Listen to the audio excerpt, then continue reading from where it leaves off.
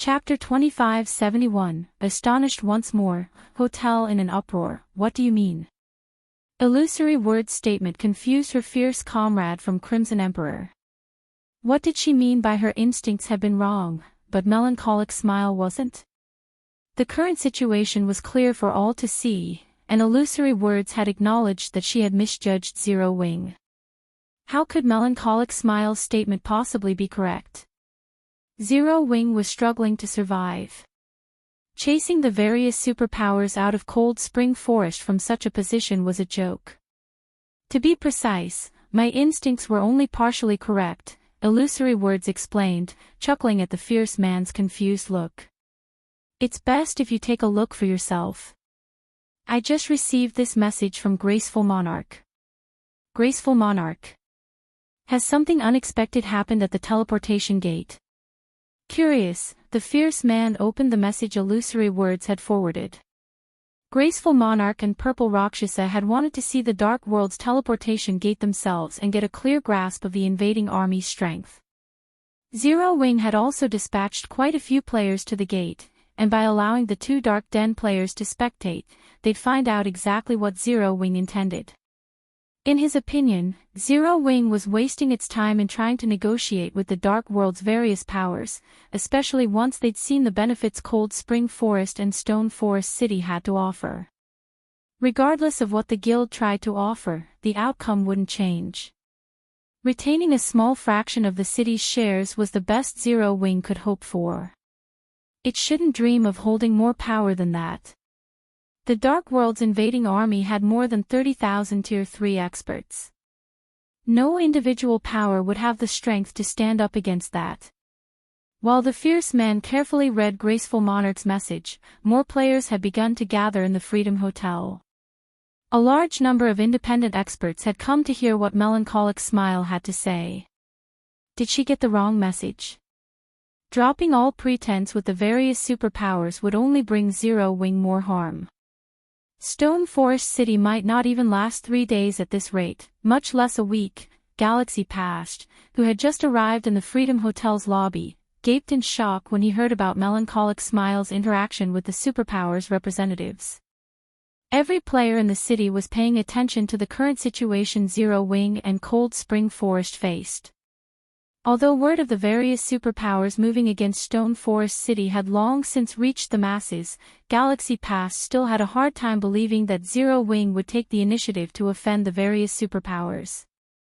He, too, knew that Zero Wing would never bend to coercion, only persuasion. He also knew that the guild was insane and acted no differently than a gambling addict. Although Zero Wing's crazy bets had been astonishingly successful thus far, its current opponent was on a completely different level than those it had faced before. If Zero Wing moved against the various superpowers now, it would be caught in a dead end. Zero Wing was no longer the guild it had been.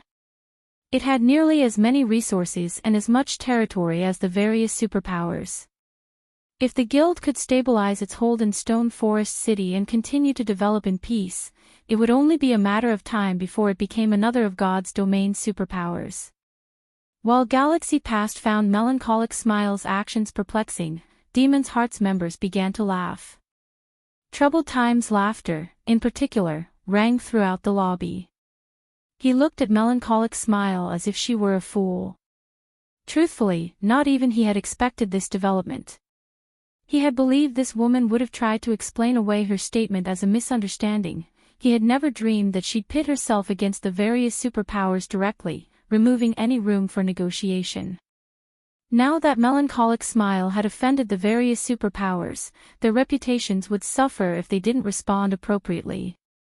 Lady from Zero Wing, you certainly are bold. Would you truly kick us out of Cold Spring Forest if we choose to ignore Zero Wing's threat? Do you assume we won't eliminate you just because Zero Wing is the only established guild in Cold Spring Forest? Troubled Times asked, sneering at Melancholic Smile. With things as they were, he didn't mind adding fuel to the fire, ensuring that any trace of Zero Wing would be removed from Cold Spring Forest. It's still going to come down to a fight in the end. Yuan Tianxin could not help his bitter smile at Melancholic Smile's fearlessness. Personally, Yuan Tianxin admired Zero Wing's future and Shifeng's strength. Moreover, the secret pavilion had gained quite a bit from its partnership with this guild. Hence, he wished to help Zero Wing in any way he could. However, it seemed his recent efforts were for naught. Just as Yuan Tianxin was about to give up and try to find another way to deal with the gathered superpowers, a voice called out from a group of cloaked players, echoing throughout the hotel lobby. "Excuse me, Miss Melancholic, but unlike the other superpowers, Battle Wolves is only here in hopes of allying with Zero Wing. I'd like to avoid a misunderstanding." Everyone in the lobby spun to look at the speaker. Several players broke away from the group and removed their black cloaks to reveal their true appearances. A middle-aged man led the small party. It was none other than Sirius, one of the Battle Wolves' 4 great wolf kings. Crap! Battle Wolves has come, too. Sure enough, those cloaked players all have powerful backgrounds, but what is Sirius trying to do? He really doesn't plan to target Stone Forest City. Zero Wing is so lucky. Or maybe the guild has a secret relationship with Battle Wolves, so they've decided to give up on this struggle. Sirius's interruption stunned the players in the lobby. No one had thought that Battle Wolves, a super guild, would forsake the contest for Stone Forest City. Battle Wolves, huh? Even Yuan Tianxin was slightly surprised by Sirius's admission, yet he could understand the reason behind it. Battle Wolves and Demon's Heart had an irreconcilable feud. Since Demon's Heart was moving against Zero Wing, it was only natural that Battle Wolves would interfere. Stepping forward to side with Zero Wing was well within reason. On the other hand, Troubled Times and his Demon's Heart companions were particularly surprised to hear Sirius's declaration. The enemy of my enemy is my friend, after all. As Troubled Times and the others assumed the minor interlude had concluded, another player spoke up from among the crowd. "Greetings, Miss Melancholic. Crimson Emperor is here to negotiate with Zero Wing, as well. That is our only intention. Those who have spoken out against your guild only represent certain powers. They have no bearing on Crimson Emperor's will," illusory words announced as she stepped forward. For a moment, everyone in the lobby fell silent. What's going on? Crimson Emperor stands by Zero Wing's side, too. Not only had Battle Wolves declared its intentions to ally with Zero Wing, but Crimson Emperor had, as well. Everyone's eyes nearly fell out of their sockets.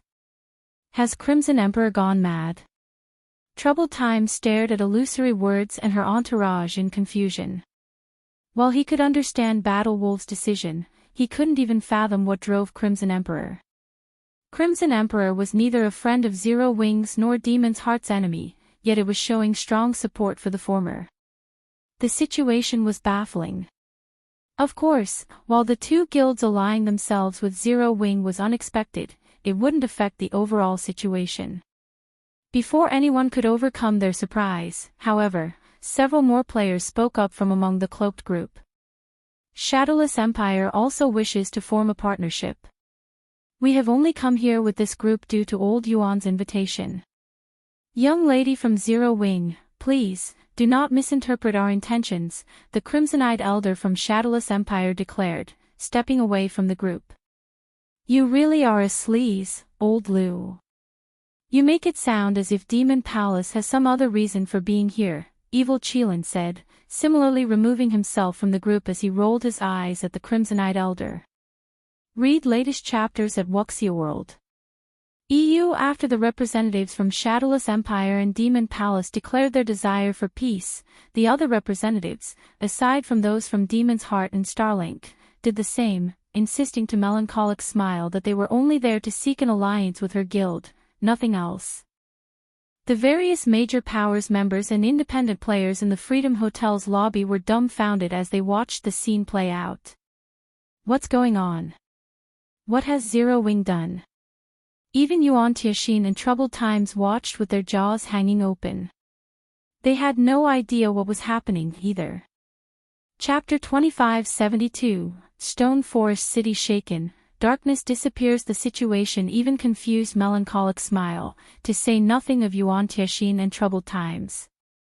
Only a moment ago, these superpowers representatives had been silent, but based on their imposing auras, they had harbored no intentions of allying with Zero Wing. They now displayed a completely different attitude. Before Troubled Times could say anything to these representatives, a hand shot out and stopped him. His mouth clicked shut as he glanced at Flaming Light in confusion. "We're leaving." Flaming Light snapped after one last glance at Melancholic Smile. He turned and left the Freedom Hotel without another word. He made no attempts to win back the various superpowers. "Are we just going to let Zero Wing off the hook, Vice Guild Leader?" Troubled Times whispered to Flaming Light. They had gone to great lengths to gather so many superpowers. Combined with the Dark World's forces, Stone Forest City, even at intermediate rank, was a fish on the cutting board. Most of the superpowers they had gathered may have abandoned the plan to attack Stone Forest City, but they could still cause enough trouble to cost Zero Wing a fortune and accelerate the city's downfall with Starlink, Demon's Heart, and the adventurer team's mythology controlled, even if they couldn't deal a severe blow. "Fool. Do you think those superpowers would suddenly change their minds without a reason?" Flaming Light growled as he glared at Troubled Times. "Have they unearthed some sort of unexpected information?" Troubled Times wondered, realization dawning on him. Those superpowers are all sly foxes. No ordinary news could make them change sides so drastically. "Something big must have happened with the Dark World," Flaming Light hissed. "Something's happened to the Dark World. How is that possible?" Troubled Times could not help his skepticism. The Dark World was home to powerful lunatics, where the strong preyed upon the weak. If the Dark World's players wanted to enter Cold Spring Forest, there was no power strong enough to stop them, not even Flaming Light, who was responsible for opening the teleportation gate. "I'm not sure yet. I could be overthinking things," Flaming Light said, shaking his head. In reality, he found the deduction hard to believe. "We need to send someone to investigate immediately." "I'll contact Elder Heart right away," Troubled Times said, nodding. Even after Flaming Light and his entourage left the Freedom Hotel, the lobby was still silent as the various major powers members and independent players remained speechless. Everything had changed too suddenly. A second ago, the various superpowers had been ready to draw their weapons and declare war on Zero Wing, but in the next moment, they voiced their intentions to ally with the guild. The crowd even wondered if those cloaked players were truly upper echelons from the various superpowers or not. "What's going on here, Old Yuan? Why are these superpowers behaving like this?" Scorching Shine asked, unable to hold back his curiosity any longer. At this moment, Yuan-Tianxin was just as confused. He, too, wished to know what had just changed. Yuan-Tianxin struggled to find an answer for Scorched Shine's question when he noticed that he had received a message from Purple Jade some time ago. Could Zero Wing have done something? Realization dawned on Yuan-Tianxin when he saw the message. When he had heard that Zero Wing had rashly sent a force to the Dark World's teleportation gate, he had sent Purple Jade to investigate the situation. Since she had messaged him, he found it likely that Zero Wing had done something at the gate, which had, in turn, caused this unexpected development. The other superpowers representatives must also have received news, which had changed their minds. Even if Zero Wing has done something, this outcome shouldn't be possible. Yuan-Tianxin felt that something was amiss, and he immediately opened Purple Jade's message. By the time he finished reading her report, he was astounded. "Old Yuan, what's happened? Did you get disconnected?" Scorching Shine asked when he saw his old comrade's slack expression. Not even Scorching Shine's question shook Yuan-Tianxin from his daze. He only opened his mouth after some time and stuttered, "They won. Zero Wing actually won. Zero Wing won. What did it win?" Scorching Shine prodded. "Zero Wing won the Dark World."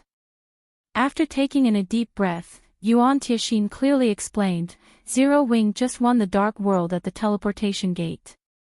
Won the Dark World. Yuan Tixin's abnormal behavior baffled Scorching Shine. The man was, after all, utterly incoherent. Did he have Alzheimer's? For a moment, Scorching Shine thought it might be time to suggest to his guild leader that Yuan Tixin take a vacation. Brother Shine, I apologize. I got too excited. Yuan Tixin apologized when he realized that Scorching Shine was looking at him like a mental patient. Chuckling, he explained, a few minutes ago, Zero Wing led a legion of Tier 3 NPCs and repelled the Dark World's invading army. Dawn Dominance, World Domination's guild leader and the Dark World's representative, has publicly announced their retreat. Zero Wing has taken full control of the Dark World's teleportation gate. Zero Wing has defeated the Dark World's invading army. Are you toying with me, old Yuan? Scorching Shine questioned, giving Yuan Tixin a disdainful look. Since Yuan Tixin hadn't controlled his voice, everyone in the lobby had heard him clearly. A commotion erupted, and the various major powers experts and independent players stared at Yuan Tixin as if he were a blubbering fool. No individual power in God's domain was capable of standing against the Dark World's invading army. Although Zero Wing had a large number of Tier 3 NPCs under its command, that only amounted to 600. Trying to stop more than 30,000 Tier 3 players with a measly 600 Tier 3 NPCs was a joke.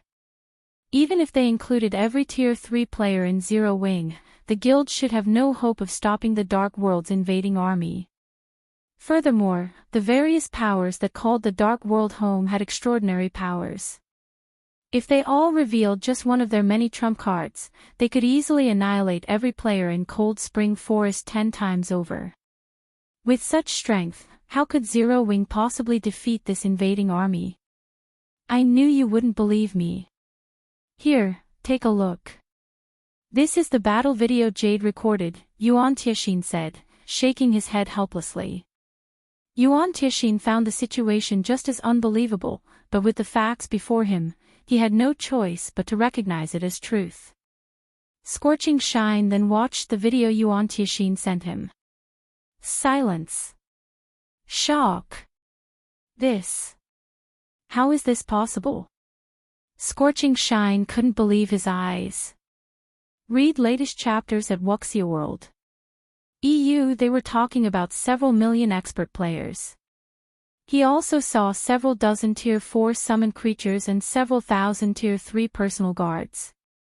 Yet, even with such power, the Dark World's invading army had suffered defeat.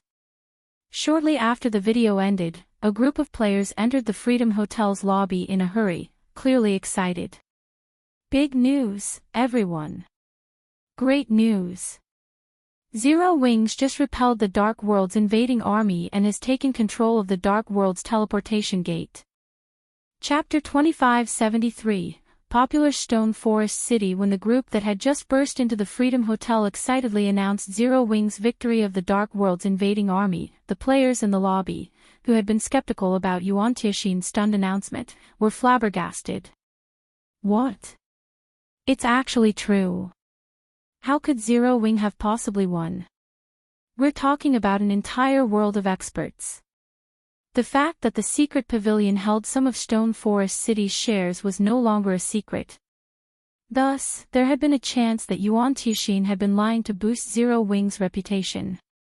The players that had just arrived, however, were a different story. Every member of the group was an independent player, and a few of them were well known among the adventurer teams unrelated to Zero Wing in the city. Because of this, they were considered quite credible. Most importantly, they had just explained the sudden change in the various superpowers' attitudes regarding Zero Wing. Even with many players still doubting the news, assuming it was either a lie or outrageously exaggerated, there was no doubt that the guild in question had done something to change the superpowers' minds. That fact alone was enough to shock everyone in the lobby only moments before they were overcome with joy. Without the various superpowers' interference and with Stone Forest City's defenses and terrain advantage, even the Dark Worlds players would need a long time before they could capture the city. Meanwhile, resident players like themselves could safely and far faster than those based outside of Stone Forest City. Thankfully, we weren't too rash, but I really doubt that Zero Wing's foundations are this formidable. Demon's Heart's flaming light must be going mad with regret right about now, the fierce man from Crimson Emperor said with a bitter smile. The main reason that the various superpowers were so afraid of Demon's Heart was the key in Flaming Light's possession, which allowed him to open the Dark World's teleportation gate in any location he desired. If not for this trump card, Demon's Heart wouldn't have developed so smoothly in the Ten Saints Empire. Flaming Light had intended to use this trump card to salvage Demon's Heart's reputation and deter the Ten Saints Empire's various superpowers, but now, both his threat and plans had gone to the dogs. In fact, Flaming Light's trump card had unexpectedly benefited Zero Wing, increasing both the guild's fame and fortune. It was only a matter of time before word of the Dark World's defeat spread across the main continent, and as it did, everyone would learn about Zero Wing. Not even the various superpowers were capable of accomplishing such a feat, yet Zero Wing had succeeded. Although the guild had relied on a large number of Tier 3 NPCs to do so, those NPCs were considered a part of Zero Wing's strength. In addition, with the Dark World's teleportation gate under Zero Wing's control, even ordinary players knew this victory would usher in an era of power for the guild. No one would be surprised if it instantly became a superpower in its own right. And the one who granted Zero Wing this opportunity was none other than Demon's Heart's Flaming Light. That's right. Without the Dark World's assistance, Demon's Heart will have a very hard time expanding in the Ten Saints Empire, Illusory Words agreed, nodding. Demon's Heart had gone out for wool and come home shorn. The Dark World's teleportation gate should have triggered unprecedented change on the main continent. However, Zero Wing now controlled the gate, and the guild had made it clear that it intended to collect a fee from every player that wanted to use the teleportation gate. This would significantly decrease the number of visiting Dark World players and, in turn, reduce the number of Demon's Heart's potential allies. Unless the Dark Guild wanted to face the Ten Saints Empire's various superpowers, it would have to keep a low profile for a considerable amount of time. You've done a great job this time, Illusory. Since the Grand Elders had nearly made such a catastrophic mistake, the guild leader has reclaimed a lot of authority in the guild. The guild leader sent a message ago requesting that you represent Crimson Emperor in the negotiations with Zero Wing. It would also be best if you could rent a few of the Freedom Hotel's rooms long-term. Don't worry about the required money and materials, the fierce man congratulated his comrade. The guild leader's requests are certainly troublesome. Now that Zero Wing has defeated the Dark World, a ton of powers will try to rent a large number of the hotel rooms, Illusory Words grumbled, offering a half-hearted smile. With Cold Spring Forest now free of the Dark World's threat, Stone Forest City was, once again, a sacred leveling ground. It would soon become a holy city for the Eastern Continent's various powers and independent players, and when it did, even entering the city would become a challenge, let alone renting one of the Freedom Hotel's rooms. Shortly after the various superpowers meeting in the first-floor lobby had concluded, news of the Dark World's defeat spread throughout the continent. As they learned of the event, many powers began to regret their decision to abandon Stone Forest City the moment things had turned south. Crap! How is this even possible? Zero Wing is so awesome. Even an entire otherworld of players is helpless against that guild. Who could possibly stand against it? Stone Forest City. It seems like a good place to develop. When the various kingdoms and empires' powers and independent experts learned about Zero Wing's victory, many of them considered moving their bases of operations to Stone Forest City. Aside from the fact that Stone Forest City occupied a level 100 neutral map, the fact that the Dark World's invading army hadn't been able to shake Zero Wing's foundations made the city incredibly valuable. None of the city's residents would have to worry about suddenly losing their bases or another power taking over, which would render all of their investments useless. This concern was precisely the reason that many players developed in NPC cities, rather than in guild cities. Now that Zero Wing had affirmed its strength, Stone Forest City's stability wasn't a concern. At the very least, it would be a long while before any power could bring harm to the city.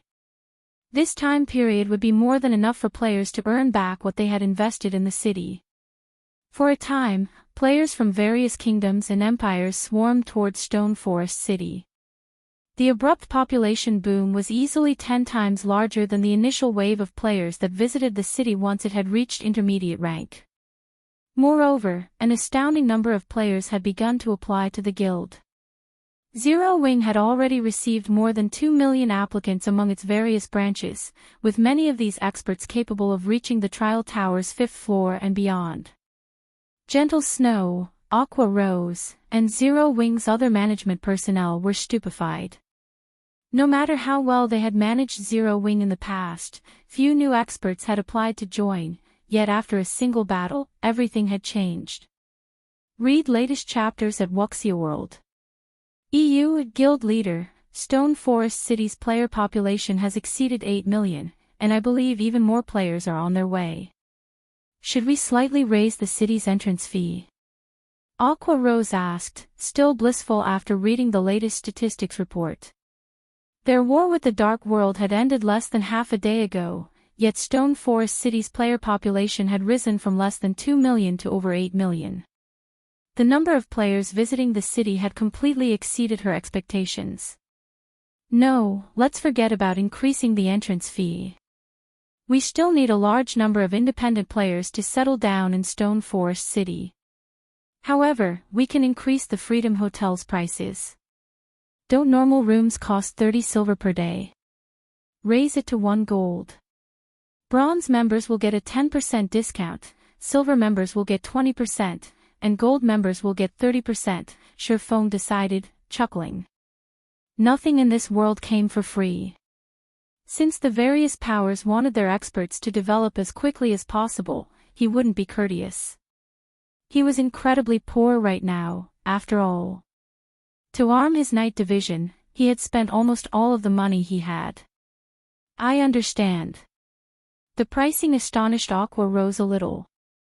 Not even ordinary experts could afford a daily expense of 1 gold. Ah, right. Guild Leader, Dark Rhapsody, and Deity Society have contacted me and wish to discuss the offer you made them. They're asking when you'll be free to speak on the matter. Chapter 2574, Ancient Gods Tower Stone Forest City, Freedom Hotel's top floor reception room. Blue Rainbow from Dark Rhapsody and Elder Gold from Deity Society sat on a sofa, an awkward silence between them, in a spacious, luxurious reception room. Magic Flash and Old Forest sat beside them, just as dazed. This was simply too humiliating. They had thought that their previous meeting with Shurfeng would have been their last, and they would never have to see each other again. They had seen Shurfeng's hope of a stronger partnership between their guilds as nothing more than wishful thinking. However, less than 2 days after that meeting, they had sought the swordsman out again.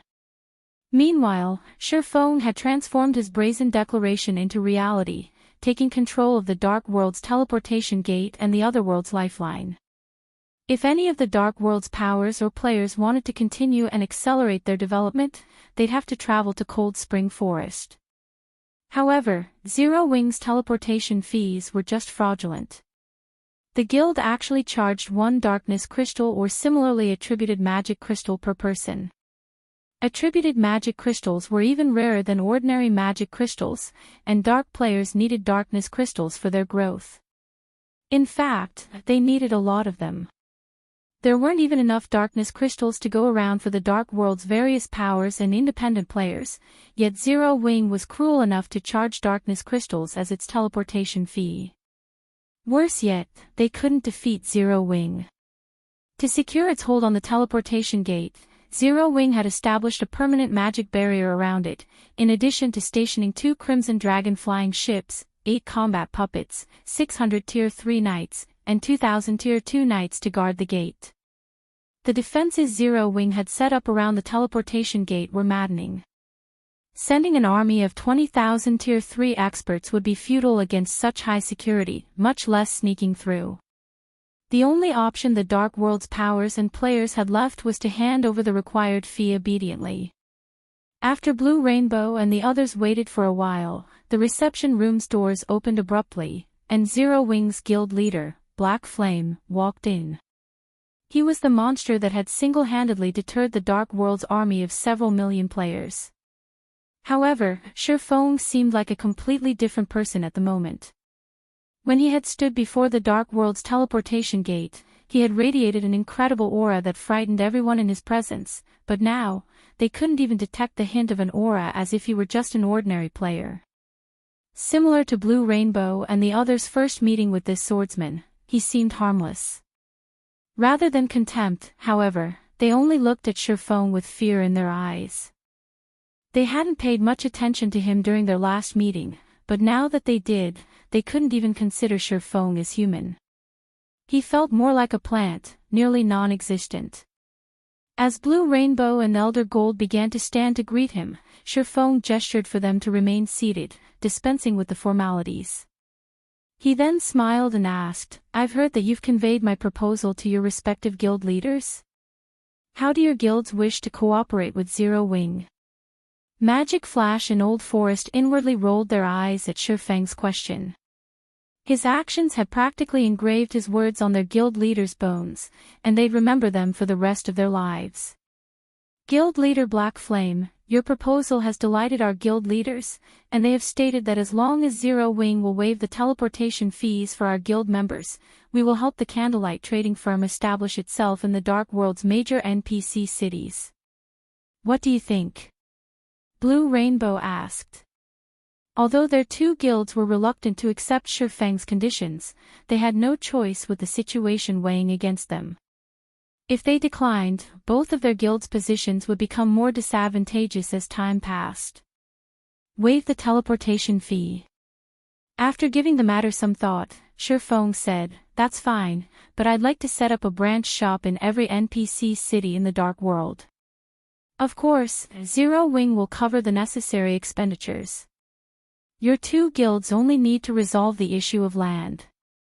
Guild leader Black Flame, you are asking for the impossible. The Dark World is even larger than the main continent's ancient empires. While our guilds are two of the top 3 in the Dark World, we only control a small portion of the other world. We simply don't have the manpower and resources to ensure that Candlelight can operate in every NPC city, Elder Gold said, shaking his head with an unhappy smile. Dark Rhapsody, Deity Society, and World Domination had a lot of influence on the surface, but the same couldn't be said for their control on the Dark World. In the Dark World, players had partial control of the various NPC cities.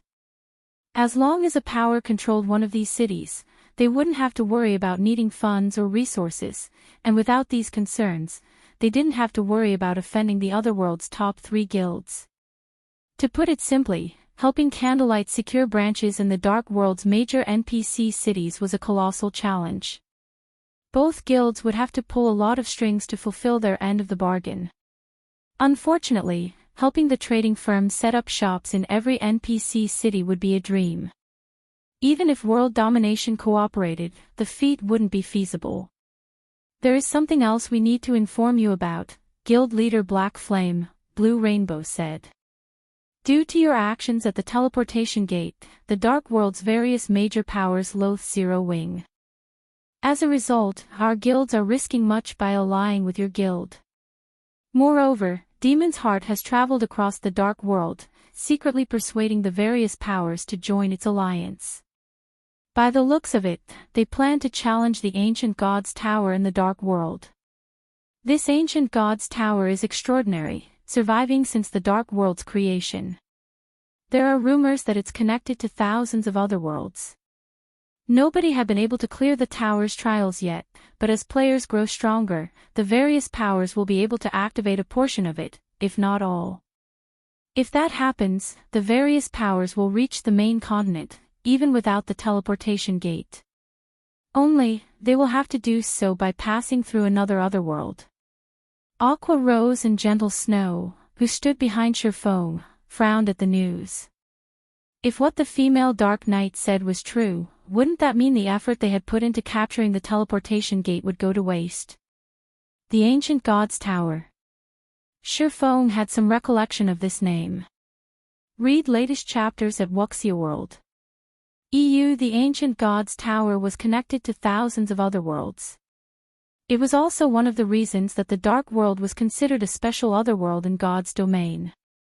However, since no power had taken control of the Dark World's teleportation gate in his past, none of the Dark World's powers had bothered to challenge the tower's trials.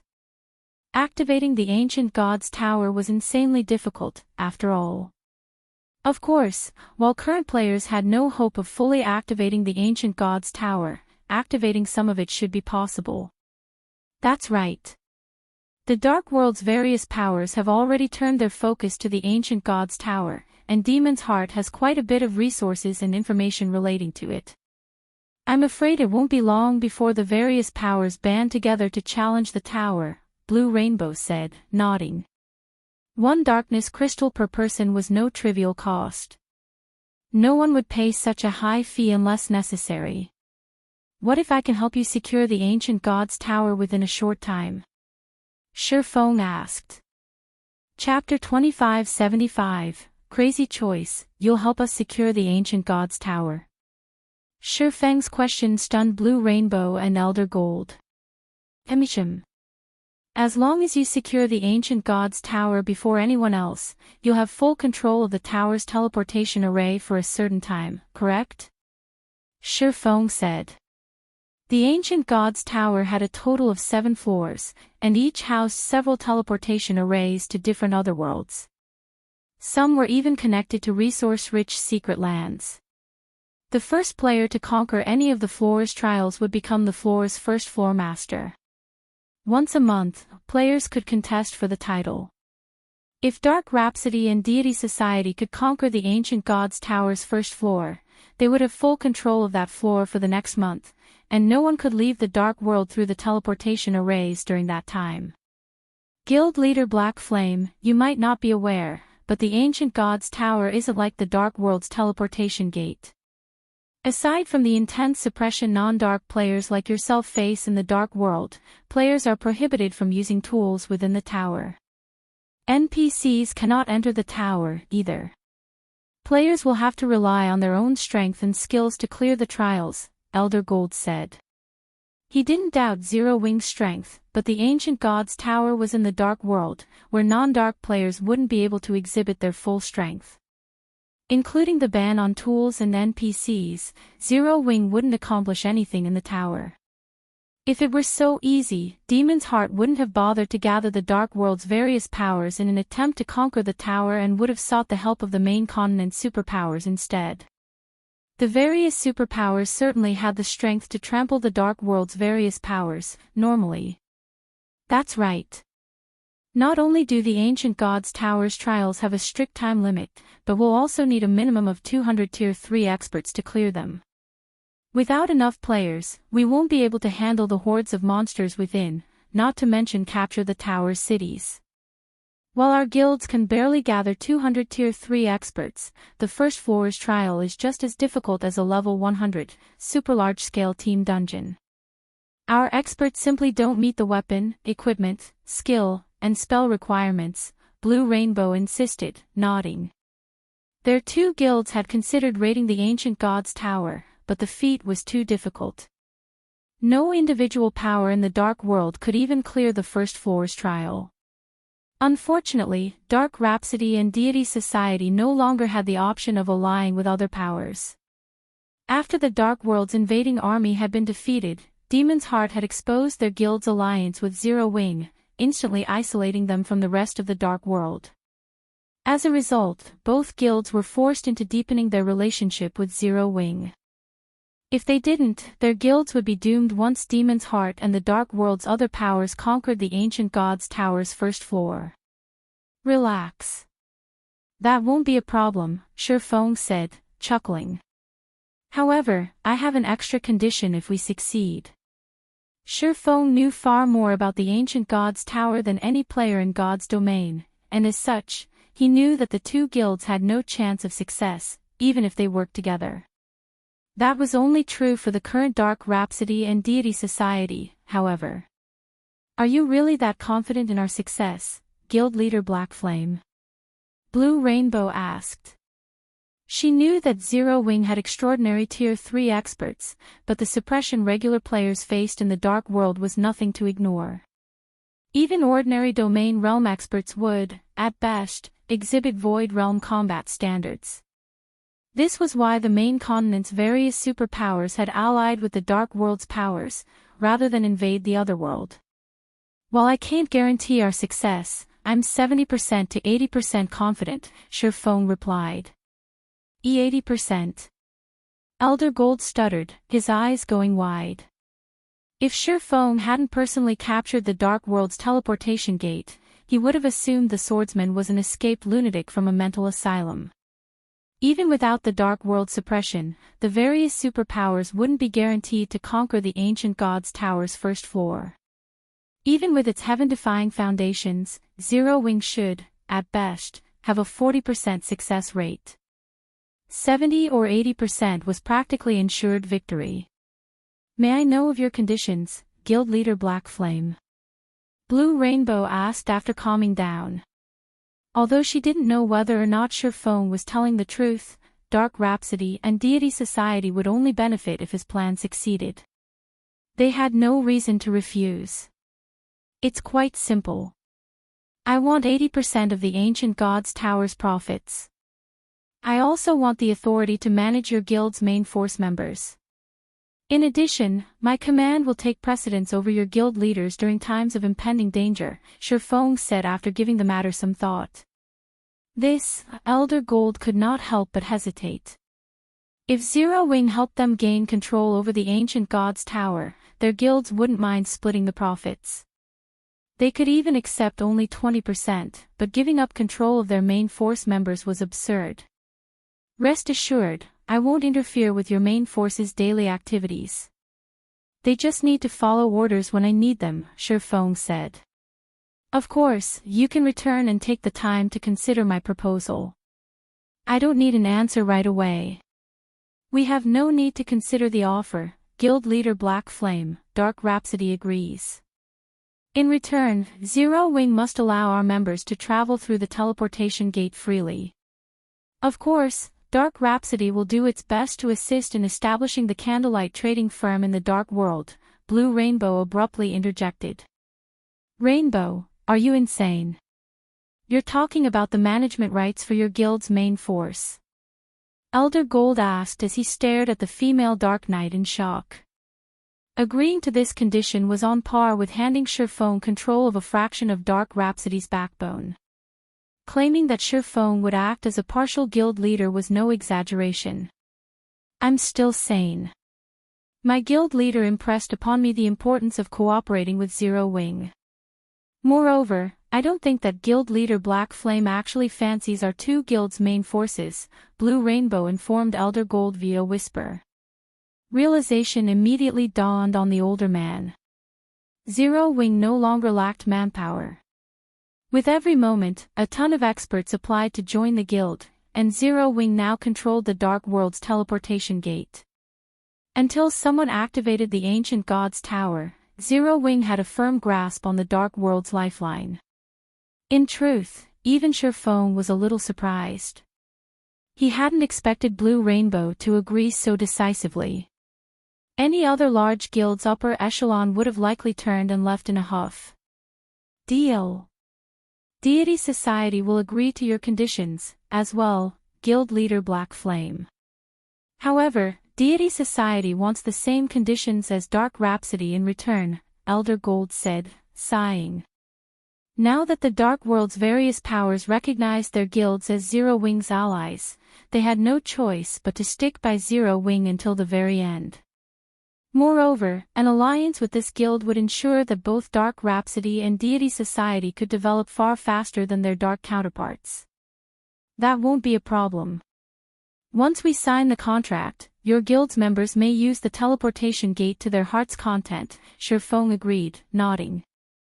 What do we do once the contract has been signed? Elder Gold asked. Read latest chapters at Wuxia World. EU Demon's Heart was already in a rush to find allies to conquer the ancient god's tower. Once its team had enough Tier 3 experts, it would challenge the tower's trials. Hence, Dark Rhapsody and Deity Society were running out of time. Simple. Send your main force members to Stone Forest City immediately. Zero Wing will take responsibility for their growth, Shifeng said, chuckling. Everything in God's domain boiled down to players' strength, including raiding team dungeons and the ancient god's tower. As long as he could help the two guilds' main force members grow strong enough, raiding the tower wouldn't be an issue. Their growth. Shifeng's demand stunned Blue Rainbow. She had never thought he'd choose such an option. Where are we going? To the level 120 secret land, Poison City. Shifeng declared. Chapter 2576, Secret Land Exploration. When Shifeng stated his intentions to travel to a level 120 secret land, both Blue Rainbow and Elder Gold were speechless. The various superpowers hadn't even entered level 110,100-man team dungeons once. In fact, barely any players had reached level 110 yet. While secret lands weren't dungeons, they were even more dangerous. Even the safest secret land could rival super large-scale, hard-mode team dungeons of the same level. Not even superpowers would dare suggest exploring a level 120 secret land. Yet, Shifeng spoke of doing so as casually as if he were visiting the local market. For a moment, Blue Rainbow and Elder Gold doubted that they played the same game Shifeng did. What? Is there a problem? Shifeng curiously asked when he saw the two representatives' dazed expressions. And no, it's nothing. Only, Guild Leader Black Flame, we're talking about a level 120 secret land. I'm afraid that with our current levels and equipment, Elder Gold said worriedly. Entering a level 120 secret land wouldn't be a problem, even a level 1 player could do it. The problem was whether or not they could leave the secret land alive. Unlike dungeons, secret lands' difficulty and number of monsters weren't fixed, but randomized. If one were lucky, a 100-man team would be enough to survive. If not, they might need a team of 1,000 players, or even 5,000, to make it out. This was why raiding secret lands proved much harder than raiding a team dungeon of the same level. Normally, guilds would mobilize a large fraction of their members to raid a secret land, but after level 100, only Tier 3 experts had any chance of surviving. Tier 2 experts would only hold them back. In other words, guilds couldn't use all of their available manpower to raid level 100+ secret lands, they'd have to rely on a small number of Tier 3 experts. This was precisely why the various major powers and superpowers hadn't bothered to raid level 100+ secret lands, even after crossing the level 100 threshold. Relax. As long as everyone follows my orders, we shouldn't have any major problems, Shifeng said. Chukdo during his previous life, Poison City had been famous for how incredibly dangerous it was. Even when the various superpowers had dispatched a team of several thousand Tier 3 experts, they had failed to complete the raid. The various superpowers had only conquered the secret land after their experts had reached Tier 4. However, Shifeng had no intention of capturing Poison City. He only wanted the fragment of Solomon's sword that hid within. Moreover, he now had the fragmented legendary ranked Abyssal Blade and Ring of Gospel. The ring would be particularly helpful on this endeavor. Once he had become an intermediate master magician, he found he could amplify the Ring of Gospel's effects until it was even effective against Tier 4 monsters, which drastically increased his chances of obtaining the sword fragment. Now, he only lacked numbers. Generally, one would need at least 1,000 Tier 3 experts to raid level 100+ secret lands, but even with the Hell Legion's 300 Tier 3 experts, he only had around 500 under his command. It was too risky to take such a small team into the secret land. However, if he included Dark Rhapsody and Deity Society's 200+ Tier 3 experts, he'd have a much higher chance of securing Solomon's sword's fragment. Something still felt off to Blue Rainbow and Elder Gold, but since they had already signed a contract with Surpassing, they couldn't go back on their word for no good reason. The two representatives then contacted their guilds, secretly gathering their Tier 3 experts.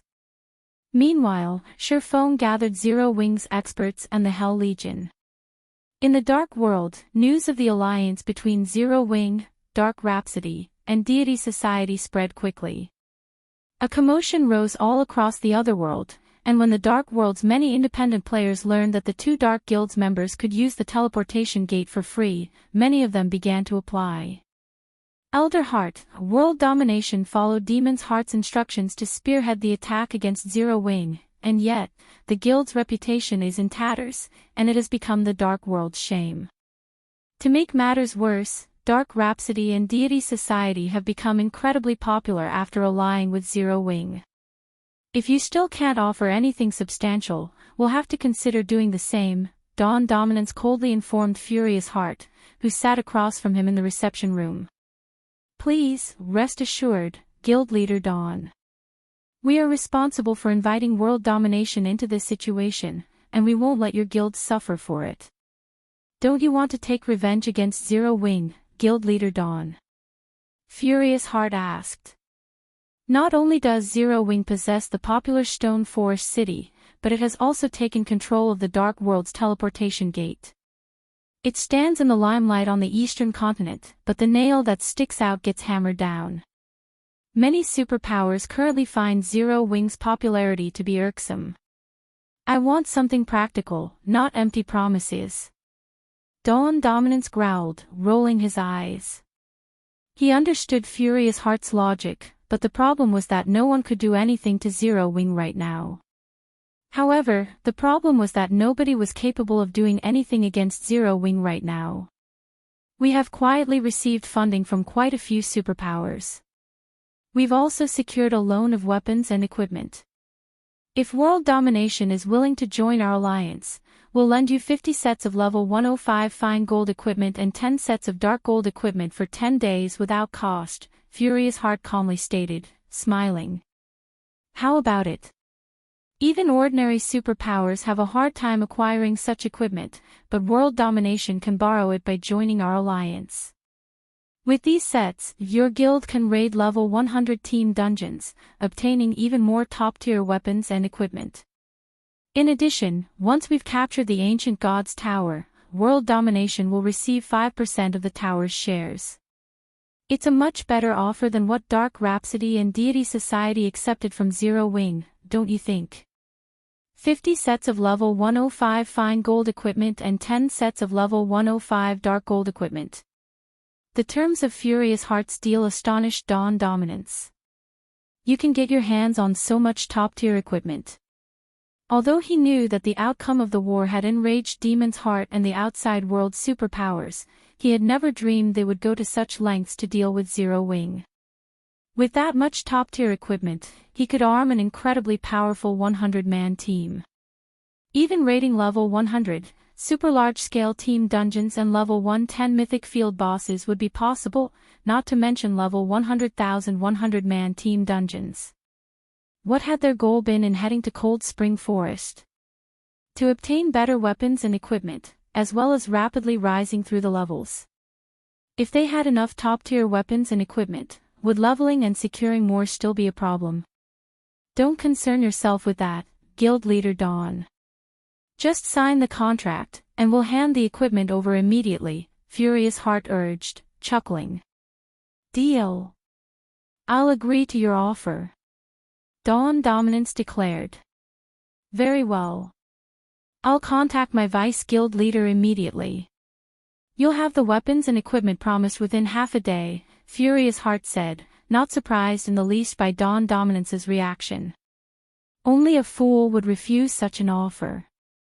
After signing the contract, Furious Heart left World Domination's residence and returned to Demon City. Is everything settled? Flaming Light raised his head and asked as Furious Heart entered his office. It's done. The Dark World's various powers have agreed to join our alliance. We can raid the Ancient God's Tower at any time, Furious Heart reported. Good. Flaming Light nodded, satisfied. Smiling, he continued, Zero Wing must assume I'm helpless now that it controls the Dark World's teleportation gate. Unfortunately, Zero Wing is unaware that its actions have only earned more loathing and anger. Zero Wing had no background, yet it sat on a mountain of wealth and resources. One could even say that it had monopolized all of the Dark World's resources. Naturally, the various superpowers wouldn't let the guild get away with it. Hence, without lifting a finger, plenty of superpowers and corporations had approached him, declaring their intentions to supply all sorts of resources in exchange for dragging Zero Wing down from its pedestal. As long as Demon's Heart secured the ancient god's tower, it would usher in dark times for Zero Wing. If Zero Wing had obediently accepted defeat, it would have only lost Cold Spring Forest, but now, it would lose everything. The guild's night division was limited to Cold Spring Forest, after all. Elsewhere, Surpassing had reached Poison City alongside Dark Rhapsody and Deity Society's main force members. The moment the Dark players set foot in the secret land, they shuddered. Black fog covered the land, and they felt as if they were walking on clouds as they stepped into it. They also felt suddenly cold and hungry, and their 5 senses and reaction speeds had weakened. Here, they wouldn't be able to exhibit half of their usual combat power. However, the dark fog wasn't the worst part. They were far more afraid of the level 115+ monsters that roamed the forest outside of Poison City. Even the weakest monster here was a High Lord, and many were Great Lord and Grand Lord ranked wandering souls. These monsters had once been members of the army that guarded Poison City before the black fog had devoured them. The closer they got to these monsters, the more the corrosive energy in the area affected them. Read latest chapters at Wuxia World. EU. Sure enough, there are a lot of monsters here. Surpassing was similarly astonished when he saw the wandering souls nearby. Not only did the secret land house far more monsters than during his previous life, but the death energy that enveloped the area was also denser. Of course, that wasn't enough to deter him from exploring the secret land, and he turned to Cola and the others. Start luring monsters, but not too many at once. 500 or 600 will be enough. Surpassing's command rendered Dark Rhapsody and Deity Society's members speechless. They were sure they'd be annihilated if they took on 100 monsters at a time, let alone 500. The death energy in this map was simply too powerful, and all of these monsters were level 115 or higher. Trying to fight 500 or 600 simultaneously was suicide. Okay. However, Cola, Fire Dance, and the others remained unfazed. They immediately dashed into the forest on their own and began to attract the wandering souls aggro. Chapter 2577, Difference of Level 120, Frightening Wealth. As Cola, Fire Dance, and the others darted through the silent forest, they caused a commotion. Small groups of wandering souls flew toward the offending players, quickly surrounding them. These monsters were so fast that ordinary experts wouldn't have a chance to escape. However, the encirclement was practically non-existent to Cola and Zero Wing's other MTs. Like unstoppable tanks, they charged through the monsters, shoving aside any that stood in their path with their shields. None of the wandering souls could stop their advance. Meanwhile, Fire Dance and the other more agile players maneuvered their way around the wandering souls, letting none lay a hand on them. The death energy the wandering souls exuded had no effect on Cola, Fire Dance, or their companions. It almost seemed like some kind of invisible barrier protected them from the death energy's corrosion. In no time at all, Cola and the others had pulled around 600 monsters toward the rest of the team. Wandering Soul, Undead, High Lord, Level 115 HP 45, 000/45, 000/000, Elite Wandering Soul, Undead, Great Lord, Level 116 HP 120, 000/120, 000/000, Crazed Soul, Undead, Grand Lord, Level 116 HP 400, 000/400,000 facing the 400 plus wandering souls, 100 plus elite wandering souls, and 6 crazed souls. Everyone on the team couldn't help but shudder. Unlike ordinary monsters, these wandering souls had once been Poison City's warriors. Even in death, they retained the skills they had used in life. When several hundred wandering souls gathered, they actually formed a battle array, and although it wasn't very strong, it significantly boosted the monster's movement speed and reaction speed. A faint layer of mana had also appeared around the monsters, strengthening their defense and the power of their skills and spells. However, the team was even more surprised to find that these wandering souls didn't employ simple pack tactics like ordinary monsters. Rather, they moved in proper formation. The wandering souls with shields and melee weapons moved to the front of the group, while those with bows and staves stood in the back. The small force gradually and orderly advanced. So, this is a level 120 secret land. Blue Rainbow was shocked as she watched the monsters march like a uniform army. Although she had known that level 100 plus secret lands were extraordinary, she couldn't help her surprise as she experienced it for herself. These monsters were already a major challenge since their basic attributes were higher than players of the same tier and level. They also had far more HP and defense. Now that they could fight with as much organization as NPCs, their combat power would drastically increase. If their team hadn't had the numerical advantage, they wouldn't have stood a chance. Even Hell Rush frowned at the incoming force. Normally, the Hell Legion's experts wouldn't have any problems fighting these monsters one-on-one. Not even the Grand Lord-ranked crazed souls would be too much for the Hell Legion to overcome, but now, these monsters had their own battle array. Not only did this battle array boost the wandering souls' physical performance, but it also drastically reduced the number of weak points they had. Including the monster's level advantage, even the Hell Legion was in for a tough battle without the help of weapons and equipment with the Ignore levels attribute. Only Surpassing seemed unaffected by Poison City's formidable monsters. This was the true combat power of God's Domain's monsters. All monsters before level 115 were merely obstacles to help players get used to the game. Once players neared the level 120 threshold, however, God's Domain no longer catered to its players. Instead, players had to adapt to God's Domain. Monsters would begin to behave like living beings, with their own characteristics. If players couldn't take advantage of these characteristics, even experts of the same tier would fall in a one-on-one fight. This was why level 120 secret lands and team dungeons were true treasure troves for tier 3 players, containing all sorts of ancient inheritances, skill, and spell books. As the Undead Legion approached, Dark Rhapsody and Deity Society's players mentally prepared themselves for a hard fight. Meanwhile, Surpassing retrieved the Ring of Gospel and spent 5,000 magic crystals to activate Miniature World. The Phantom World descended, and the Undead Legion's basic attributes fell rapidly. Their reaction speed and physique also plummeted. The Dark players on the team were stupefied. They had experienced the Ring of Gospel's power before, but they were still as shocked as they had been the first time.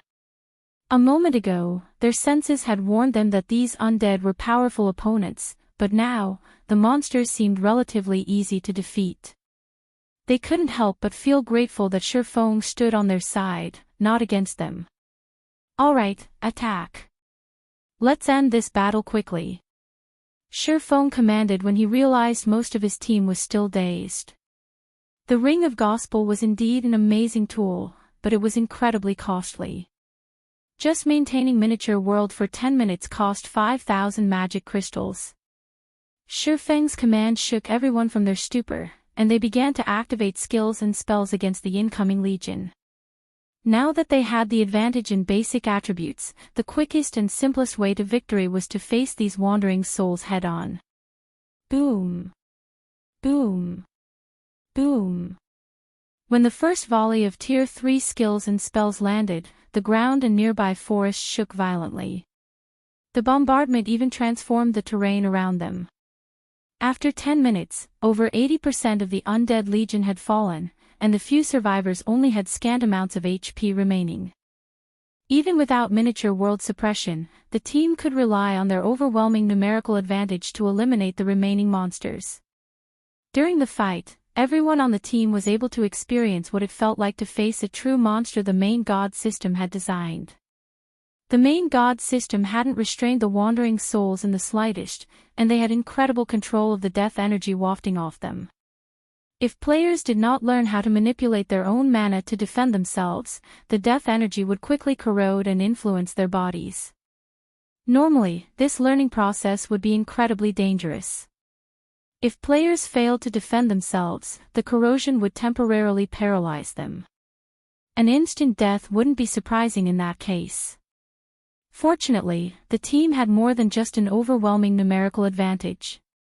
The monsters before them were at death's door, and as a result, their combat power had dropped slightly.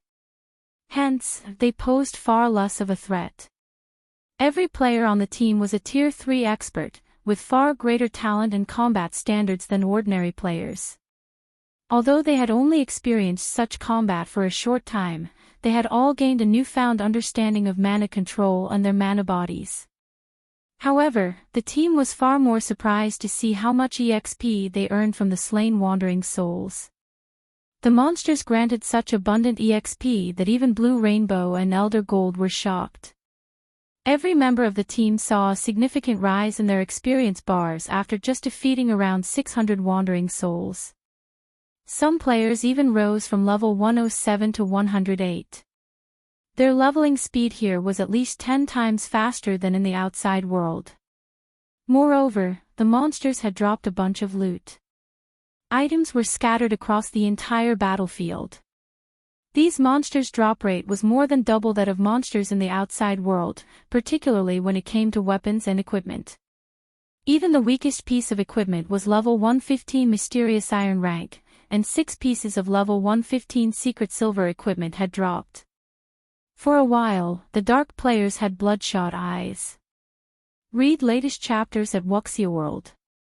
EU to them, level 115 Mysterious Iron equipment might be subpar, but level 115 Secret Silver equipment was incredibly precious. So long as they equipped level reduction gemstones, they could arm themselves with level 115 Secret Silver equipment after reaching level 110. Naturally, level 115 Secret Silver equipment was slightly better than level 110 Fine Gold equipment. Due to equipment's low drop rate, the various powers were going mad in their search for level 105 Fine Gold equipment. They could only dream of level 110 Fine Gold items. Now, after fighting for less than 15 minutes, their team had obtained 6 pieces of level 115 Secret Silver equipment. If they grinded here for a full day, their harvest would be astronomical. While Dark Rhapsody and Deity Society's members envied Zero Wing over so much loot, Fire Dance, who was responsible for collecting the items, excitedly ran up to Sherphone. Guild leader, it dropped. Chapter 2578, Frightening Zero Wing. As Fire Dance approached with a tattered, old tome, Sherfang's eyes widened in surprise. What? It dropped, just like that. The monsters wandering around Poison City had a chance of dropping 2 support items when killed, and both were worth thousands of gold. However, no one would willingly part with either support item, even when offered a level 100 plus epic item. One of the 2 items was an ancient potion, while the other was a mana battle array. The ancient potion in question could accelerate the process of unlocking players' mana bodies, while permanently improving their mana control. With this potion, even ordinary Tier 3 players could unlock their mana body's full potential within 2 months. On the other hand, the mana battle array was even more astounding. Normally, battle arrays had to be engraved into players' equipment, meaning that once players replaced their battle array equipment, they'd lose the battle array. However, players could directly learn the mana battle array found in Poison City. Hence, they wouldn't have to worry about losing the array when they switched to new equipment. Players could use it forever. The mana battle array required a minimum of 12 players to activate. Once active, not only would it increase the mana density around players, but players' basic attributes would rise, as well. Most importantly, the battle array would form a layer of mana armor around players, increasing their magic resistance and resistance to foreign energies' corrosion. The tome in Fire Dance's hand was none other than the mana battle array. It was no wonder she was so ecstatic. As the mana battle array was akin to a skill, it could be used where tools were prohibited, such as many of God's Domain's level 100+ maps and team dungeons. In these locations, the mana battle array was practically invaluable. In the past, the various powers would spend more than 2 weeks grinding near Poison City without obtaining a single mana battle array, and yet, one had just dropped from a single wave of wandering souls. The current drop rate was astounding. When Hell Rush and the others saw the mana battle array's information, they couldn't help but feel a little jealous. With a complete set, one could increase a team's overall strength to a whole new level. The mana battle array would be especially helpful when teams explored certain maps or dungeons and didn't meet the equipment requirements. That tome was even more valuable than level 115 top-tier weapons and equipment. Now that they knew the Wandering Souls could drop something as awesome as the mana battle array, Zero Wings members were overcome with fighting spirit. Cola and the others immediately split away from the main team to lure more Wandering Souls. Moreover, they now knew that the team could easily handle 600 Wandering Souls with the Ring of Gospel's assistance, and so they decided to gather even more monsters to maximize the ring's effects. After a short moment, Cola and his comrades ran toward the team with nearly 800 Wandering Souls trailing behind them. Seeing this, the team's members sharpened their focus and prepared for battle. Over the next 3 days, the team restlessly grinded on the Wandering Souls roaming the forest around Poison City. After 3 days, every member of the team had gained 5 levels. Fire Dance, Cola, and the other Zero Wing members had reached level 114, while Sherfong had reached level 115. Meanwhile, Dark Rhapsody and Deity Society's members had reached level 112 and 113. Their levels would even shock the various superpowers. The Dark players on the team wished they could stay in Poison City forever. Leveling 5 times in 3 days was unheard of, especially at their levels. Normally, they'd be lucky to level up once every 5 days. No one would believe them if they told them. Meanwhile, Blue Rainbow and Elder Gold finally understood why Sherfong was so confident about helping them conquer the ancient god's tower. This leveling speed was simply maddening. Furthermore, fighting these monsters had helped them rapidly improve their combat standards. What Dark Rhapsody and Deity Society's members didn't know was that Sherfong had spent an astronomical number of magic crystals to make this 3-day grind possible. He had arrived with 600,000 magic crystals in his bag, but now, he had less than 50,000 remaining. Moreover, he had used Miniature World sparingly. Otherwise, he would have blown through all 600,000 crystals by now. Of course, the bounty he received in return was amazing. During the past 3 days, he had obtained over 700 pieces of level 115 secret silver equipment and over 5,000 pieces of level 115 mysterious iron equipment. He could easily earn back the cost of this grind by selling the mysterious iron equipment. He had also acquired a total of 87 level 115 fine gold weapons and equipment. Of course, Sherfong had no intention of selling any of the weapons or equipment that had dropped. Rather, he'd make them available to his guildmates. After embedding a level reduction gemstone into every weapon and equipment piece, he distributed them among Blue Frost and Zero Wing's other members from Shelter 1, providing a massive boost to their basic attributes.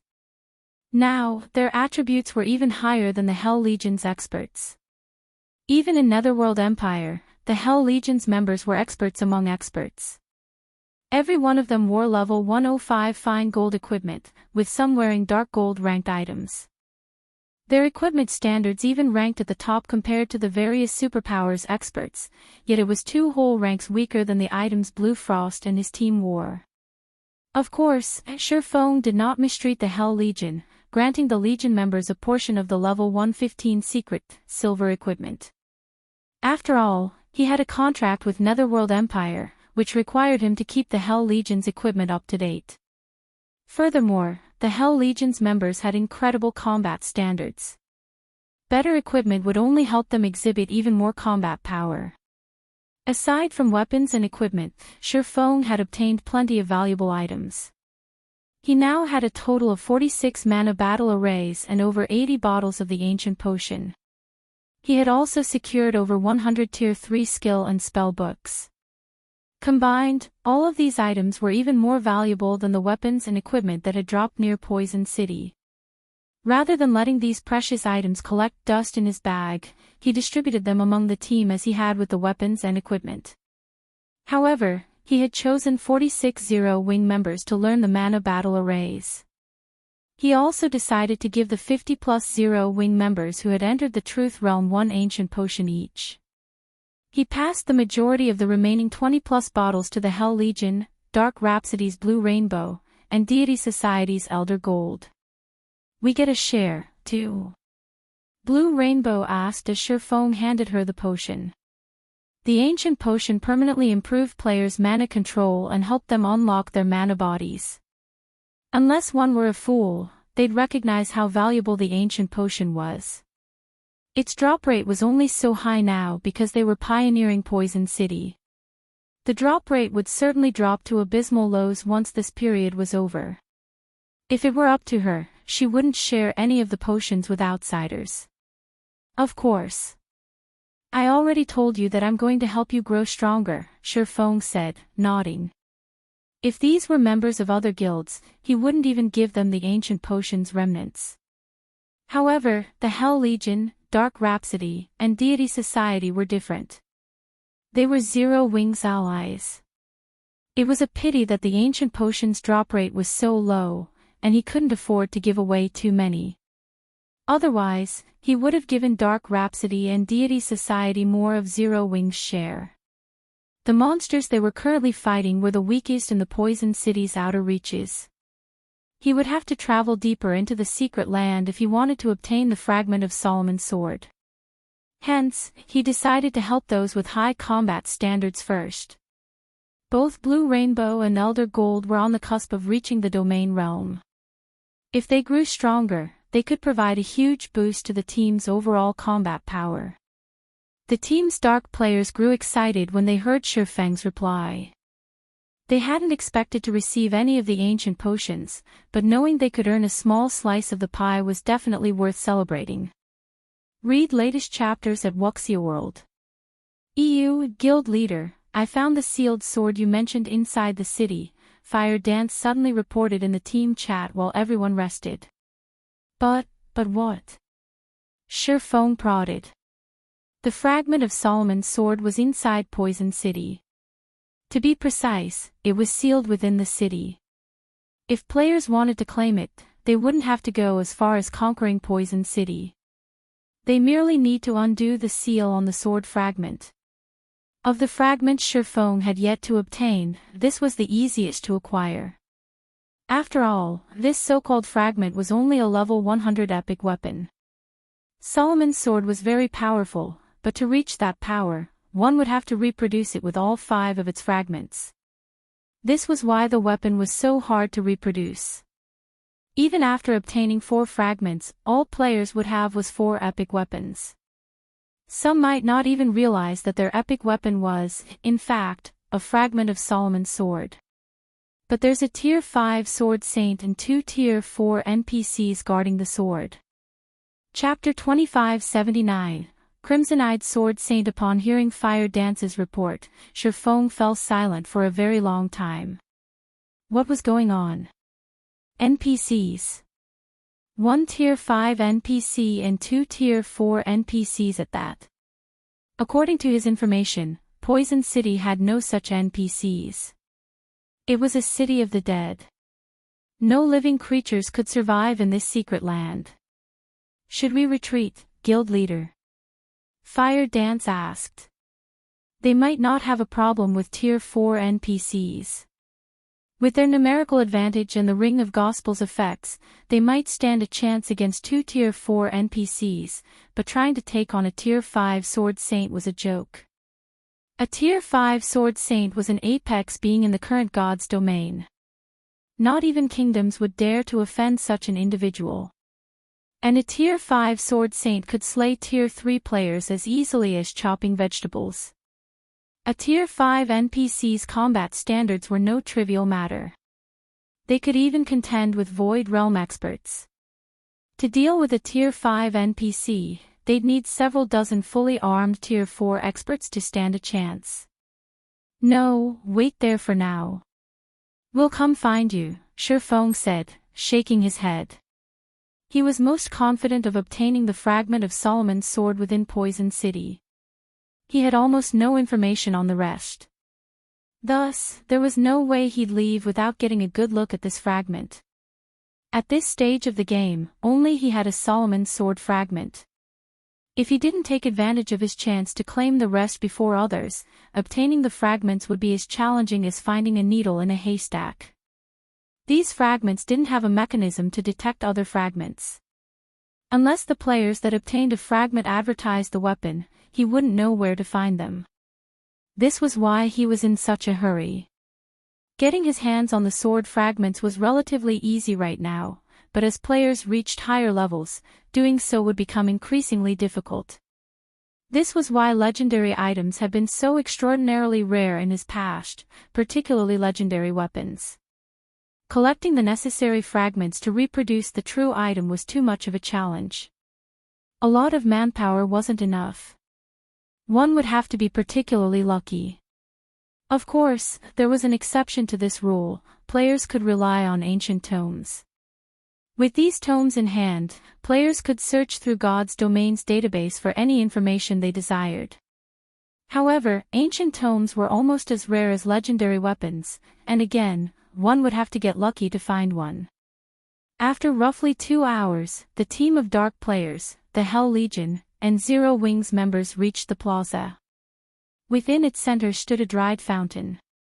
If one examined the fountain closely, they discover a faintly glowing magic array, which suppressed the dull gray longsword half buried in the fountain.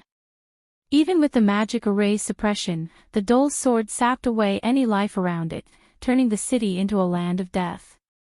It was clear that the sword's influence would be even more astonishing without the magic array to bind it.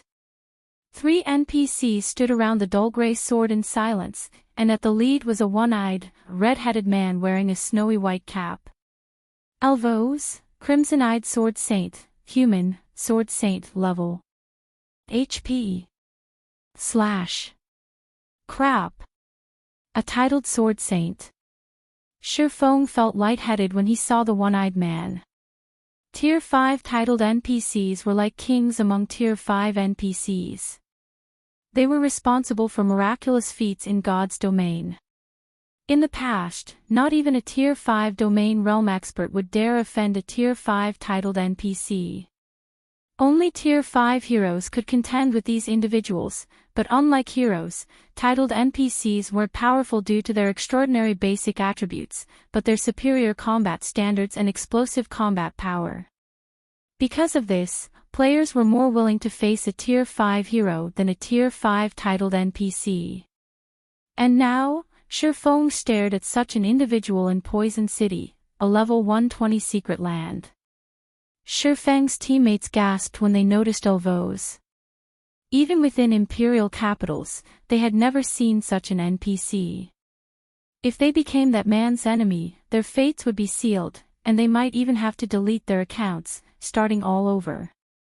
As Shifeng hesitated on whether or not he should continue his personal mission for Solomon's sword's fragment, Elvos turned and looked at the wall his team hid behind. "You've been watching for long enough.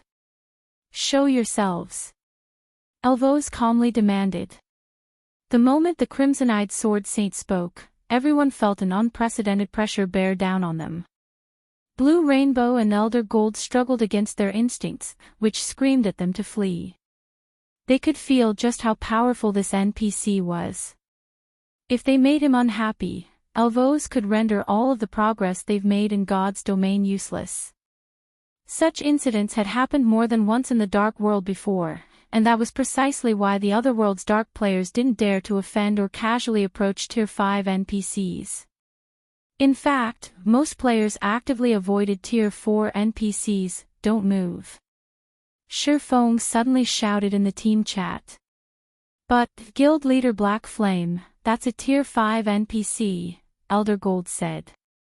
They weren't in an NPC city, and NPCs in the fields were especially unpredictable. The slightest mistake could lead to an unspeakable disaster. I know, but he's already discovered us. He won't let us get away if we try to run, Shurfeng said, offering Elder Gold a bitter smile. Our best option is to do as he says. Never try to provoke a Tier 5 titled NPC. Not a single player in God's domain had a better idea of the power a Tier 5 titled NPC wielded. Once such an NPC discovered them, there was no chance for escape. Not even Tier 5 domain realm experts were guaranteed to outrun a Tier 5 titled NPC. Moreover, Elvo's movement wasn't restricted as the demon god's phantom had been. If this man willed it, Shurfeng would die before he could even activate space movement or spatial gate. I understand. With the warning ringing in his ears, Elder Gold abandoned any thought of fleeing. As Shurfeng had said, a Tier 5 NPC's movement speed wasn't to be underestimated. Moreover, NPCs gained the ability to fly after reaching Tier 4. How could Tier 3 players like themselves possibly hope to outrun such a being? Moreover, the Tier 5 Sword Saint would view any attempt to flee as a challenge to his authority. The outcome of committing such an offense would be far graver than approaching the NPC directly. Under Shurfeng's lead, the team emerged from the small alley that had provided cover and approached the crimson-eyed Sword Saint. Greetings, esteemed Sword Saint. We are here to explore this secret land and accidentally discovered this place. Please forgive us for our trespass, Shurfeng respectfully apologized to Elvos, who currently sat before the fountain. Exploring this secret land. Elvos smiled. The NPC's tone then turned chilly as he continued, You've come for this sword, right? Well? Who commands your force? Killing intent. This was the killing intent of a bona fide Tier 5 titled NPC. Read latest chapters at Wuxia World. When Elvos' tone had chilled, Shurfeng and all of his team felt the pressure on them increase. They all felt as if lead weights had been tied to their limbs, and everyone struggled to breathe. It felt as if they had plunged into an icy hell. At the same time, they heard a series of system notifications. System, warning. Warning. System, you have triggered the epic event, Crimson Wrath. System, you have 30 seconds to make a decision, kill Elvos, the crimson-eyed Sword Saint, or accept the punishment of death. Chapter 2580, Blade Unsealed, Disaster descends. Everyone on the team, including Shurfeng, wore grim expressions when they saw the system notification. How did things turn out like this? This NPC is a lunatic. Magic Flash immediately began to despair. Whenever players triggered an event in God's domain, including epic events, the system didn't send them a warning beforehand. If even the system was warning them, that could only mean one thing. Certain death. Moreover, they weren't at risk of suffering an ordinary death. Rather, their souls would be extinguished, thoroughly removed from God's domain. They'd have to restart from the very beginning. Even Hell Rush felt doomed, not to mention Magic Flash and the others from Dark Rhapsody and Deity Society. Ordinary deaths were already trouble for the Hell Legion's members. If they all had to start new accounts, their careers in God's domain were as good as over. His superiors might even kill him for this. Guild leader, let's split up and run. There is only one Tier 5 NPC. He can't catch all of us. The lucky ones might be able to get away safely, Blue Frost suggested. They had only one option left, escape. Whether they chose to fight the Crimson-Eyed Sword Saint or accept their death sentence, they'd meet the same end. They had to go for a third option. Overhearing Blue Frost, the rest of the team nodded in agreement. Sacrifices were inevitable, but that was still better than utter annihilation. They wouldn't have anyone but themselves to blame if they died. Do we really only have one option?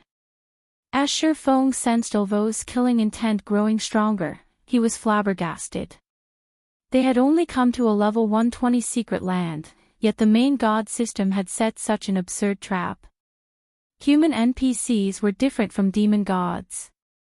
They wouldn't set a death trap for players for no good reason. Even if they did, they usually gave players a chance to survive. Did I miss some clue? The seconds flew by as Surpassing fell deep into thought. Guild leader Black Flame, what is the plan? We only have 10 seconds left to decide. With only 10 seconds on the system clock, Elder Gold and Blue Rainbow urged Surpassing, anxious. Acting rashly would only lead to a terrible outcome. The team's best chance was to move simultaneously, but even after more than 20 seconds, Surpassing had remained motionless. It was driving them crazy. When only 5 seconds remained, Dark Rhapsody and Deity Society's members grew restless. Just before they split up and ran, however, Surpassing moved. To everyone's surprise and confusion, he took the initiative to approach Ulvo's. Esteemed Sword Saint, we had no intention of offending you, and we did not come here under anyone's command. This is but a coincidence. If you refuse to believe me, I will challenge you in the name of the Sky Goddess. Surpassing declared as he walked up to the Crimson-Eyed Sword Saint. After his declaration, silence fell over the entire plaza. Guild leader Black Flame, are you insane? Blue Rainbow stared at Surpassing in astonishment as he issued a challenge. He's a Tier 5 titled Sword Saint. Guild leader. Blue Frost watched Surpassing, as well, utterly baffled. A Tier 5 NPC was no simple opponent. With the gods in seclusion, Tier 5 NPCs stood at the apex of God's domain. As a current Tier 3 player, just escaping a Tier 5 NPC would be miraculous, not to mention challenging one. You wish to challenge me? Ulvo's laughed. I'm afraid you don't yet qualify for such a fight, young man. Of course, I am quite open-minded. Since you wish to prove that you're not following anyone's command, I'll give you all a chance. Hearing Ulvo's offer another option, the team members took a deep breath, their eyes glued on Surpassing. This is actually possible? Blue Rainbow muttered, shocked. They had been on the brink of death, yet Surpassing's statement had opened a path for survival. His courage and capabilities were amazing. It is. The system notification was a hint. While defeating a Tier 5 Sword Saint seems impossible at first glance, that word has many meanings. The system never specified that we have to kill him to defeat him, so we don't necessarily need to clash with the NPC to defeat him. Issuing a challenge was the best solution, Elder Gold said, realization dawning as he read the system notifications again. He then returned his gaze to Surpassing and continued, however, Black Flame is incredible. Even in such a tense situation, he found the right solution to this problem. Just how brave is that man? Does he really think he can defeat a Tier 5 Sword Saint? Ulvo's killing intent was no laughing matter. Even as a peak expert, Elder Gold felt his mind numb when subjected to the lethal energy. He couldn't get past the desire to flee. Logically, a domain realm expert shouldn't be any more immune to the killing intent than he was. Fear was a basic instinct for all creatures, after all. With only 10 seconds on the system clock, Elder Gold and Blue Rainbow urged Surpassing, anxious. Acting rashly would only lead to a terrible outcome. The team's best chance was to move simultaneously, but even after more than 20 seconds, Surpassing had remained motionless. It was driving them crazy. When only 5 seconds remained, Dark Rhapsody and Deity Society's members grew restless. Just before they split up and ran, however, Surpassing moved. To everyone's surprise and confusion, he took the initiative to approach Elvos. Esteemed Sword Saint, we had no intention of offending you, and we did not come here under anyone's command. This is but a coincidence. If you refuse to believe me, I will challenge you in the name of the Sky Goddess. Surpassing declared as he walked up to the crimson-eyed Sword Saint. After his declaration, silence fell over the entire plaza. Guild leader Black Flame, are you insane? Blue Rainbow stared at Surpassing in astonishment as he issued a challenge. He's a Tier 5 titled Sword Saint. Guild leader. Blue Frost watched Surpassing, as well, utterly baffled. A Tier 5 NPC was no simple opponent. With the gods in seclusion, Tier 5 NPCs stood at the apex of God's domain. As a current Tier 3 player, just escaping a Tier 5 NPC would be miraculous, not to mention challenging one. You wish to challenge me? Elvos laughed. I'm afraid you don't yet qualify for such a fight, young man. Of course, I am quite open-minded. Since you wish to prove that you're not following anyone's command, I'll give you all a chance. Hearing Elvos offer another option, the team members took a deep breath, their eyes glued on Surpassing. This is actually possible? Blue Rainbow muttered, shocked. They had been on the brink of death, yet Surpassing's statement had opened a path for survival. His courage and capabilities were amazing. It is. The system notification was a hint. While defeating a Tier 5 Sword Saint seems impossible at first glance, that word has many meanings. The system never specified that we have to kill him to defeat him, so we don't necessarily need to clash with the NPC to defeat him. Issuing a challenge was the best solution, Elder Gold said, realization dawning as he read the system notifications again. He then returned his gaze to Surpassing and continued, however, Black Flame is incredible. Even in such a tense situation, he found the right solution to this problem. Just how brave is that man? Does he really think he can defeat a Tier 5 Sword Saint? Elvos' killing intent was no laughing matter. Even as a peak expert, Elder Gold felt his mind numb when subjected to the lethal energy. He couldn't get past the desire to flee. Logically, a domain realm expert shouldn't be any more immune to the killing intent than he was. Fear was a basic instinct for all creatures, after all. However, after everyone breathed a sigh of relief, Elvos continued. A cursed city lord runs Poison City. Since you are here to explore this city, facing him is inevitable. What I want of you is simple. Slay the city lord and free him of his curse. None of you will leave this city before fulfilling this task.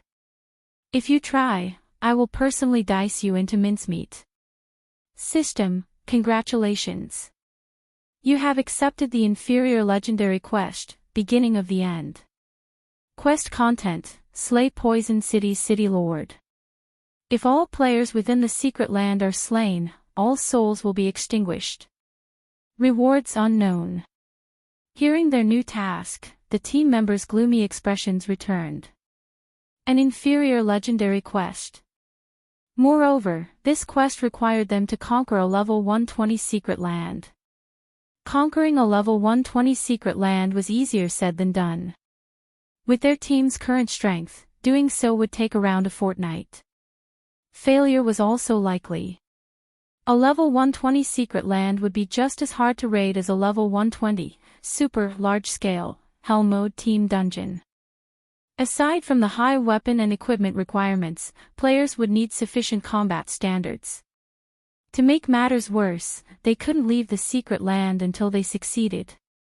Before they could process this abrupt development, the crimson-eyed Sword Saint began to chant an incantation. Pitch black, threefold magic arrays then appeared on the stone ground, releasing dense death energy. Suddenly, a 2-meter-tall man in exquisite armor emerged from the lethal energy cloud.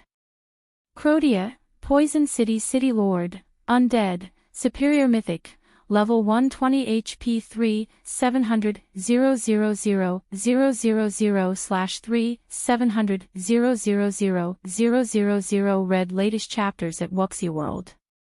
EU, is that the Secret Land's final boss? Hell Rush's complexion paled when his eyes rested on the City Lord. Even for their team, a level 120 mythic monster would be extremely difficult to defeat. A superior mythic of the same level was no more than a natural disaster.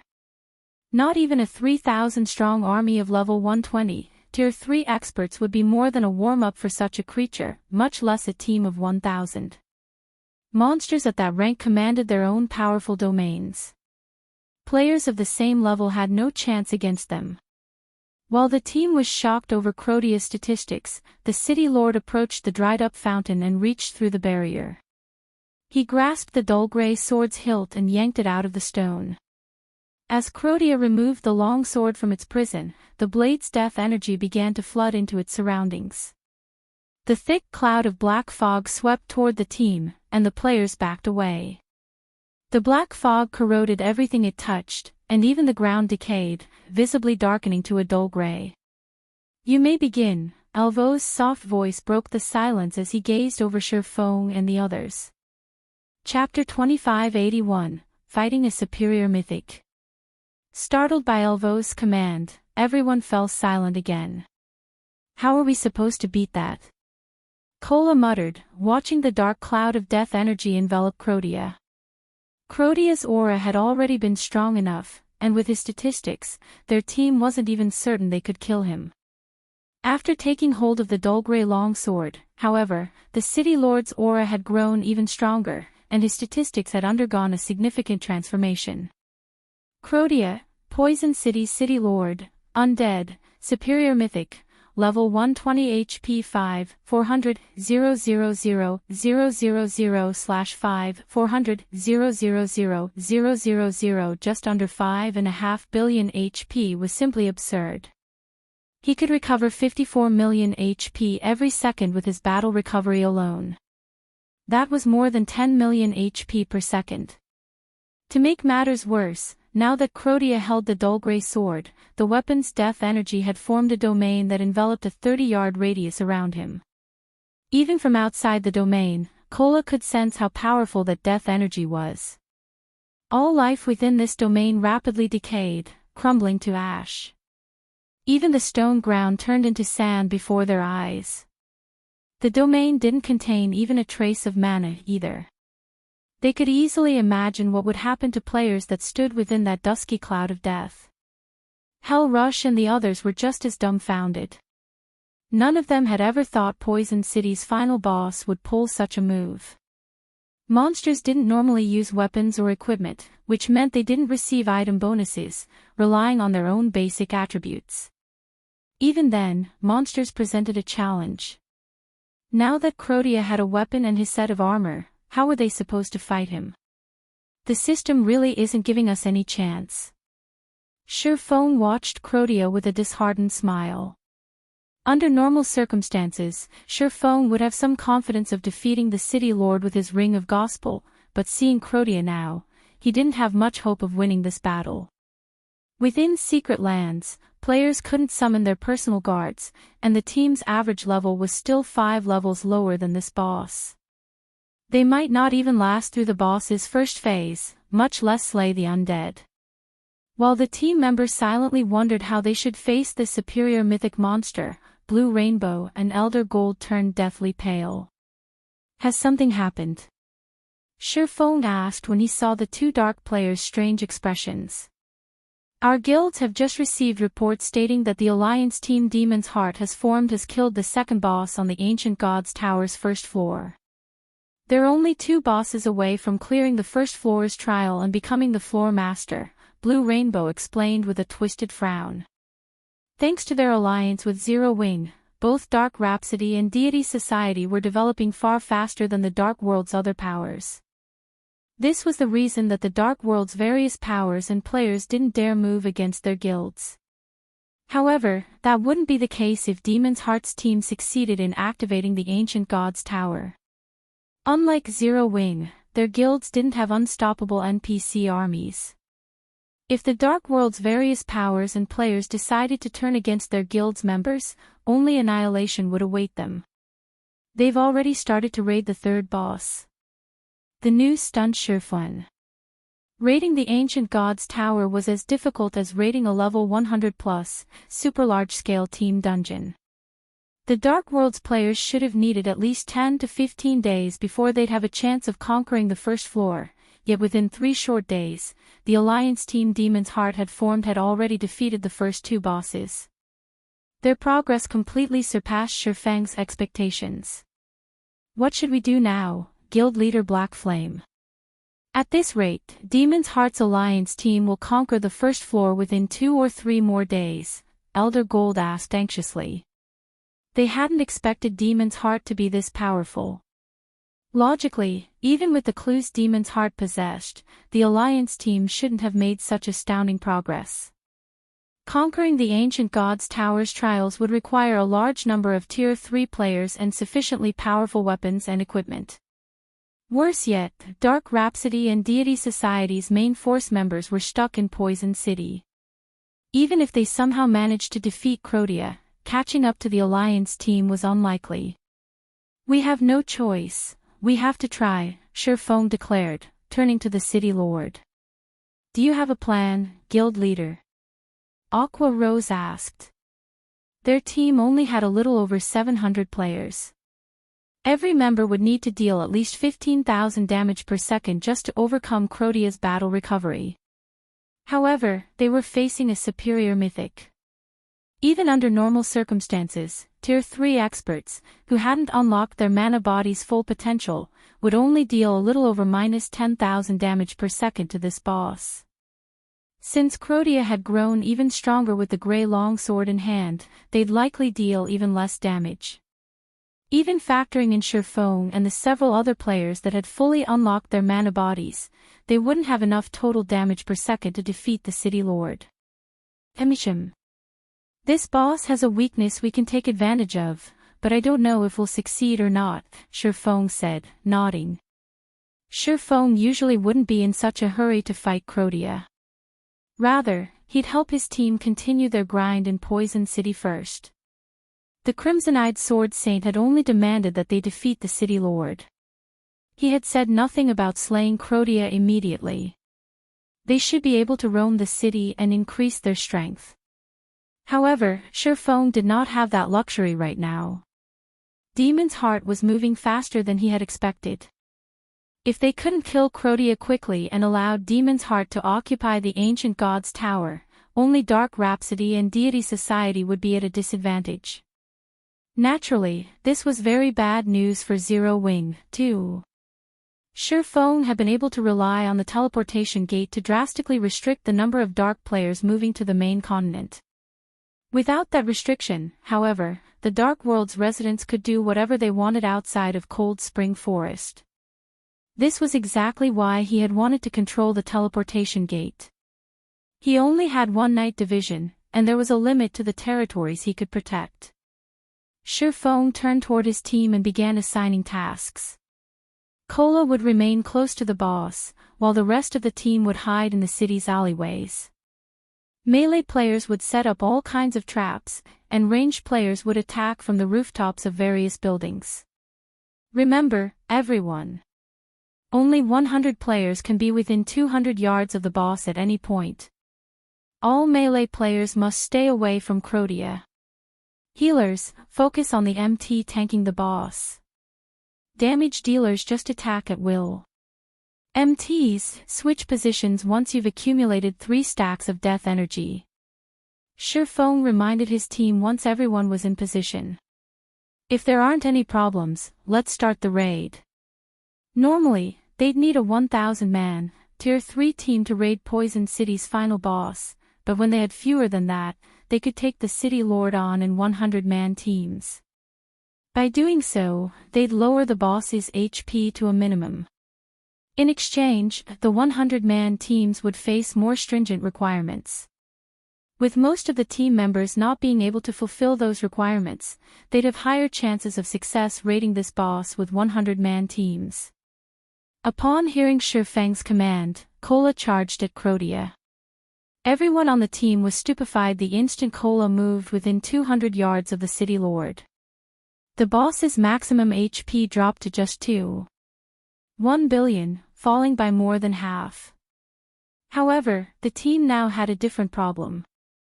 Rather than 700 plus players attacking a boss with 5.4 billion HP, they had to face a boss with 2.1 billion HP with no more than 100 players at a time.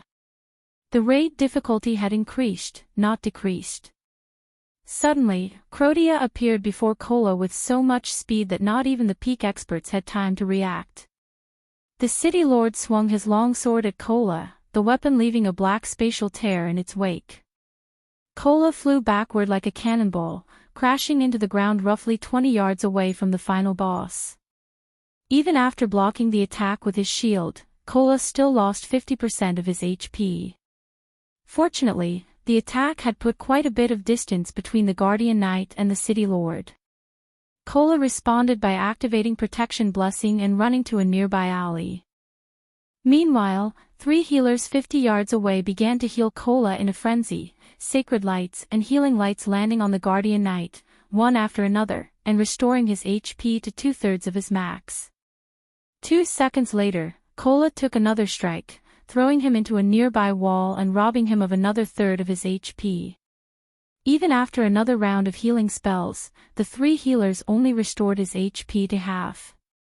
After being thrown a few more times, Cola finally lured Crotia into the alleyway.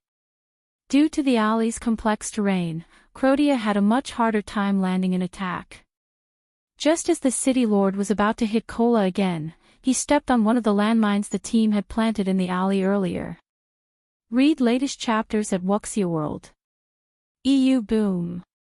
A loud explosion echoed throughout Poison City, and a damage of over -1 million appeared above the undead's head. After taking a few more steps, Crotia triggered another magic trap and took more than -700,000 damage. Just before Crotia turned to search for the player responsible for the traps, Cola charged forth and used his Tier 3 Justice Roar, causing another -50,000 plus damage and recapturing the boss's aggro. Good. It's doable. Everyone, mind your positioning. Range players, attack with everything you have. Melee players, keep setting up traps. Shifeng shouted once Cola had solidified his hold on Crotia's attention. He then activated Miniature World. Chapter 2582, Lightshadow improves. Tough ferocious beast. When Shifeng activated Miniature World, Crotia's movement speed, reaction speed, and basic attributes decreased as if the boss had stepped into a quagmire, but as a superior mythic, his resistance to the effects was quite high. Even as an intermediate master magician, Shifeng's Miniature World only reduced Crotia's basic attributes by 15% rather than 30%. After activating Miniature World, Shifeng quickly followed up by activating Ring of Brilliance, enhancing every ranged player's basic attributes. Meanwhile, the 90-plus ranged players within the City Lord's vicinity began to bombard the boss with skills and spells. Tier 3 spell, Darkness Burn.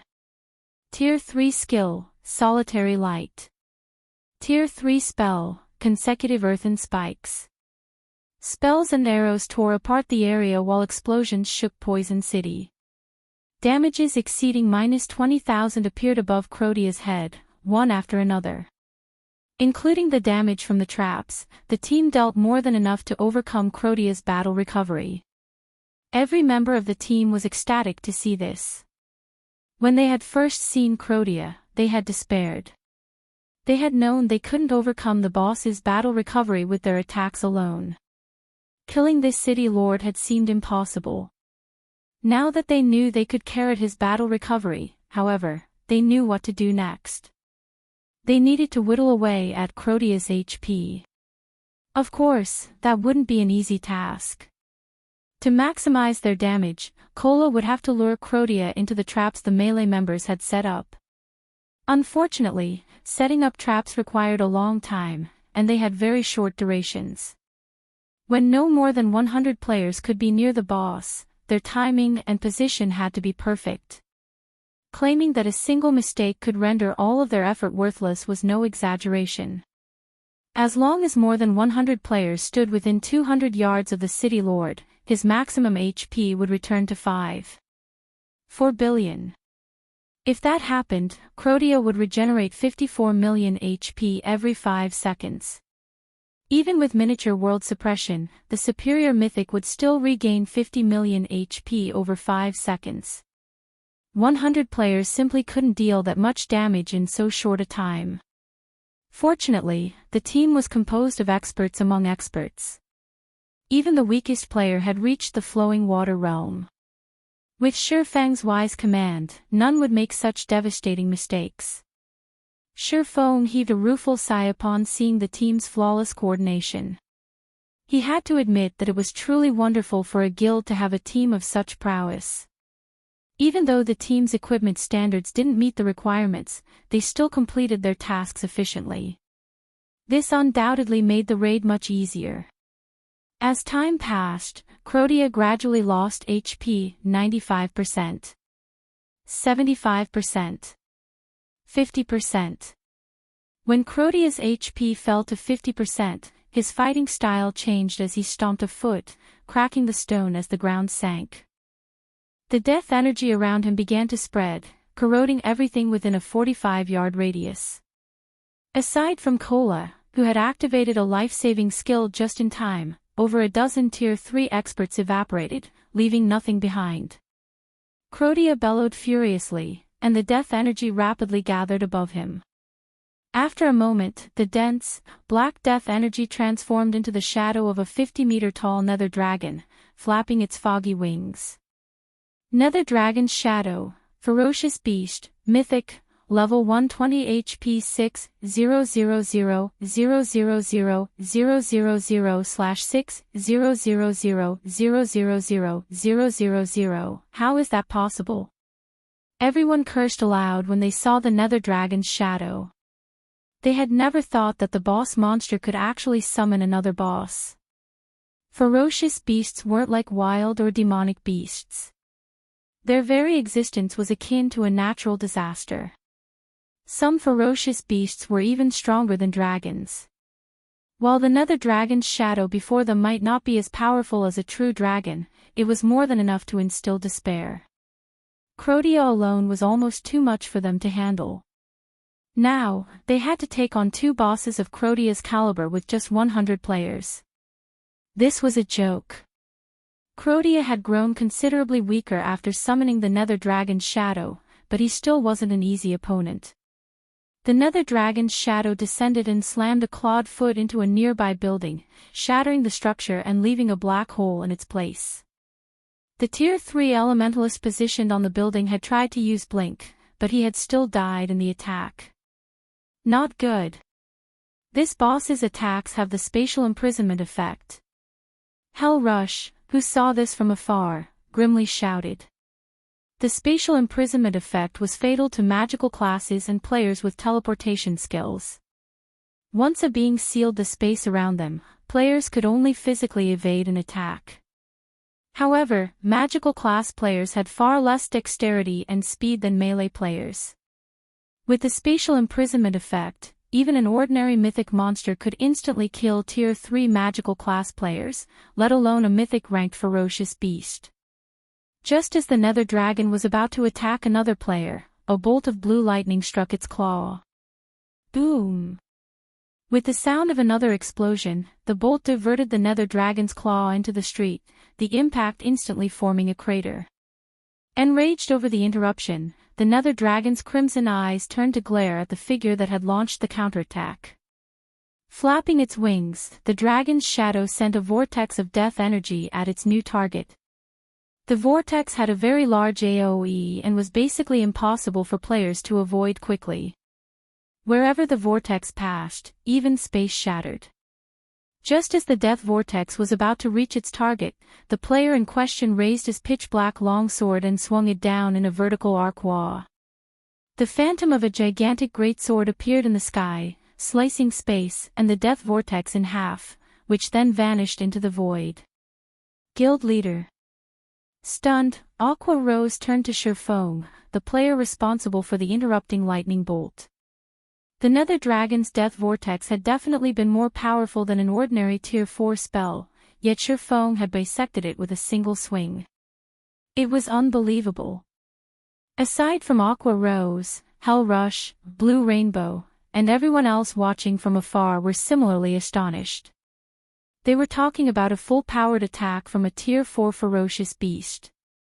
Even an MT like Cola would die instantly if he tried to block such an attack, yet Shurfeng had countered it. Just how high was the swordsman's strength? Don't panic, everyone. Continue attacking Crotia. I'll distract this Nether Dragon, Shurfeng instructed, glancing at the players nearby. In truth, even he had been surprised by the power of his attack.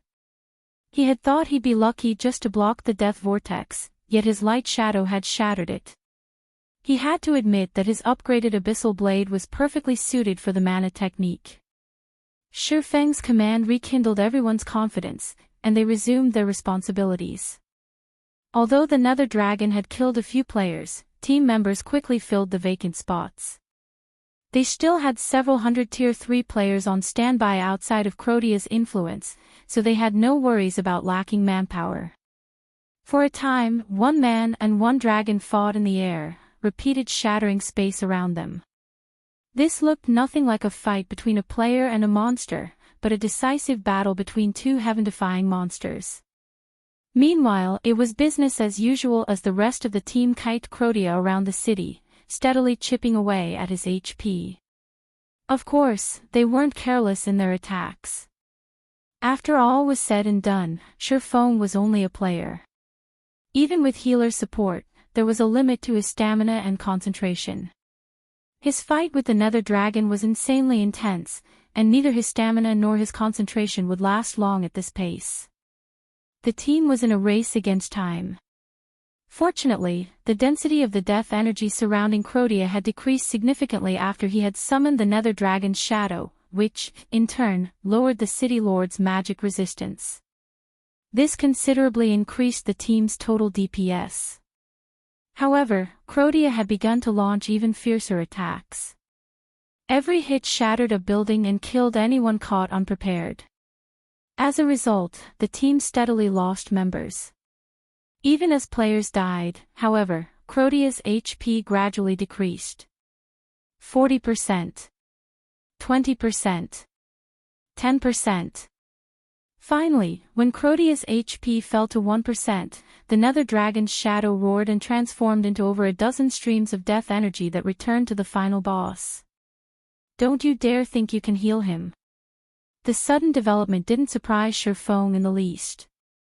This was Crotia's trump card, which he would use when he was on the brink of death. Each stream of death energy could restore 3% of the superior Mythic's HP.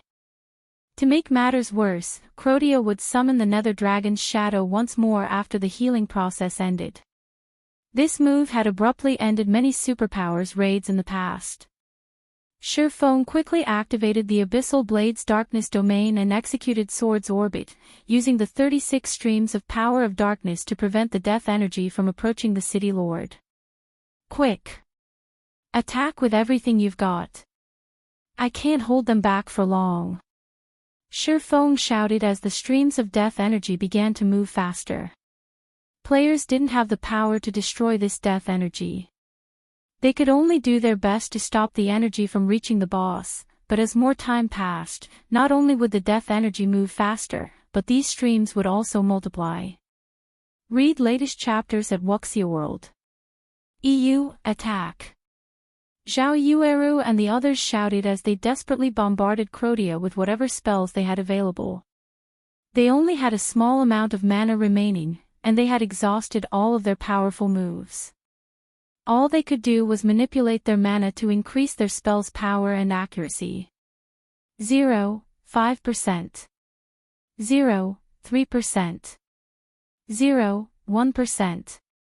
Boom! With one last explosion, Crotia transformed into a thick cloud of death energy, rapidly dispersing from the alley and spreading throughout Poison City. The team's survivors then heard the sounds of multiple system notifications. Chapter 2583, Clear Reward, S-Rank Rating System, Congratulations. You are the first team of players to complete Poison City's Secret Land Crusade. Rewarding level +1, 50 free mastery points, 5 legacy skill points, 1 exotic legacy potion, 20 God's Domain reputation points, and 40 Poison City reputation points. System, congratulations. You are the first team of players to challenge Poison City while below level 120 successfully. Rewarding 100 Poison City reputation points. System, congratulations. Your Poison City reputation has reached 100 points. Unlocking Poison City Exchange Merchant. You may now purchase Poison City specialty items. System, congratulations. For completing the inferior legendary quest, Beginning of the End, in one day, you've received an S-rank clear rating. Rewarding level +1, 10 legacy skill points, and 1 silver legacy treasure chest. The series of system notifications momentarily stunned every survivor on the team. These rewards were simply too abundant.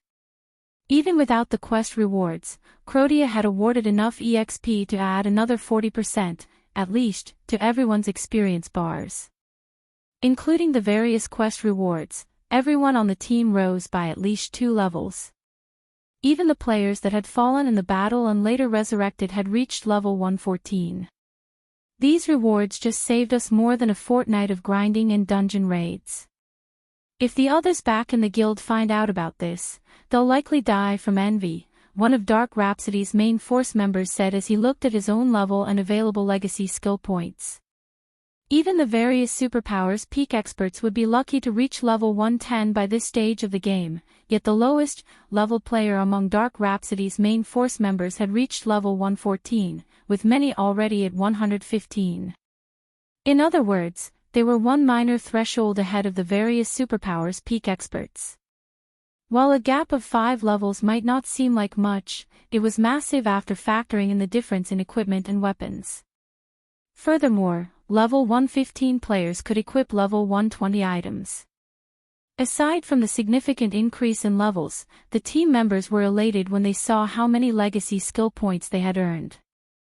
With 15 legacy skill points, they could learn a new Tier 3 legacy skill, which would elevate their combat power to a whole new level. That's nothing. Take a look at the exotic legacy potion and silver legacy treasure chest. Now those are truly amazing, a level 115, Tier 3 Dark Shield Warrior exclaimed as he pulled an ink-black potion and silver chest from his bag. When the rest of the team examined the 2 items' descriptions, an uproar swept through the team. Exotic Legacy Potion, Grandmaster Potion, Consumable, grants user guidance for 1 hour in unlocking the mana body or gaining mana control. Limit 1 per player. Silver Legacy Treasure Chest, players have a high chance of obtaining a top-tier weapon or equipment piece catered to their class and level, a small chance of obtaining a Tier 3 skill or spell book catered to their class, a very small chance of obtaining a piece of epic equipment, and a minute chance of obtaining a unique legacy or legacy weapon catered to their class upon opening this chest. Time limit, 1 natural day. All of God's Domain's Tier 3 players dreamed of unlocking their mana body's full potential and gaining more mana control, but accomplishing either of these tasks was incredibly difficult. Even now, the various superpowers hadn't found a reliable method to accelerate the process and had to rely on their members' talent and skills. And yet, these players had just received a potion that offered an opportunity to make significant progress in both challenges. This was an astoundingly rare opportunity. If they took advantage of this opportunity properly, they might even become peak or apex experts in God's Domain. The Silver Legacy Treasure Chest was just as astronomically valuable. Even with crappy luck, the worst item they would obtain was a top-tier weapon or equipment piece suited for their classes and levels. Such a weapon or piece of equipment would provide a massive boost to their combat power, and if they got lucky, they might even acquire a piece of epic equipment. When the guild leader finds out about our rewards after working with Zero Wing, He'll likely laugh himself mad, Blue Rainbow said, sighing ruefully as she gazed at the open treasure chest before her. Her silver legacy treasure chest had granted a piece of level 115 dark gold equipment, yet this was the worst possible outcome. Dark Rhapsody had sent over 100 members to participate in Zero Wings expedition, which meant that their team would return with more than 100 pieces of level 115 dark gold equipment, and that was if everyone had bad luck. To secure such a haul, they'd have to repeatedly raid level 115 team dungeons for more than 20 days. After all, only 100-man Hell Mode team dungeons and above had a chance of dropping dark gold equipment, and the drop rate wasn't even 100%. Yet, they had only tagged along with Zero Wing for a little over 3 days and gained such a bountiful harvest. When she reported this to her guild leader, he'd assumed she was delusional or was acting as a spy for Zero Wing. The situation even dumbfounded Surpassing. The rewards are so abundant. Surpassing could not believe his eyes as he read the system notifications. Unlike everyone else, however, Surpassing wasn't focused on the exotic legacy potion or silver legacy treasure chests. Instead, the amount of Poison City reputation points awarded and the fact that they had unlocked the city's exchange merchant had caught his attention. Normally, earning Poison City reputation points was an incredible challenge. Players could only earn so many points by killing the final boss during the Secret Land's first clear. Subsequent kills yielded far less. Hence, players would need a very long time to gain enough points to get access to the exchange merchant. However, once the merchant had activated, players could purchase Poison City's specialty potions, potion recipes, and forging designs for weapons and equipment with magic crystals.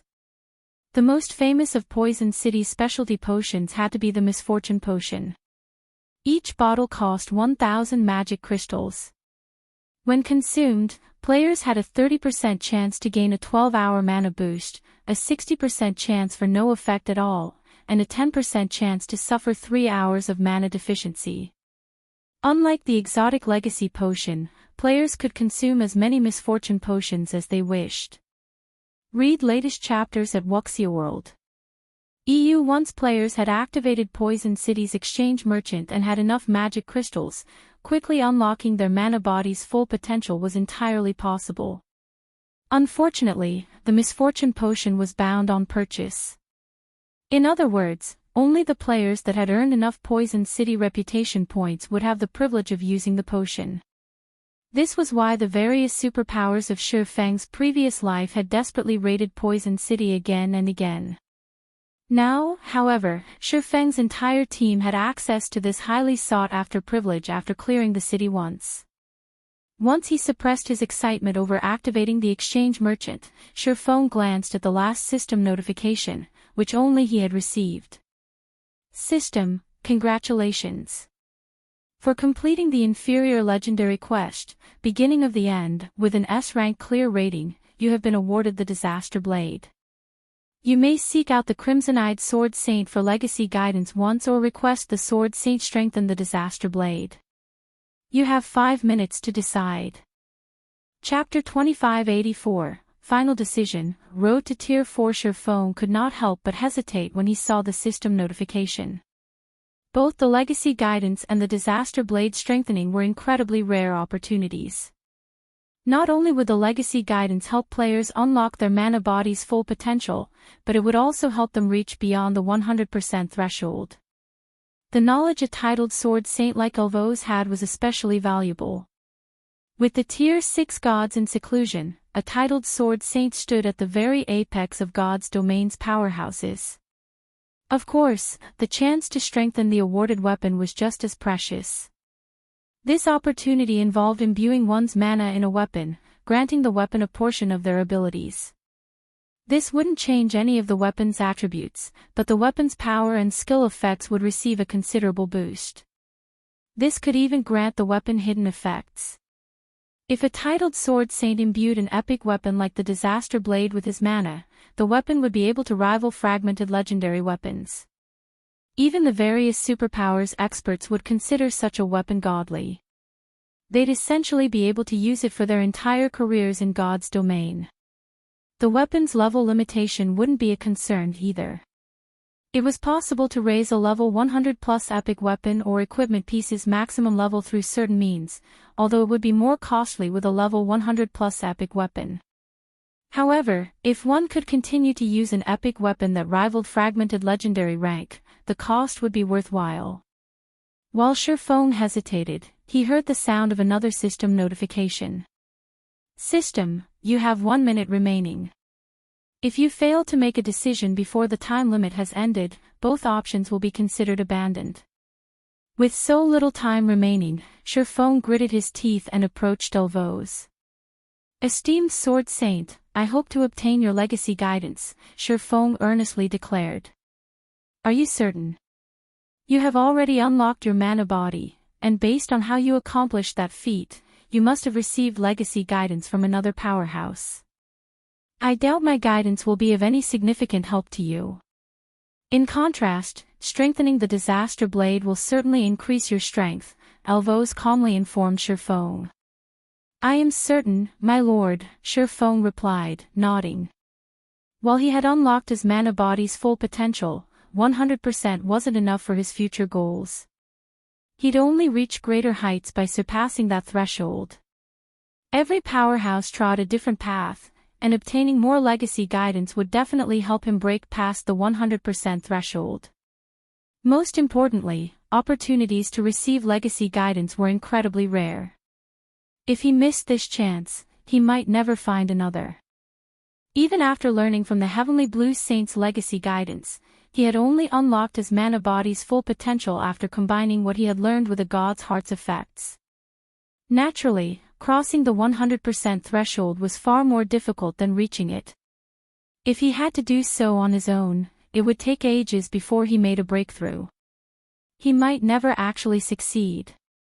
He had an epic ranked mana body, and going beyond 100% at that rank would be much harder than it would be with lower ranks. If he did not have enough help, his chances of making a breakthrough were minuscule at best, even with the help of a God's Heart. Thus, he had no choice. Strengthening the Disaster Blade would give him immediate access to a pseudo-fragmented legendary weapon and boost his combat power, but the Disaster Blade was a fragment of Solomon's sword. Once he found 5 sword fragments, he would have to combine them to reproduce Solomon's sword, which would render the strengthening useless. Moreover, Surefeng now had the fragmented legendary ranked Abyssal Blade. He no longer lagged behind others when it came to weapon standards.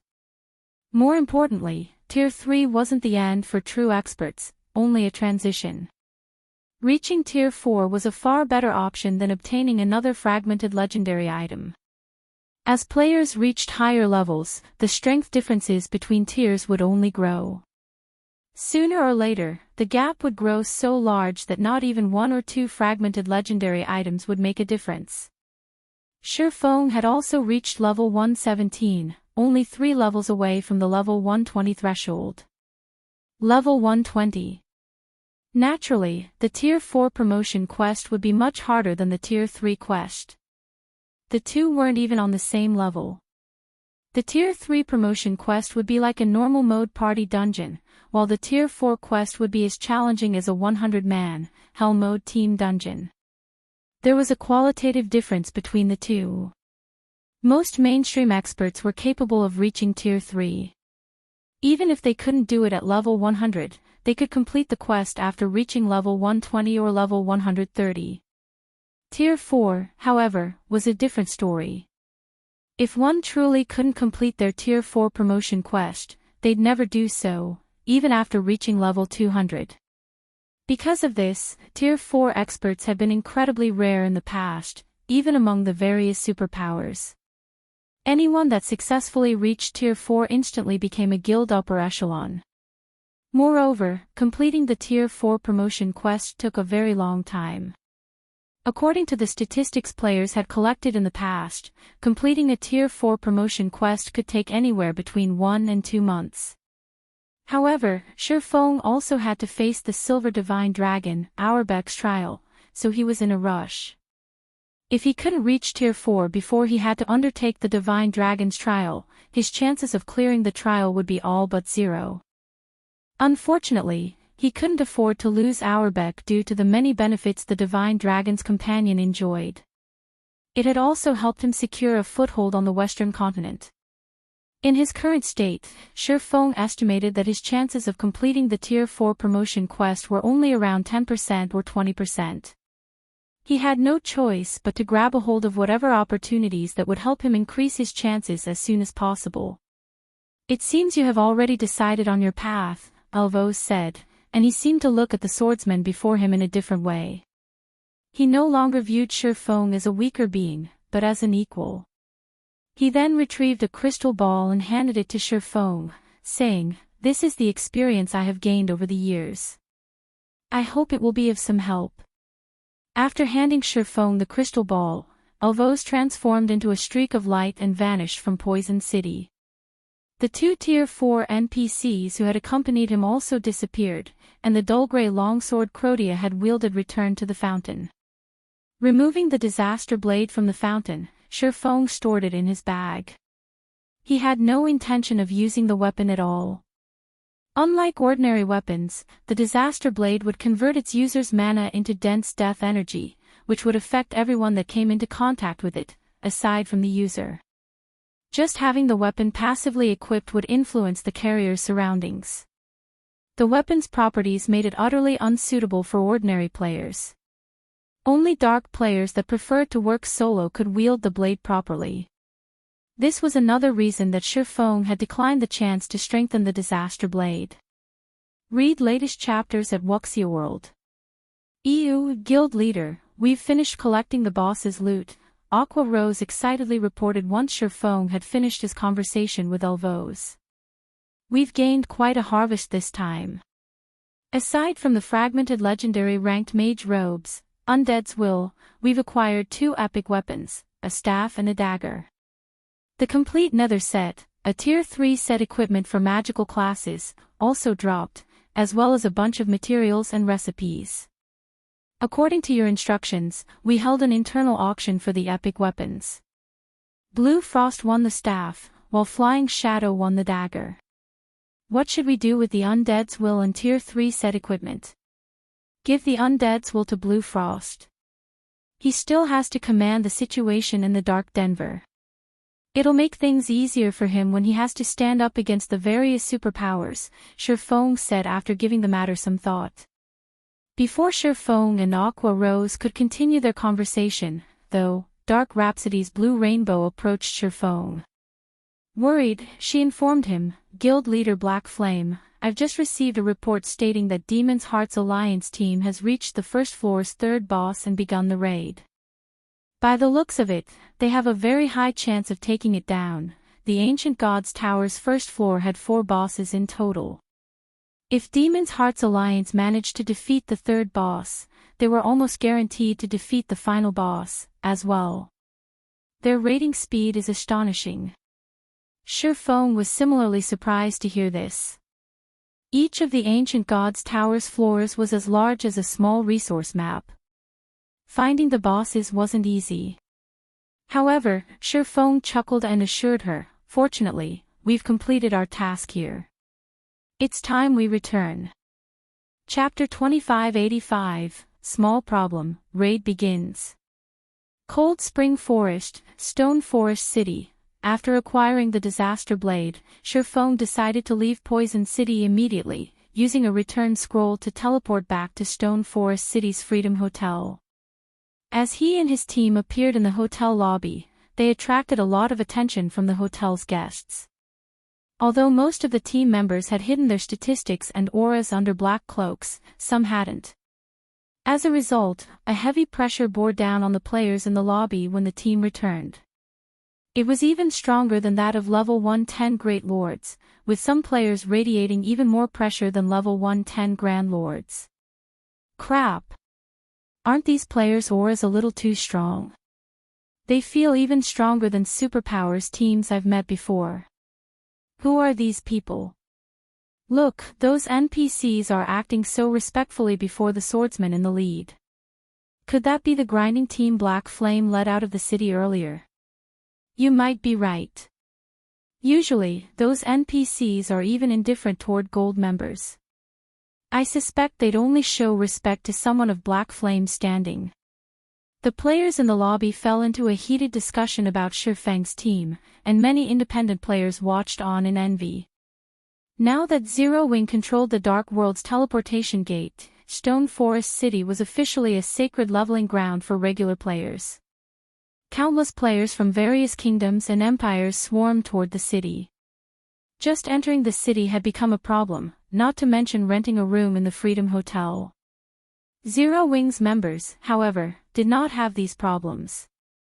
They didn't have to stand in line to enter the city or fight for a room in the Freedom Hotel. Their guild had already reserved rooms for its members. Moreover, Zero Wing's normal members received a 40% discount if paid for their rooms with GCPs, while core members received a 50% discount. These were the reasons that more players constantly sought to join the guild. And to ensure that the guild could continue its normal operations while providing the same benefits, Zero Wing had further increased the recruitment requirements. Countless players regretted not joining sooner. Meanwhile, it wasn't long after Shifeng's team had returned that the various powers within the city heard about it. Black Flame's finally back. Dawn Dominance, who had concealed himself with a black cloak and rested in one of the Freedom Hotel's rooms, sneered as he read the latest report from his subordinate.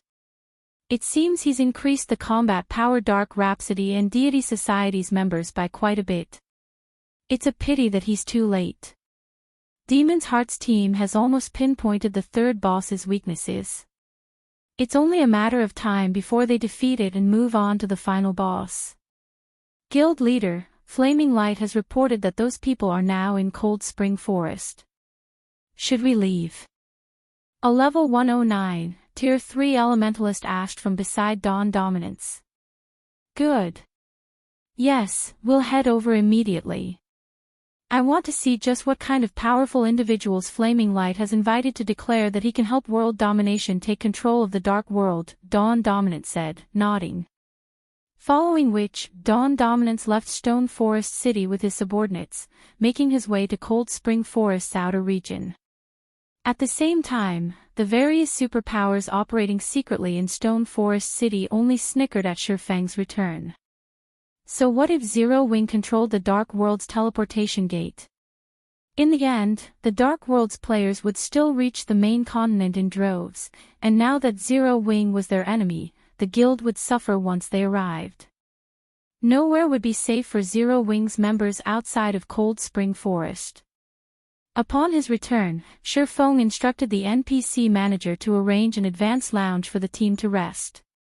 Guild leader Black Flame, Demon's Heart has already begun to raid the third boss, yet you want to rest here. Blue Rainbow anxiously complained.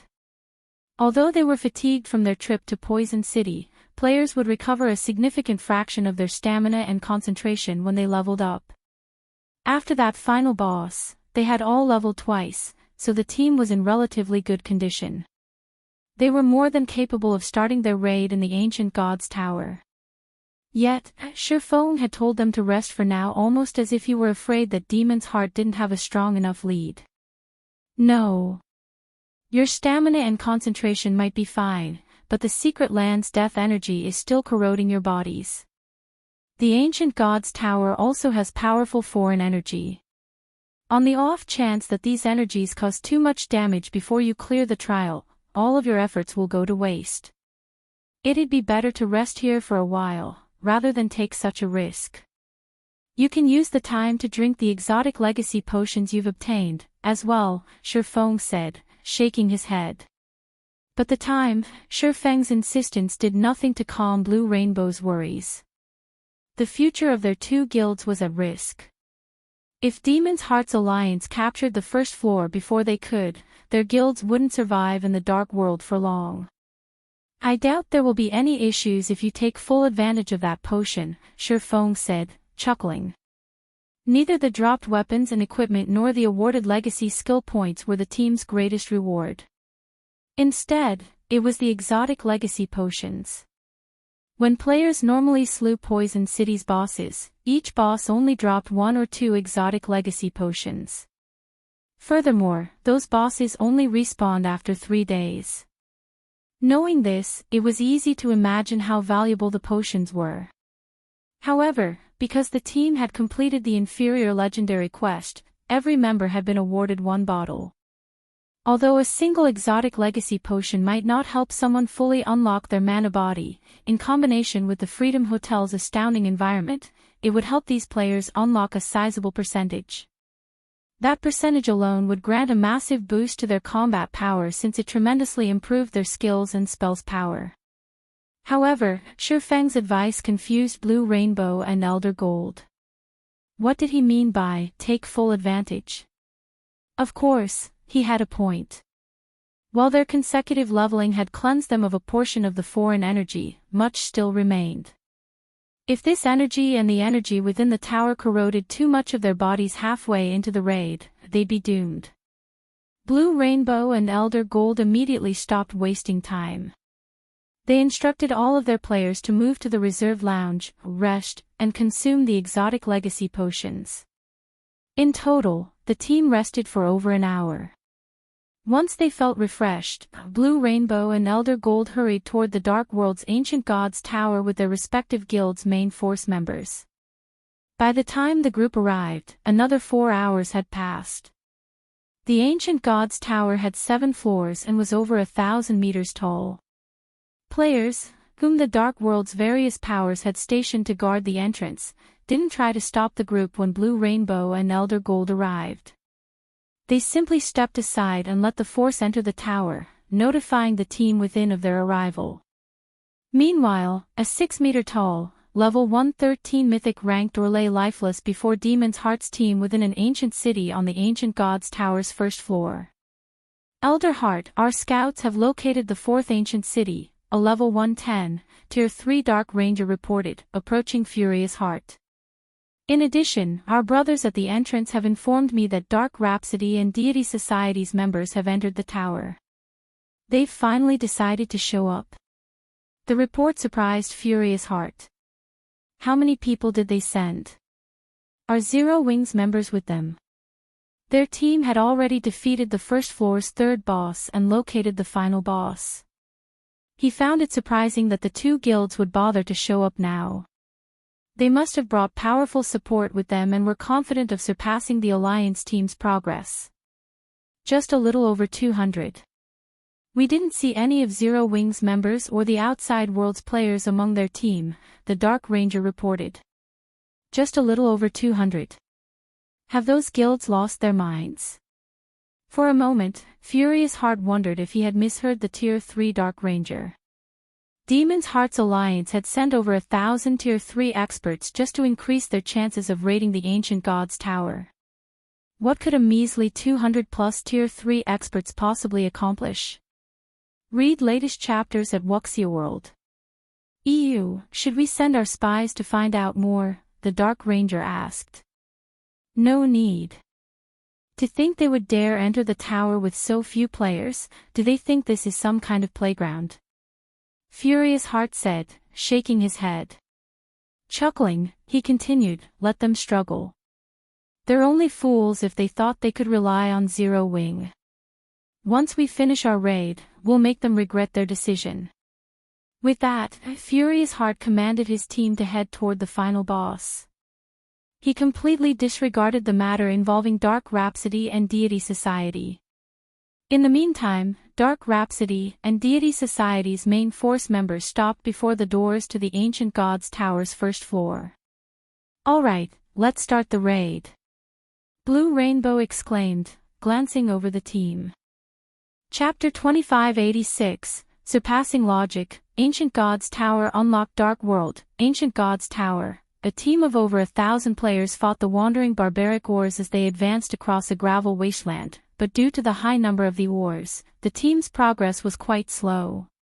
From afar, it looked like the team was drowning in a sea of ores.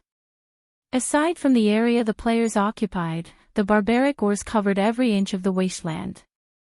Barbaric ore, humanoid creature, High Lord, level 112 HP 57,000/57,000,000, barbaric or warrior, humanoid creature, Great Lord, level 113 HP 140 000 140 000 Barbaric or Captain, Humanoid Creature, Grand Lord. Level 114 HP 500 000 500 000 Elder Heart. Too many monsters are swarming out of the ancient city.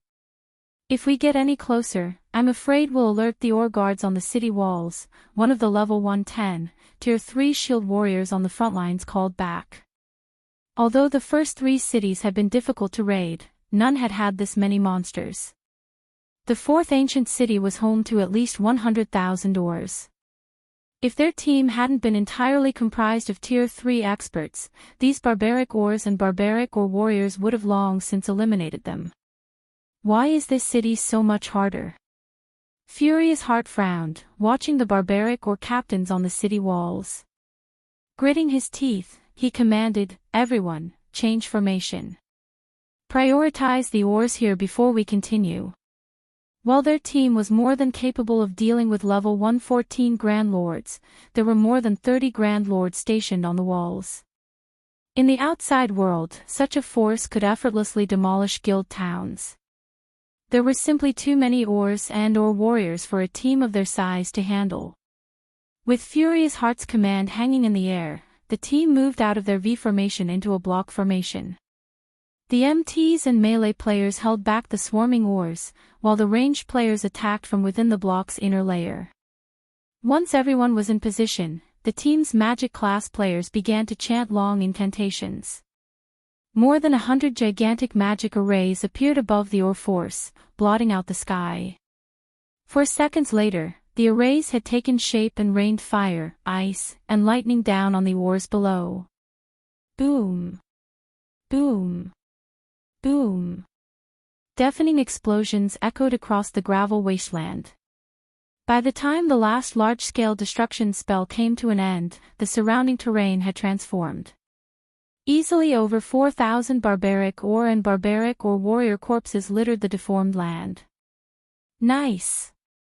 A team with plenty of large-scale destruction spells is awesome. I know, right? My usual team only has a few people with tier 3 large-scale destruction spells, yet we currently have over 100. I doubt even superpowers can field such a powerful team. It's a pity that the tower's monsters don't drop any loot and grant almost no EXP, otherwise, we would have hit the jackpot. The various major powers experts were astonished at the carnage around them. They knew that Demon's Heart had gone around the dark world, borrowing manpower from the various major powers to raid the ancient god's tower and prioritizing players with tier 3 large-scale destruction spells. However, only a few players at a time had cast these spells during their prior battles. They hadn't been allowed to cast these spells simultaneously. The shock they felt after watching over 100 large-scale destruction spells go off at once was on a completely new level. The team members also realized how important players with such devastating spells were.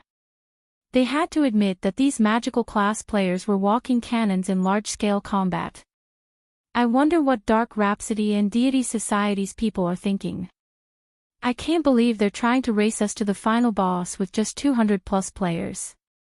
Their full team is smaller than the number of players we have with tier 3 large-scale destruction spells, a tier 3 ranger said, laughing at the destruction around him. I doubt they have any idea how many large-scale destruction spellcasters we have on our team. If they knew, they'd likely just give up, a tier 3 elementalist added, chuckling. Dark Rhapsody and Deity Society were formidable guilds in the Dark World, but they weren't strong enough to compete with the combined might of the Otherworld's various major powers. Even the weakest member on the Alliance team was a Refinement Realm expert in full level 105 fine gold equipment. Even the various superpowers only had a few experts with such high equipment standards, yet every member of the Alliance team wore such equipment. How, exactly, did Dark Rhapsody and Deity Society plan to compete with them? Enough chit-chat. We need to eliminate these barbaric ores quickly. If we take our time, and they respawn during the boss fight, we'll be in trouble. Furious Heart shouted, chuckling.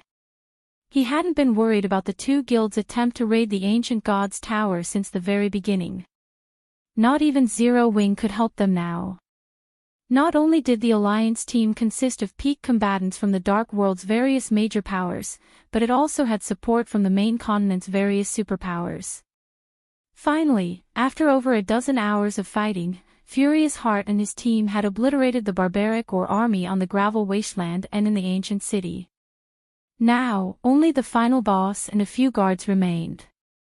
Barbaric or King, humanoid creature, archaic species, mythic, level 114 HP 3,500,000/3 500,000,000, barbaric or guard, humanoid creature, specialized Grand Lord, level 114 HP 600,000/600,000,000. When they saw the barbaric or king and 8 barbaric or guards in the ancient tower within the city's heart, Furious Heart and his companions gasped. An ordinary mythic boss was already a major challenge due to their incredibly high basic attributes and combat standards. However, a mythic-ranked archaic species was even more powerful in both regards. Meanwhile, the system would enhance one aspect of specialized monsters. In other words, they could transcend tiers in a specific way. Hence, specialized Grand Lord's combat power could sometimes rival that of ordinary mythic monsters. Now, their team had to face 8 pseudo-mythic monsters, and including the boss, a total of 9 Tier 4 opponents. This force could even destroy guild cities. Elder Heart, the guards, and the boss are too close to each other. If we attack one, all 9 will respond, a level 110, Tier 3 assassin from World Domination warned, frowning. Then we have no choice but to fight them all at the same time. Once we begin, lure the 8 monster guards aside and kill them first. We'll focus on the boss afterward, Furious Heart decided after giving the matter some thought. His teammates nodded when they heard his plan.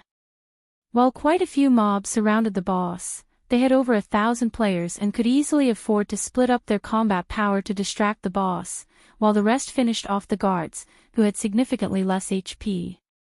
Once the plan had been agreed upon, everyone got to work. Read latest chapters at Wuxia World.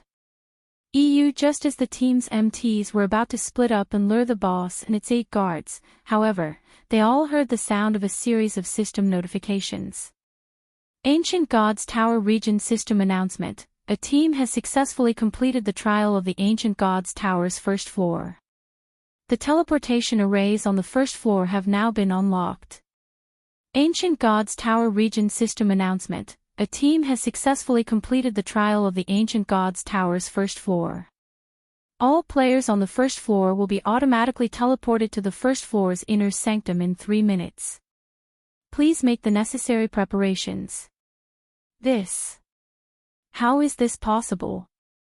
After hearing the system announcements, the central tower went quiet. Chapter 2587, One Step Ahead. Frightening levels.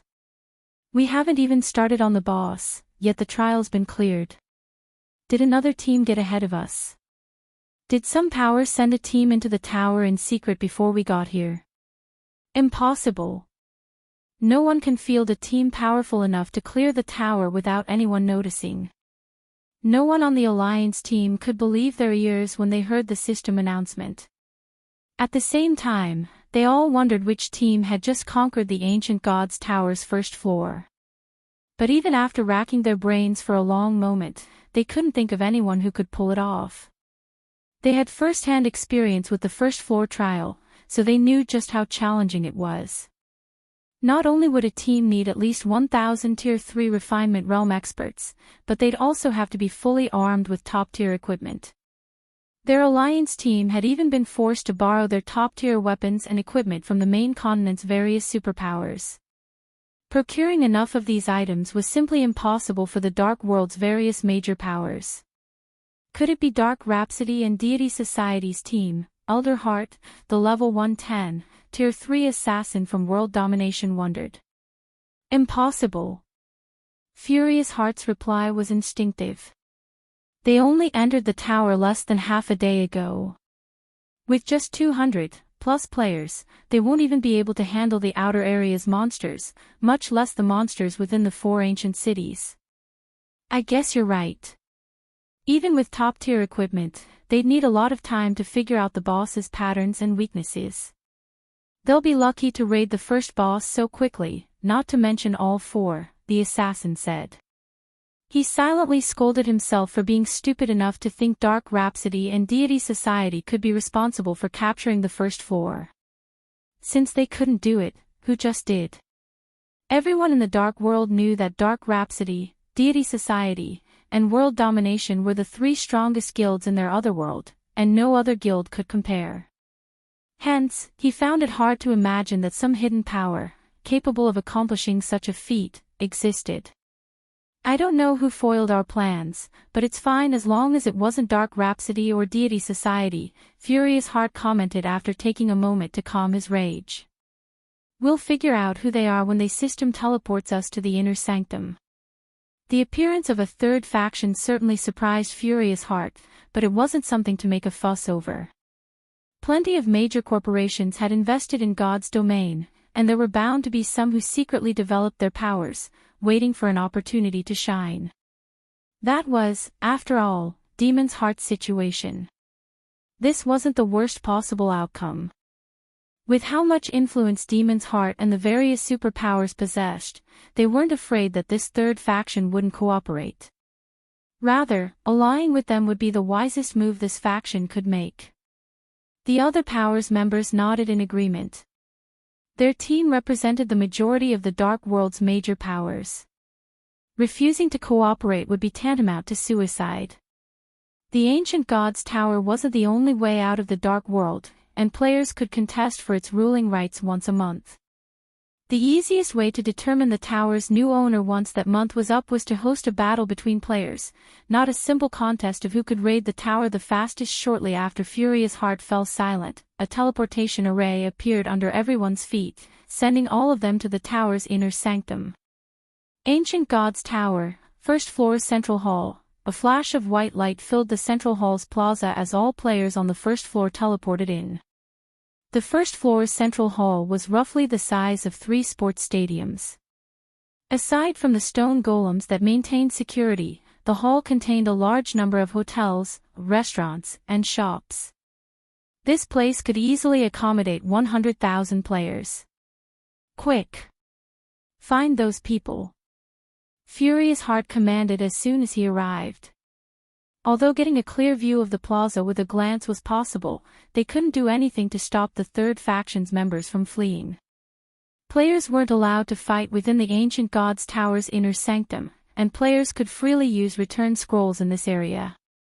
However, the Alliance team members were stunned by what they found in their search for the mysterious third faction.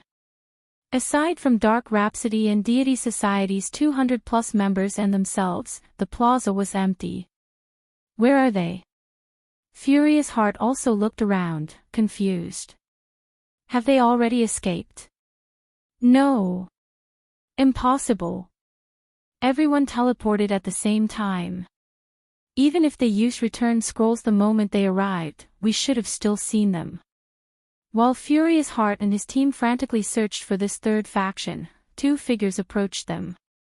However, Furious Heart and the others instinctively ignored them. The 2 figures were none other than Dark Rhapsody's Blue Rainbow and Deity Society's Elder Gold. Long time, no see, Elder Heart, Blue Rainbow greeted Furious Heart as she walked up to him. Long time, no see. If I recall, we met only a few days ago, Furious Heart rudely responded. He had visited the 2 guilds personally to persuade them to join with Demon's Heart. Blue Rainbow had received him when he visited Dark Rhapsody, but both guilds had foolishly and definitively refused Demon's Heart's goodwill, siding with Zero Wing instead. Furious Heart didn't doubt that these 2 were here to ridicule the Alliance team for failing to capture the Ancient Gods Tower's first floor. Is such behavior necessary, Elder Heart? I am only here to pass on a message from Guild Leader Black Flame, Blue Rainbow said, unfazed by man's attitude. Relay a message. I hadn't realized that Dark Rhapsody's honorary elder had become Zero Wing's errand girl. The world really has changed, Furious Heart said, sneering. That's right, the world has changed. Some people just refuse to acknowledge it, Blue Rainbow responded, not angered in the least by Furious Heart's provocation. Chuckling, she continued, Guild Leader Black Flame's message is simple. Develop yourselves quietly, and don't cause unnecessary trouble. If you refuse, there will be consequences. Consequences. With just Zero Wing strength. Demon's Heart's foundation and strength are leagues beyond what Zero Wing can imagine. Furious Heart growled disdainfully. While I admit that we failed to secure the first floor's first clear, can't the same be said of you? The same of us. The question surprised Blue Rainbow. After a moment, she simply shook her head before turning and leaving without another word. Elder Gold, who had stood beside her, just chuckled before he walked off. What are you laughing about? Furious Heart bellowed after the older man. Read latest chapters at Wuxia World. He didn't receive a reply, however, and in the next moment, Dark Rhapsody and Deity Society's members pulled return scrolls from their bag as they prepared to leave the ancient god's tower. Just as Furious Heart was about to say something else, he heard a voice. Something's not right, Elder Heart. Look at their levels, the assassin from World Domination exclaimed. Everyone from the Alliance team turned to examine the other players' levels, and what they saw left them utterly flabbergasted. Level 115. How is that possible? Chapter 2588, Inhuman Abilities, Dark World Shaken. Furious Heart was dumbfounded at the levels of Blue Rainbow and the others.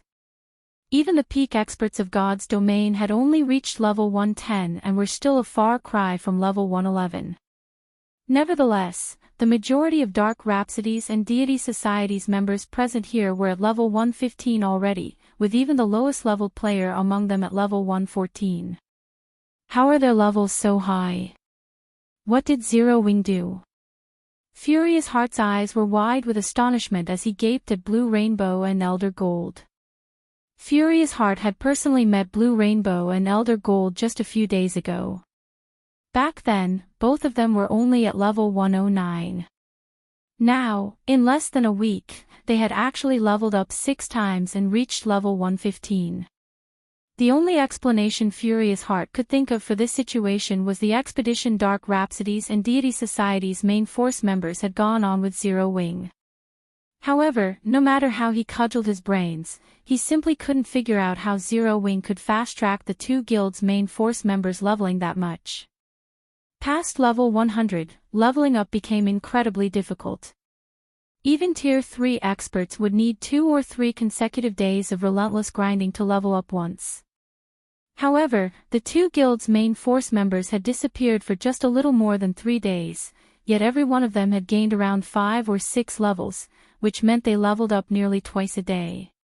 Even a super guild mobilizing all of its available strength to help just one individual level up couldn't accomplish such a feat. Zero Wing, on the other hand, had done so for more than 200 players. Just what kind of resources and manpower would such a feat entail?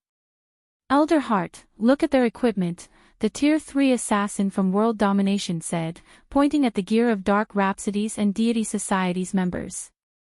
When Furious Heart did as the assassin suggested, he gasped in shock. Am I dreaming? Furious Heart muttered.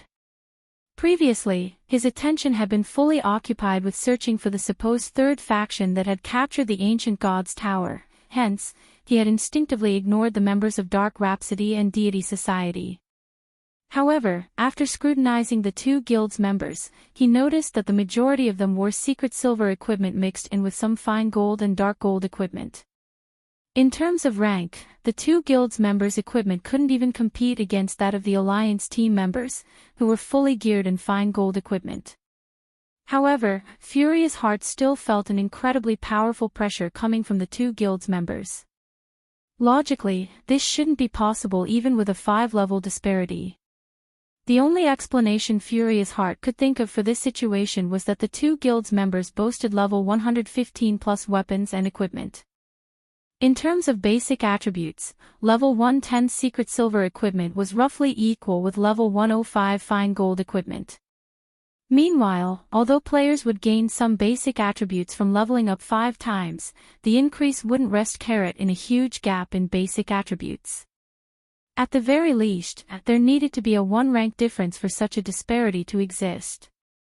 Hence, the only logical explanation was that the secret silver equipment Dark Rhapsody and Deity Society's members were using was level 115. Currently, level 110 equipment was incredibly rare even for the various superpowers, while level 115 equipment was something nobody dared to dream of obtaining right now.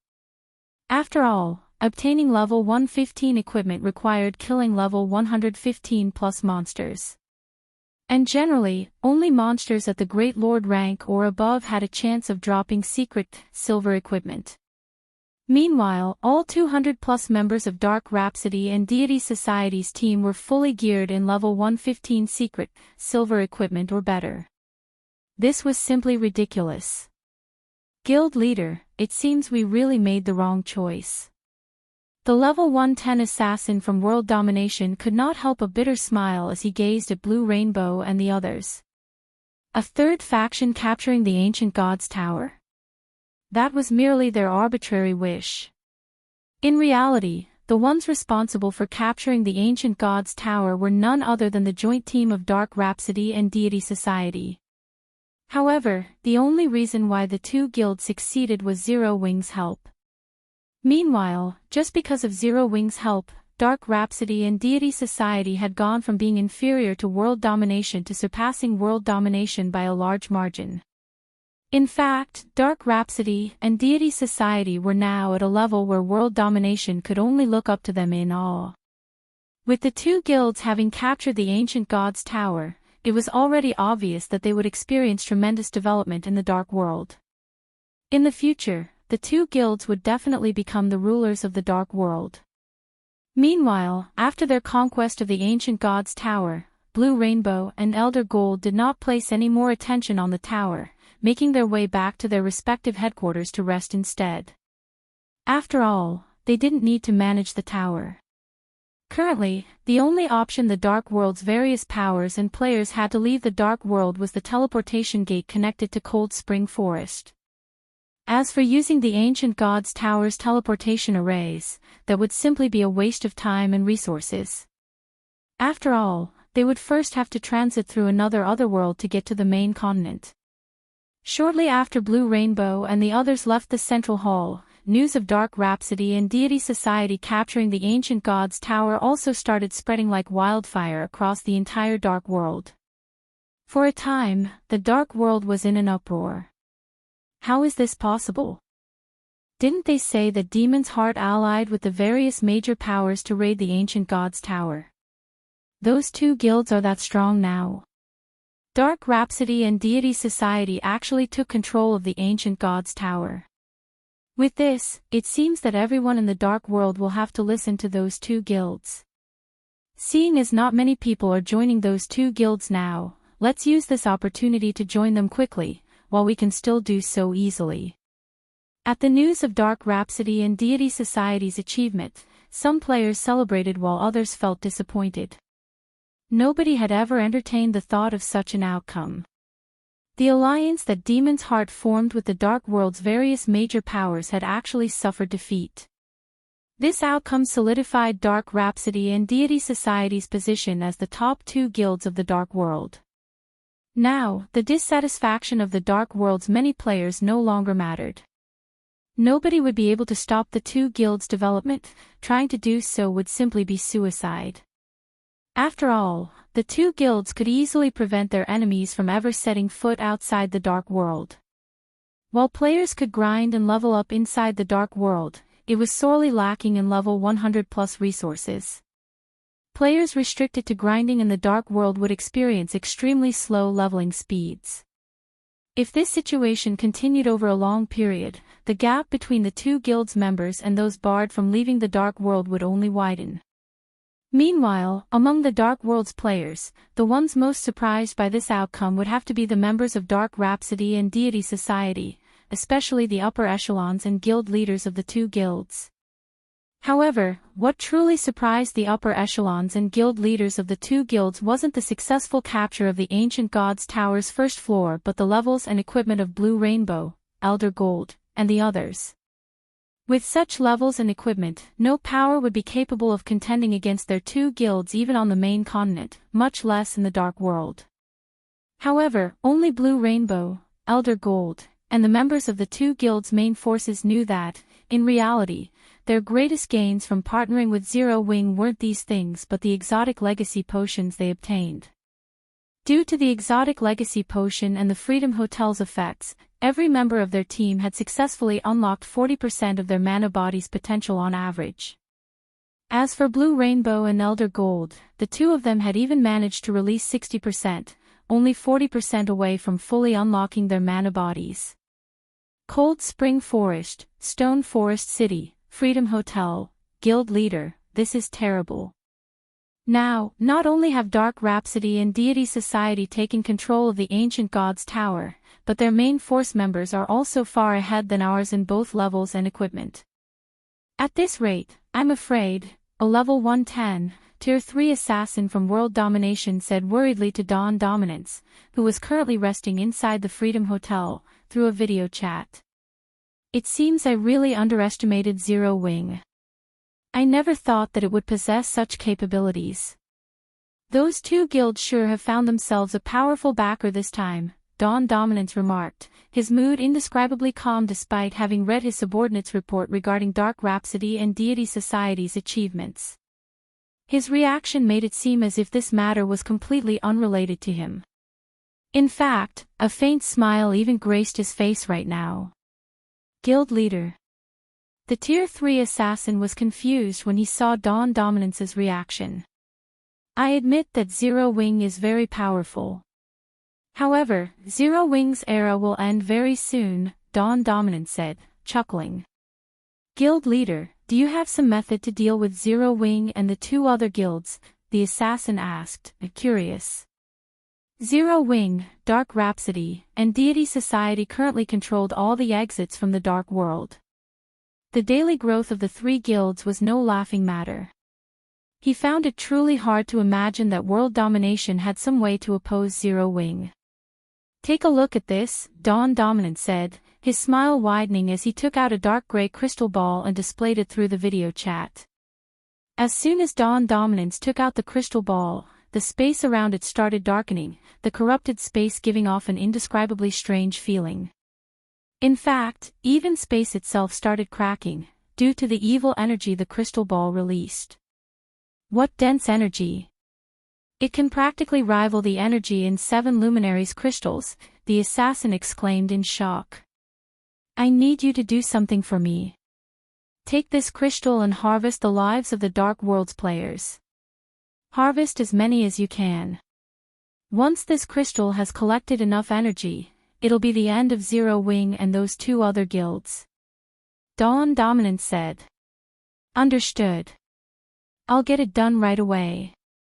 The assassin nodded before disconnecting the call. Read latest chapters at Wuxia World.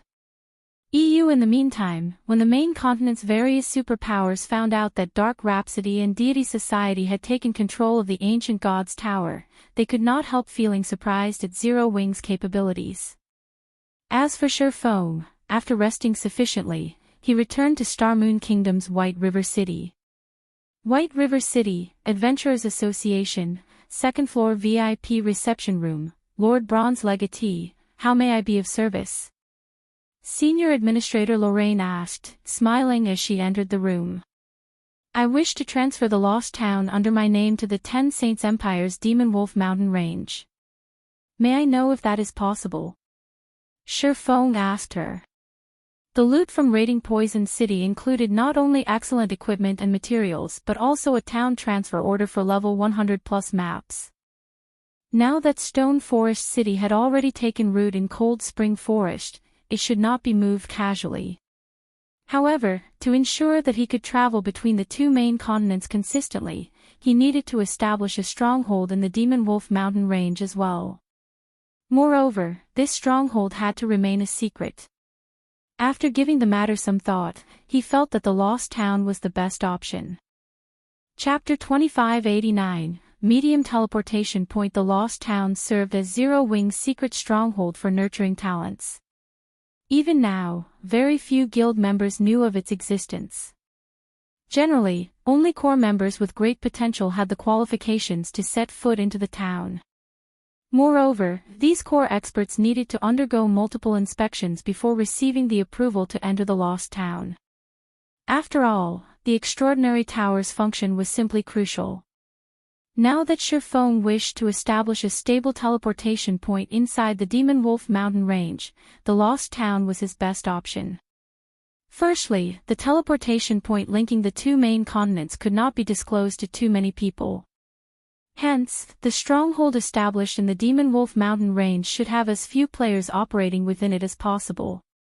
Secondly, the size of the stronghold should not be too large, to limit the manpower and resources required for its upkeep. Otherwise, concealing it would be very difficult. Other powers keeping an eye on Zero Wing would definitely grow suspicious if a significant portion of the guild's funds was disappearing for no good reason. The Lost Town fulfilled both conditions perfectly. Of course, the act of transferring a guild town to a level 100+ neutral map was also incredibly insane. After all, the dangers lurking in level 100+ neutral maps were no laughing matter. If the guild town in question lacked sufficient defenses, it might not survive the first monster tide that assaulted it. However, with Zero Wing's current strength, so long as Surpassing did not move the Lost Town too deep into the Demon Wolf Mountain range, defending it from the periodic monster tides was still feasible. Lord Bronze Legatee, transferring your town to the Demon Wolf Mountain range is very dangerous. Once your town is transferred there, it will no longer be protected by any kingdom or empire. Are you sure you wish to go through with the transfer? Lorraine asked. I'm sure, Surpassing replied with a nod. Very well. Please specify your exact transfer location, Lorraine said as she took out a map of the Demon Wolf Mountain range. Let's move it here, Surpassing said as he pointed at a gravel hill in the Demon Wolf Mountain range's inner area. In the past, the Demon Wolf Mountain range had been incredibly famous in God's domain for having two teleportation points connected to the western continent. However, unlike the first teleportation point Surpassing secured, which was the magic gate hidden beneath the frozen lake, the second teleportation point was a medium teleportation point with special circumstances. The medium teleportation point was inside a demon wolf den. Players that wished to activate the teleportation array there had to clear out the monsters within the den first. However, the monsters inside this den would respawn periodically. Moreover, they would grow stronger with each respawn. In addition, nobody could truly take control of the teleportation point, so once the gate was activated, any player could make use of the gate so long as they had sufficient magic crystals. Due to this reason, the various superpowers had desperately fought to monopolize this teleportation point. The fires of war had never once ceased after the teleportation gate's discovery. Even after a decade had passed in God's domain, the situation surrounding the teleportation point remained extremely volatile. Currently, Surpassing was urgently trying to secure more teleportation points linking the two main continents. However, he would need to invest a lot of time if he wished to activate and secure the other teleportation points he knew of, as activating those teleportation points involved a series of quests. Either that or the teleportation points were small ones that could send only a handful of players with each use. Hence, the medium teleportation point located in the Demon Wolf Mountain range was his only option. Moreover, the Demon Wolf Mountain range's medium teleportation point was in a level 120+ area, which was still a blind spot for current superpowers. He could use this opportunity to thoroughly stabilize his rule over the area. Thus, going for this teleportation point wasn't a particularly bad choice. Location verified. Please produce your town transfer order. In addition, you have to pay a transfer fee of 80,000 gold, Lorraine said. Once you complete the payment, we will transfer your town to the desired location as soon as possible. 80,000. Surpassing was astonished at this price. Although transferring guild towns and cities to level 100 plus neutral maps generally cost a lot of money, the transfer fees were scaled, based on the target's rank. Meanwhile, the lost town was merely a basic town, yet it cost 80,000 gold to transfer it to the Demon Wolf Mountain Range's inner area. This was completely outside of his expectations. If he were transferring a basic city instead of a basic town, the transfer would most likely bankrupt him. That's right. Not only is the location you have selected far, but it is also somewhat special. Hence, the transfer fee is slightly more expensive. However, please rest assured that the additional charges we collect are fair and reasonable, Lorraine said, smiling. All right. Here is the town transfer order and 80,000 gold, Surpassing answered as he passed the document and the funds to Lorraine. He inwardly celebrated the fact that Stone Forest City had been raking in the profits recently. Despite the substantial increase in Zero Wing's daily expenditure due to the number of guild experts increasing to 220,000, the guild still managed to save up a liquid fund of 170,000 gold. Otherwise, he really wouldn't have been able to afford the transfer fee this time. Payment received. The transfer will be done in 30 minutes. You have 1 day to complete the handover procedures. Our security personnel will leave the site after 1 day, so please complete the handover procedures as soon as possible, Lorraine reminded after receiving payment. At the same time as Lorraine finished speaking, the lost town, in the distant Boneless Land, suddenly disappeared. Now, only a bunch of confused Zero Wing members remain in the barren wasteland. And in no time at all, Surpassing received a call request from Aqua Rose. Guild leader, big trouble. The lost town disappeared. Aqua Rose reported anxiously. The lost town was Zero Wing's secret training ground for nurturing expert players. Although the town currently housed only several hundred players, all the experts that successfully reached the Truth Realm were more adept at fighting against monsters than even Refinement Realm experts. The only problem was that the players being nurtured at the Lost Town were all very low-leveled newcomers. The majority of them hadn't even reached level 100 yet, much less tier 3. Nevertheless, so long as these players caught up in levels and tiers, they would become mainstays of Zero Wing. And with the help of these players, Zero Wing would finally gain the qualifications to stand toe-to-toe with the various superpowers. Hence, the Lost Town's sudden disappearance would have a significant impact on Zero Wing's future development. It's fine. I did it, Surpassing said, chuckling. Surpassing's words confused Aqua Rose. You made it disappear. The Lost Town was serving its purpose just perfectly, so why did Surpassing make it disappear right when Zero Wing was rapidly expanding its scale of operations? The guild needed to nurture plenty of expert players to ensure normal operations. Emisham. I transferred the Lost Town to the Demon Wolf Mountain Range's inner area. In the future, we wouldn't have to worry about the trainees sacrificing their levels to improve their combat standards, Surpassing said, nodding. The Demon Wolf Mountain Range's inner area. Isn't that a level 120 grinding spot? Aqua Rose's eyes widened in shock when she heard Surpassing's statement. She felt that he was simply insane for carrying out the transfer. Level 100 plus maps were incredibly dangerous. This was especially so for the Demon Wolf Mountain Range. Transferring Stone Forest City into Cold Spring Forest had been incredibly risky. Fortunately, there was the Night Division. With the Night Division's strength and the city's defensive capabilities, they were able to cope with the monster tides.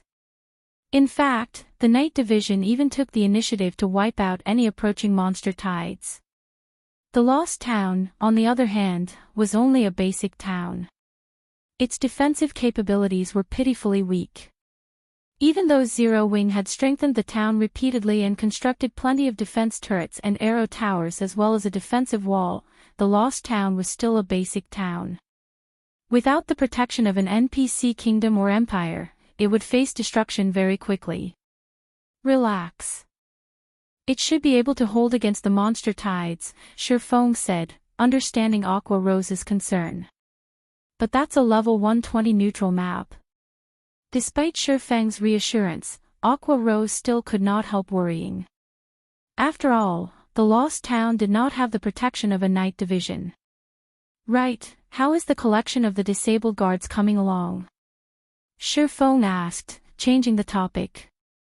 The collection of the disabled guards is progressing relatively smoothly. We have over 100 of them already. As per your instructions, we gathered only those with growth potentials above 20. However, even the strongest one only has 32 growth potential, Aqua Rose said. Read latest chapters at Wuxia World. EU that many already. Shifeng was surprised when he heard Aqua Rose's report. Gather them all at the residence immediately. It's about time we put them to work.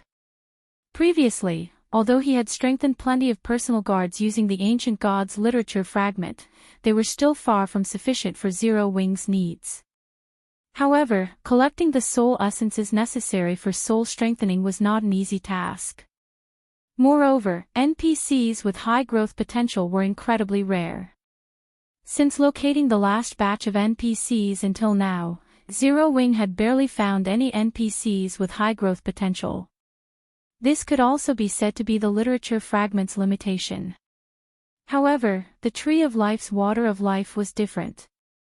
Not only could it raise the growth potential of NPCs slightly, but it could also resurrect dead NPCs or heal heavily injured NPCs within a short time.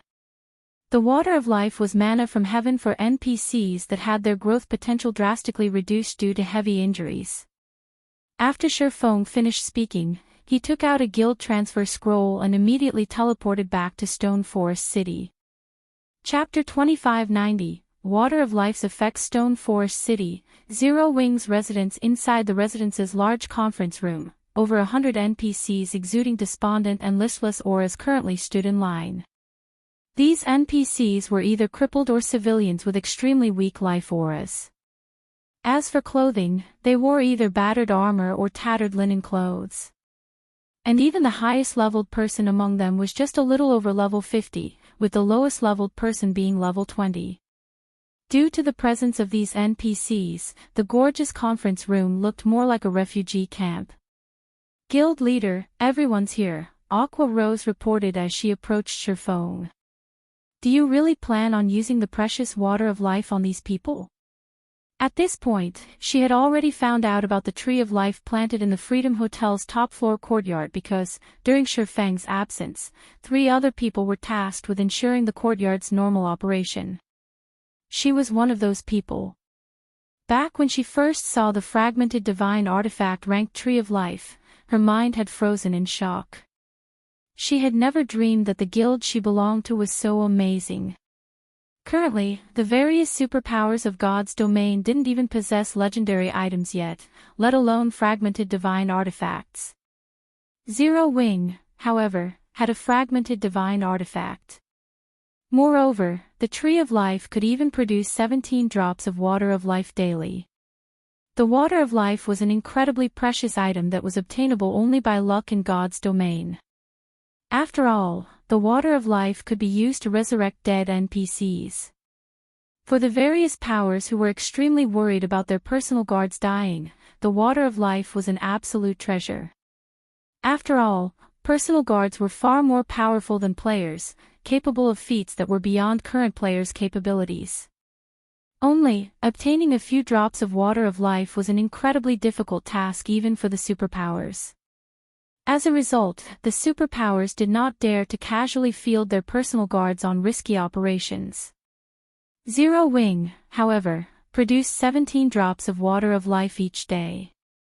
Hence, they wouldn't have to worry about losing their powerful personal guards at all and could freely deploy these NPCs on all kinds of quests and expeditions. However, even for the current Zero Wing, the daily production of 17 drops of Water of Life was still a little too low for the guild's needs. If they needed to heal these 100+ NPCs, they would have to expend the entire stockpile they had accumulated thus far. It might be fine if they were spending all their water of life on healing NPCs with high growth potential, but the NPCs gathered here were all NPCs with very poor growth potential. Even if they recovered to peak condition, their growth potential wouldn't increase by much. Using the water of life on these NPCs would simply be a waste. Emichim, I want to test my luck, Shurfeng said, smiling when he saw the reluctance on Aqua Rose's face. Test your luck. Shurfeng's answer exasperated Aqua Rose. While testing one's luck was fine, doing so at the cost of water of life was simply an extravagance. If God's domain's various powers heard about this, they would definitely go crazy and try to choke Shurfeng to death. You never know what we'll get, Shurfeng retorted, chuckling. In any case, it's a waste to let the water of life simply sit in storage doing nothing. Spending water of life to heal these crippled NPCs was indeed prodigal. However, nobody could guarantee that these NPCs would remain mediocre after they recovered to their peak. Moreover, he didn't have Aqua Rose randomly gather injured NPCs either. Instead, he had her select injured NPCs that were at tier 3 or above. At the same time, these NPCs also needed to have a growth potential of 20 or higher. In God's domain, any NPC capable of reaching tier 3 would not possess a low growth potential. Meanwhile, the 20th point mark for growth potential was a major turning point for tier 3 NPCs. In the past, the various superpowers had experimented with using water of life on crippled tier 3 NPCs. The result they obtained was that all crippled tier 3 NPCs with a growth potential lower than 20 had failed to reach a secret, Silver Guard rank even after recovering from their injuries. Of course, this did not mean that all crippled tier 3 NPCs with a growth potential of 20 or higher would reach the secret Silver Guard standard once they recovered. The chances of success were just much greater. Fortunately, aside from Zero Wing, no other power was currently searching for such NPCs.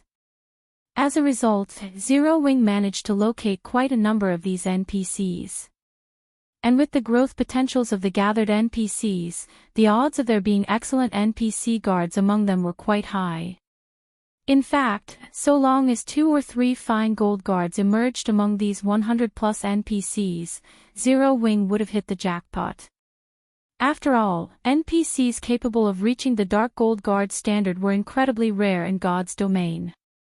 Although Shurfeng had known about quite a few Dark Gold Guards during his previous life, he didn't know where to find them, as the superpowers had kept a tight lid on all information about those NPCs. He had only known about Kite's whereabouts and circumstances because Kite had originated from Starmoon Kingdom, and his owner was a merchant player with loose lips. Following which, Shurfeng provided 1 drop of water of life to every NPC present, his actions giving Aqua Rose a heartache. Every drop of water of life was equivalent to the life of an NPC with high growth potential. The water of life could also drastically increase the leveling speed of their guild members. The guild could raid mythic field bosses without worrying about the price necessary to do so. These 100+ drops of water of life could easily elevate the strength of Zero Wing's main force to a whole new level. Upon receiving the water of life from Shurfeng, the despondent NPCs immediately brightened up as if they had just seen the light of hope. Once all the NPCs gathered had received their share of water of life, they took one last look at Shurfeng before consuming the water of life without hesitation. A dense life aura immediately filled the room. It was so dense that the cells in Aqua Rose's body felt invigorated, her mind gaining greater clarity. After this phenomenon continued for 3 seconds, a powerful aura swept the entire room as if a dragon had awoken from its slumber. Aqua Rose could not help stumbling a few steps back. How is this possible? Aqua Rose's eyes filled with shock as she gazed at the NPCs, who still looked like a throng of beggars, standing in front of her. At this moment, however, the feeling she got from the NPCs was nothing like the aura of a beggar at all. Instead, they felt like battle-hardened warriors that had fought on innumerable battlefields. Even though they were still wearing battered armor and tattered linen clothes, their tempered auras and overflowing mana deterred ordinary people from approaching them casually. It seems we really hit the jackpot this time. Surpassing also grew a little excited when he sensed the aura of the NPCs before him. Originally, he thought that he would be lucky to get even 2 or 3 fine gold guards out of these 100+ NPCs. However, it would seem that he was sorely mistaken. The strength of the combined aura of these 100+ NPCs we're currently releasing could already rival that of a 100-man team of Tier 3 knights, despite these NPCs being geared in extremely shabby weapons and equipment. If they were fully equipped with epic weapons and equipment, their combined aura would definitely be much stronger than that of a 100-man team of Tier 3 knights. Following which, Surpassing and Uproar started inspecting the updated statistics of these NPCs to get a better idea of these NPC standards. Read latest chapters at Wuxia EU. Once they completed their inspection, Uproar was stunned. Of the 100+ NPCs gathered, even the weakest one was at the mysterious Iron Guard standard. These mysterious Iron Guards numbered only 47, but every one of them possessed very high growth potential for mysterious Iron Guards. With the help of the Ancient Gods literature fragment, Surpassing had an excellent chance of elevating them to the secret Silver Guard standard. As for the remaining 57 NPCs, 49 of them were secret Silver Guards, 6 were fine Gold Guards, and 2 were dark Gold Guards. This outcome was simply ridiculous. While Uproar stared at the 2 dark Gold Guards, Surpassing's focus was on an elderly man clad in grey robes.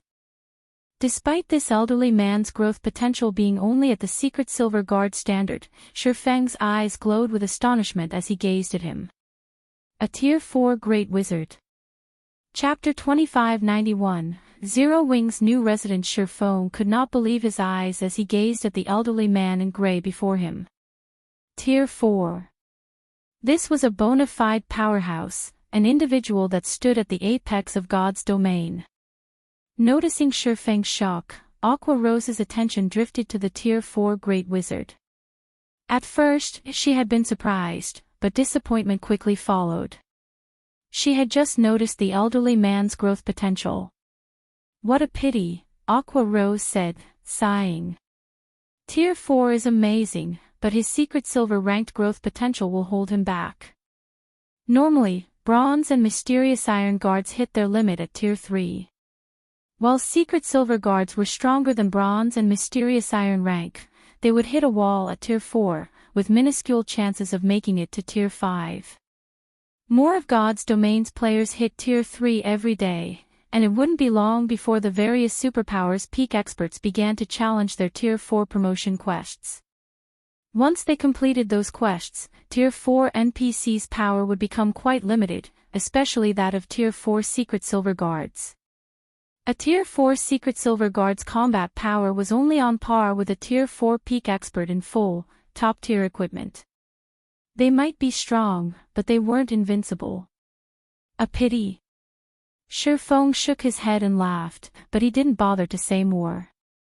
We've gotten so lucky this time, guild leader. We now have 2 more Dark Gold Guards, a Guardian Knight and an Oracle.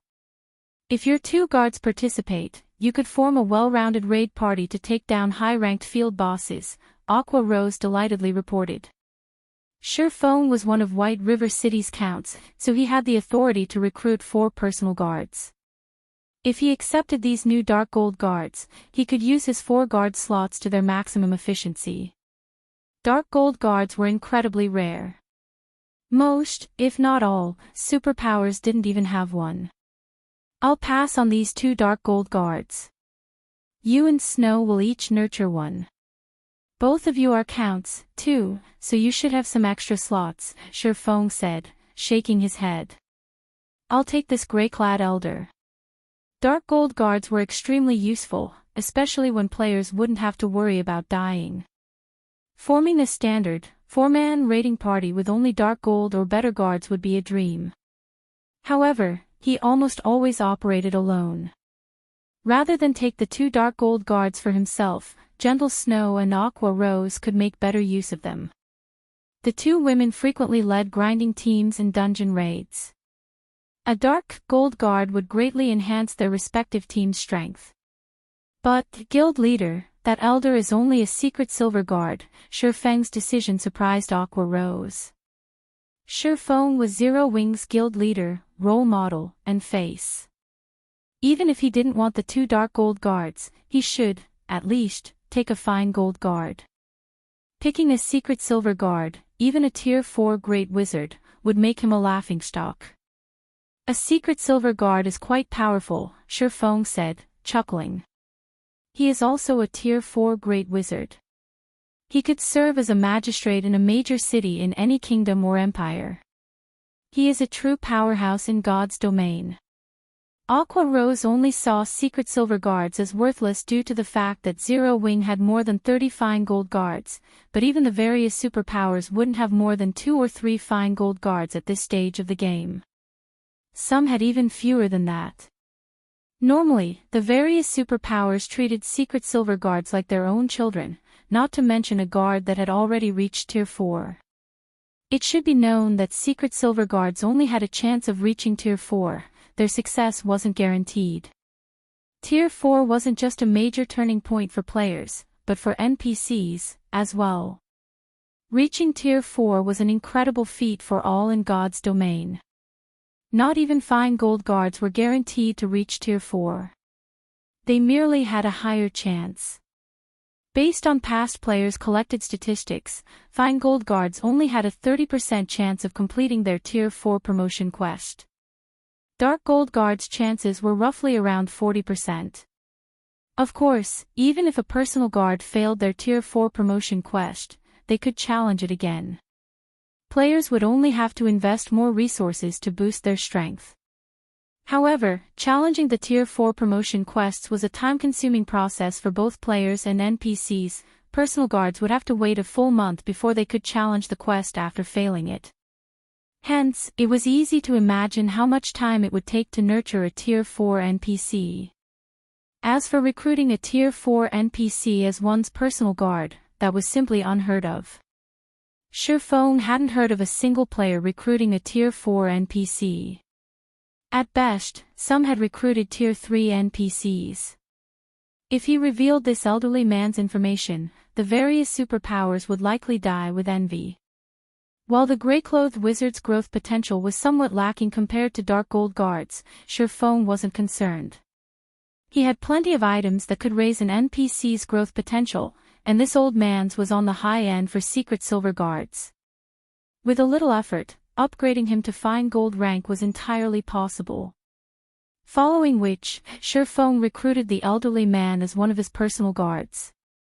Versailles, Yifeng's personal guard, gender, male age, 76 loyalty, 75 growth potential, 74 level 112 class, tier 4 great wizard. When she saw Versailles' statistics, Aqua Rose was speechless.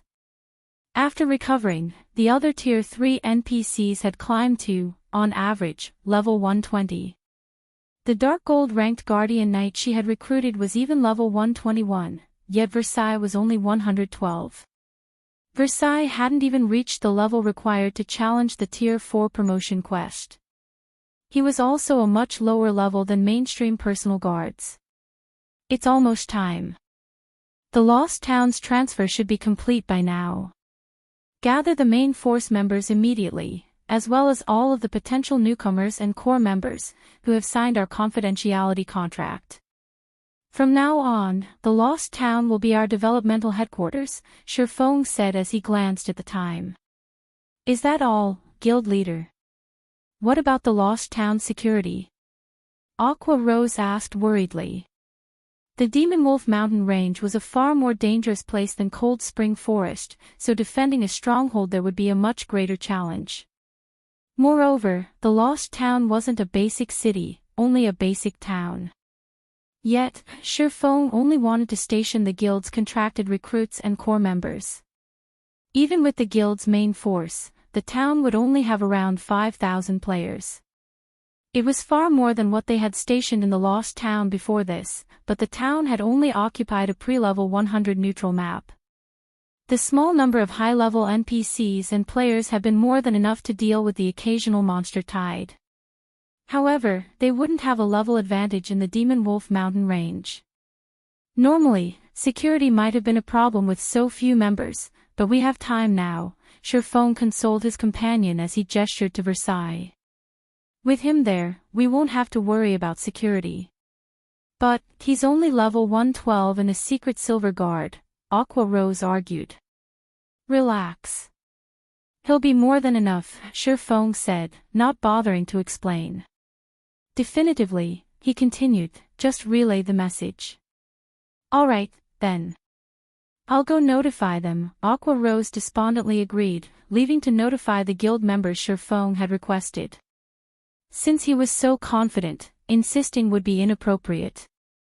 Before half an hour had passed, all of Zero Wing's contracted recruits and core members used the guild transfer scroll Surfong had provided and arrived in the Lost Town, which had transformed into a wintry wonderland. Chapter 2592, Natural Training Ground. As Zero Wing's members teleported to the Lost Town's residence, the residence's plaza quickly became crowded. What is this place? Why do I feel like a foreign energy is trying to invade my body? My senses feel so dull, and I'm suddenly starving. Didn't the higher-ups say they were bringing us to a sacred training and leveling ground? What's going on here? My friends were still jealous that I got chosen to join the guild's special training, and they didn't, but why does this place feel lesser than Stone Forest City? Upon their arrival to the Lost Town, Zero Wing's new recruits and core members, all of whom had high potential, were curious about the situation, falling into heated discussions. The recruits were especially confused. They knew nothing about the Lost Town, and now, they had been thrown into such a harsh environment. They couldn't bring themselves to believe this was a sacred training ground. Just surviving in this town long-term would be a problem. The situation began to worry Aqua Rosen. The town's new location was nothing like what she had imagined. Even Tier 3 players like herself would struggle to survive here, much less the guild's latest trainees, who hadn't yet reached Tier 3. Needless to say, training and fighting the random monster tides would be nearly impossible. Players would be fortunate to exhibit their normal combat standards in such a severe area, much less improve their combat standards. During her previous visit to the Demon Wolf Mountain Range, she had stayed in the neutral map's outer region, where the environment hadn't been particularly harsh, but now that she stood in the inner region, she felt sluggish, and her senses had considerably dulled. The constant hunger assaulting her mind and body was also quite uncomfortable. Most importantly, the mana here felt like an icy hell. Violent, ice-type mana filled the area, and Aqua Rose could sense scant amounts of other elements. Manipulating mana in this zone would be almost impossible. When players couldn't manipulate mana, how were they supposed to improve? Guild leader, you don't intend these Tier 2 members to remain here for their training, do you? Blue Frost anxiously asked Surfong. Blue Frost recognized the area as the Demon Wolf Mountain Range's inner region and knew that the lowest leveled monster was level 120. This would be an amazing area to level and train for players of his tier and level, but Zero Wing's new recruits and Tier 2 members would only waste their time here. These members were Zero Wing's future. Sending them to such a place to waste their time would cost the guild. Remain here for their training. Shaking his head, Surfong said, such a wonderful thing isn't possible. Surfeng's reply confused Blue Frost. He couldn't understand what was so wonderful about this frozen hellscape. Surfong didn't explain his statement, however. Instead, he met with the Adventurers Association's NPCs to complete the handover procedures. Once complete, the NPCs promptly left the Lost Town, making the already desolate town even more lonely. At that point, the sound of a system announcement rang in everyone's ears. Lost Town Region System Announcement: the town's new location is subject to a mysterious curse. Wraiths will absorb the access mana players radiate, transforming into monsters. Please be wary of these monsters' attacks. Shortly after the system announcement ended and before Zero Wing's members could digest the information, translucent, humanoid ghosts started to manifest around some of Zero Wing's members. These humanoid ghosts appeared to be clones of the players they stood by. They even had the same levels as their human counterparts. The moment their forms were complete, these ghosts attacked the players. Not understanding what was happening, everyone was stunned. Fortunately, they were all zero-wing experts, and although their levels and tiers weren't up to standard, they commanded expert combat standards. Even the weakest player there could reach the trial tower's 5th floor. They had no trouble responding to the ghosts' attacks appropriately. Meanwhile, the players who hadn't been attacked joined the fray, targeting the ghosts near them. After a moment, however, something else surprising occurred. The ghostly clones had the same combat standards as their human counterparts. Moreover, other players' attacks proved utterly ineffective. Your official training begins now. Be careful of the ghosts that will appear beside you. No one, other than the player the ghosts copy, can do anything to them. If these ghosts kill you, not only will you lose a level, but you won't be able to log in for a day. Surephone warned as he watched Zero Wings members fight these phantom monsters. The Demon Wolf Mountain Range was no ordinary location. The map's inner region was actually considered a forbidden land. Every forbidden land in God's domain has some mechanic that made survival particularly difficult. The Demon Wolf Mountain Range's inner region had this curse. Surephone neither knew exactly what this curse was, nor did he know who was responsible for it, but he knew that an endless stream of ghosts would appear to attack and harass any player resting within a town or city established in this area, preventing anyone from remaining in the region long term. Zero Wing's many members gasped when they heard Surefang's warning. How was this a training? This was simply an execution. They had now fought these ghosts, so they knew the spirits had the same combat standards as the players they cloned.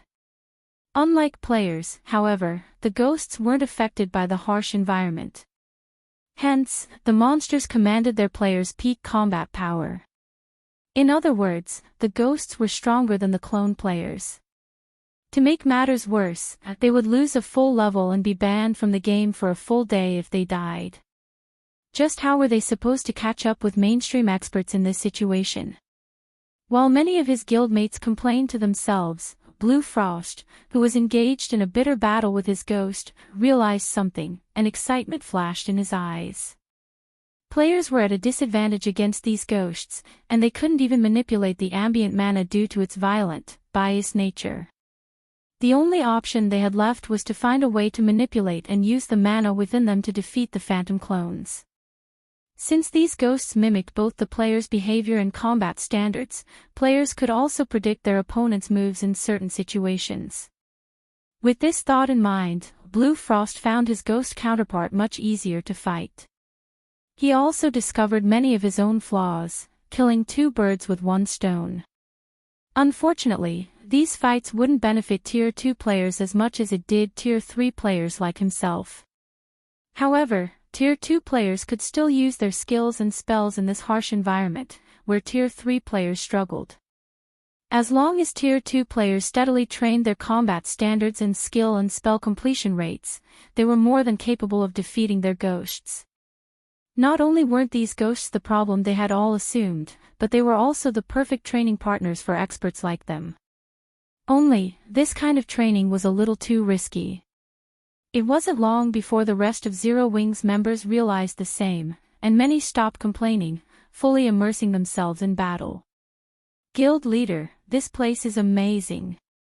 It is like a natural training ground. Although using it is costly, everyone's training efficiency will be several times greater than normal. The Tier 3 experts who haven't unlocked their mana body's full potential will likely do so after spending a month here, Aqua Rose said, her eyes glowing brightly as she watched the Zero Wing members before her grow steadily stronger.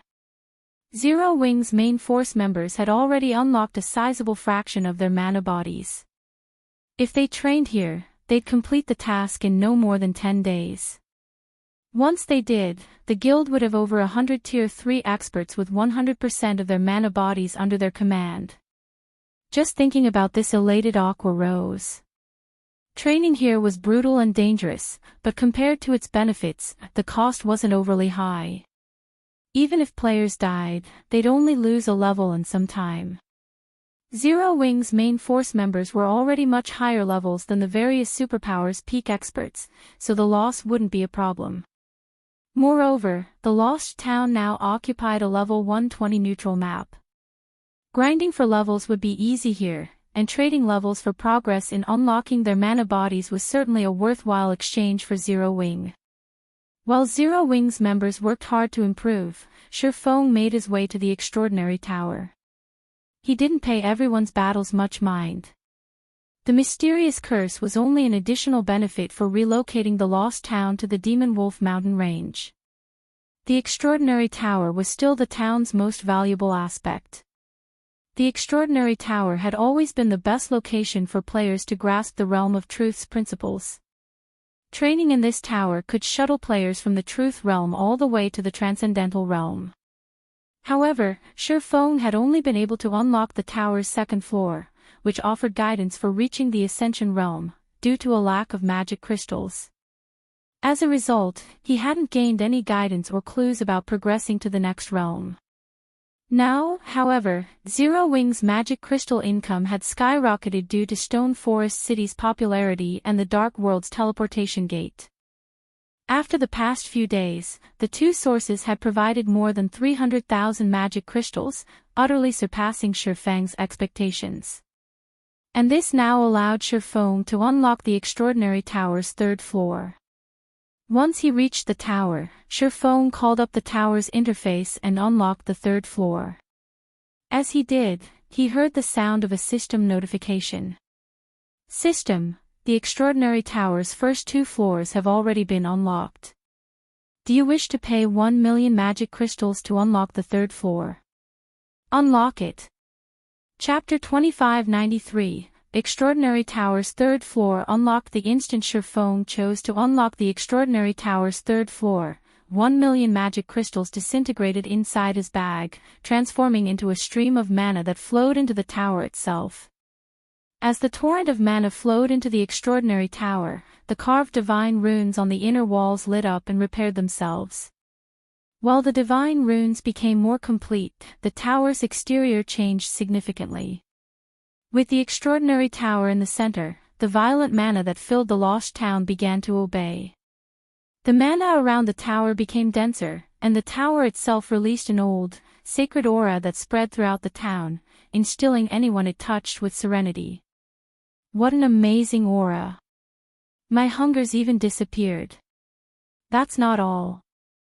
My mind feels much clearer, and my stamina and concentration have begun to recover, as well. I feel like I can fight these ghosts for an entire day without rest. As the sacred aura filled the town, Zero Wing's fighting members rejoiced. They had been at an absolute disadvantage against their ghost counterparts, and they had known death was only a matter of time. The foreign energy was corroding their bodies too quickly. However, the situation had changed. Although their surroundings still lacked any elemental mana other than ice, this sacred aura had cleansed the area of foreign energy. As a result, their minds had cleared during their fight, which would prolong their survival. Meanwhile, every ghost had spawned with a mana life buff, which indicated their remaining lifespan and only had a 6-hour duration.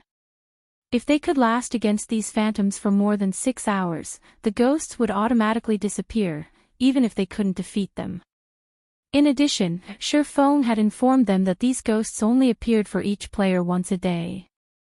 If they held on for the full 6 hours, they could spend the rest of their day resting easy in the Lost Town. Of course, players who wanted to dedicate themselves to growing stronger, especially those with high combat standards, wouldn't be satisfied with 6 hours of training. As a result, these players cherished their 6-hour combat session even more than the rest. Moreover, ghosts wouldn't appear for everyone. At the end of the day, these ghosts' appearances were the result of a curse. The stronger a player was, the less effective the curse would be.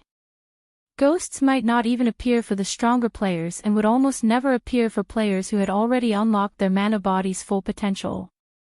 While everyone was surprised and elated about the new changes to the Lost Town, the Extraordinary Tower's sacred aura had finally filled the town. At the same time, a translucent barrier formed around the lost town, isolating it completely. This barrier also calmed the violent, ice-type mana in the town, creating a stable mana environment. The mana wasn't very dense, but it was enough to clear the players' minds of unhelpful thoughts. What did the guild leader do? Aqua Rose was shocked when she sensed the changes. She had felt this strange sensation before. To be precise, she had experimented with it during her travels within the Starlight Fortress's Legacy Gate. The only difference was the town's much lower mana density, which resulted in a much smaller boost to her mental capacity. Overall, the Lost Town's training efficiency was barely 1/3 of the Legacy Gate's. Even so, that was astounding. The Lost Town could accommodate far more players than the Legacy Gate, and while it wouldn't be quite as helpful, it was an ideal training ground for Tier 3 players as they tried to unlock their mana bodies. Moreover, the magic barrier substantially increased the town's defenses. With the barrier in place, defeating the monster tides would be far easier. While Aqua Rose and Zero Wing's other members fortunate enough to enter the Legacy Gate were shocked over the Lost Town's transformation, something else within the Extraordinary Tower had shocked Sherfone. This is the result of unlocking the Extraordinary Tower's 3rd floor. He was at a loss as he sensed the ancient aura filling the hole.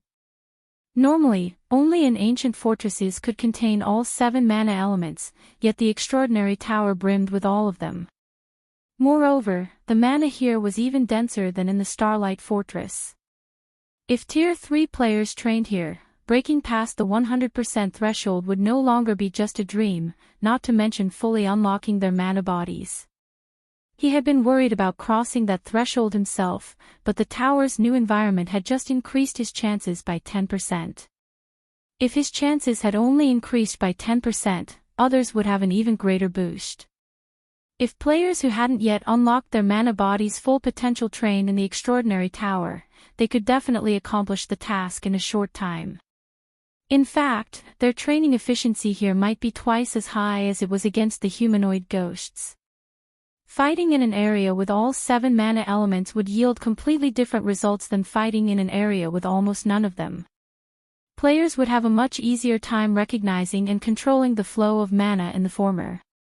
Unfortunately, while this environment was idyllic, there was a limit to the number of players who could take advantage of it. This mana was contained in the Extraordinary Tower's training grounds. The first floor could only accommodate 100 people at a time, while 50 could fit on the second floor, and only 10 would fit on the third. In total, only 160 people could use the Extraordinary Tower at the same time. That was only under ideal circumstances. In reality, far fewer players could train in the Extraordinary Tower at a time. If players wanted to use the second or third floors, they'd have to clear the previous floors first. Sherfone didn't give the matter much thought before he instructed Zero Wing's main force members to train in the tower during their free time and to ignore level grinding and raiding monster dens. Unlocking their mana bodies was far more important than raiding monster dens and level grinding. Furthermore, they had unlocked a considerable percentage of their mana bodies after consuming the exotic legacy potions they had obtained from Poison City. Normally, unlocking their mana bodies would require, at most, 2 full weeks, but with the tower's 3rd floor unlocked, they could accomplish the feat in even less time. Once all of Zero Wing's main force members unlocked their mana body's full potential, the team's grinding efficiency would improve. Securing the Demon Wolf Den that housed the medium teleportation point would also become easier. With his guildmates desperately training, Sherfone made his way to the tower's 2nd floor to begin his ascent. He had reached his limit during his last visit to the Extraordinary Tower's 2nd floor, unable to improve further regardless of how hard he had tried.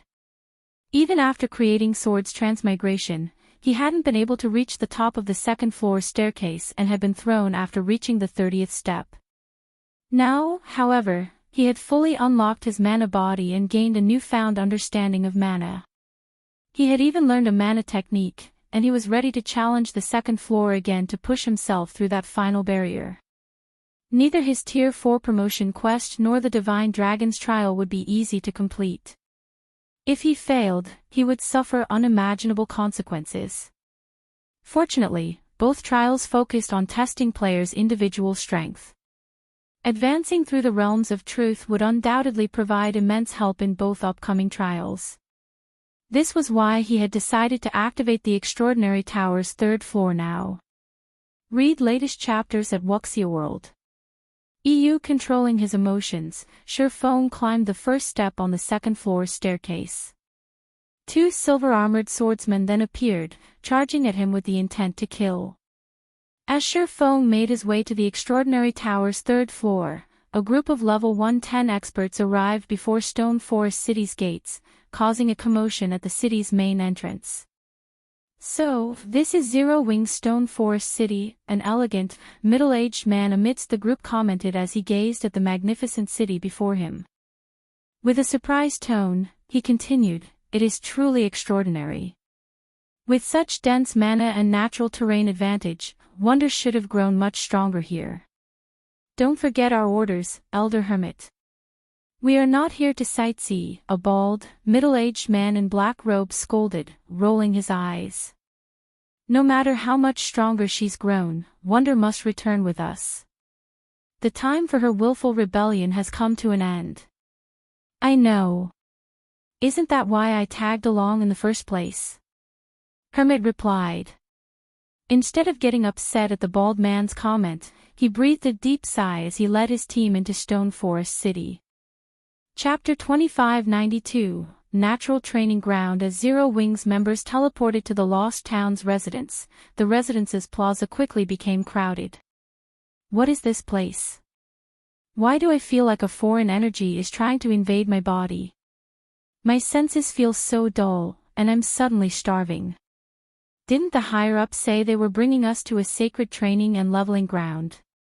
What's going on here? My friends were still jealous that I got chosen to join the guild's special training, and they didn't, but why does this place feel lesser than Stone Forest City?"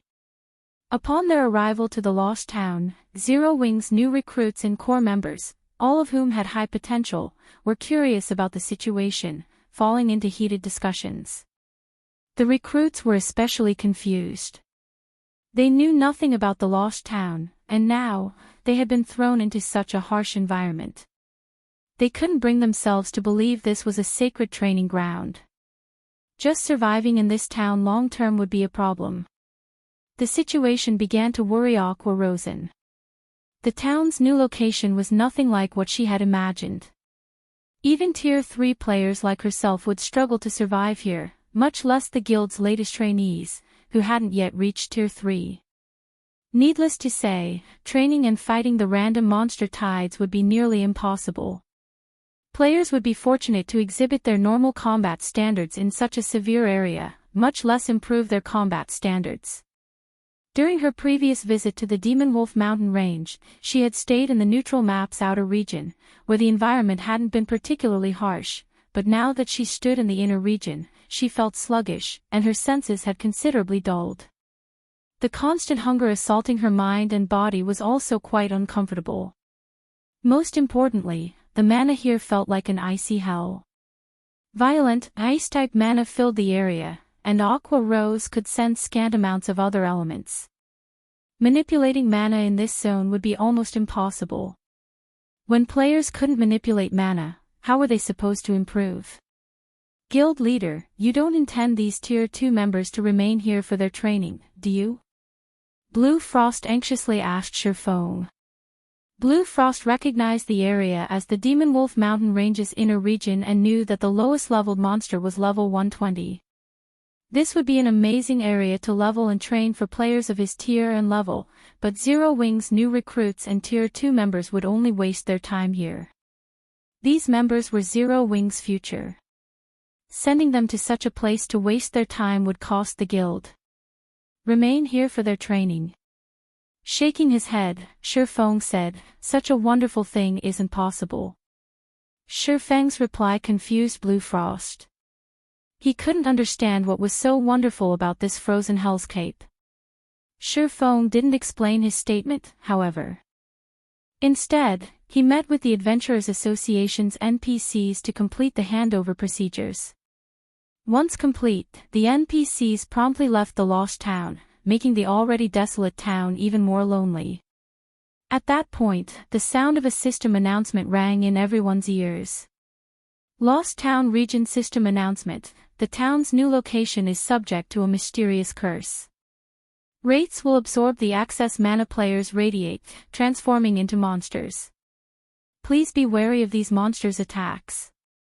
Shortly after the system announcement ended and before Zero Wings members could digest the information, translucent, humanoid ghosts started to manifest around some of Zero Wings members. These humanoid ghosts appeared to be clones of the players they stood by. They even had the same levels as their human counterparts. The moment their forms were complete, these ghosts attacked the players. Not understanding what was happening, everyone was stunned. Fortunately, they were all Zero Wing experts, and although their levels and tiers weren't up to standard, they commanded expert combat standards. Even the weakest player there could reach the Trial Tower's 5th floor. They had no trouble responding to the ghosts' attacks appropriately. Meanwhile, the players who hadn't been attacked joined the fray, targeting the ghosts near them.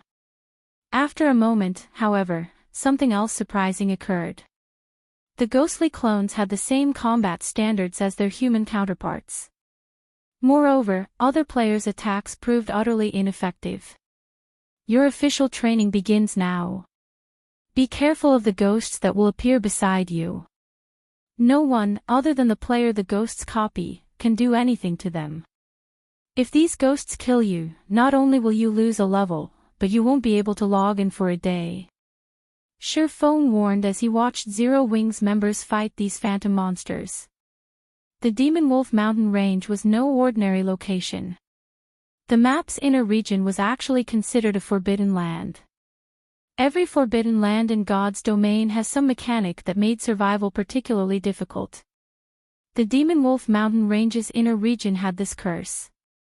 Surephone neither knew exactly what this curse was, nor did he know who was responsible for it, but he knew that an endless stream of ghosts would appear to attack and harass any player resting within a town or city established in this area, preventing anyone from remaining in the region long term. Zero Wings' many members gasped when they heard Surefang's warning. How was this a training? This was simply an execution. They had now fought these ghosts, so they knew the spirits had the same combat standards as the players they cloned. Unlike players, however, the ghosts weren't affected by the harsh environment. Hence, the monsters commanded their players' peak combat power. In other words, the ghosts were stronger than the clone players. To make matters worse, they would lose a full level and be banned from the game for a full day if they died. Just how were they supposed to catch up with mainstream experts in this situation? While many of his guildmates complained to themselves, Blue Frost, who was engaged in a bitter battle with his ghost, realized something, and excitement flashed in his eyes. Players were at a disadvantage against these ghosts, and they couldn't even manipulate the ambient mana due to its violent, biased nature. The only option they had left was to find a way to manipulate and use the mana within them to defeat the phantom clones. Since these ghosts mimicked both the player's behavior and combat standards, players could also predict their opponent's moves in certain situations. With this thought in mind, Blue Frost found his ghost counterpart much easier to fight. He also discovered many of his own flaws, killing 2 birds with 1 stone. Unfortunately, these fights wouldn't benefit Tier 2 players as much as it did Tier 3 players like himself. However, Tier 2 players could still use their skills and spells in this harsh environment, where Tier 3 players struggled. As long as Tier 2 players steadily trained their combat standards and skill and spell completion rates, they were more than capable of defeating their ghosts. Not only weren't these ghosts the problem they had all assumed, but they were also the perfect training partners for experts like them. Only, this kind of training was a little too risky.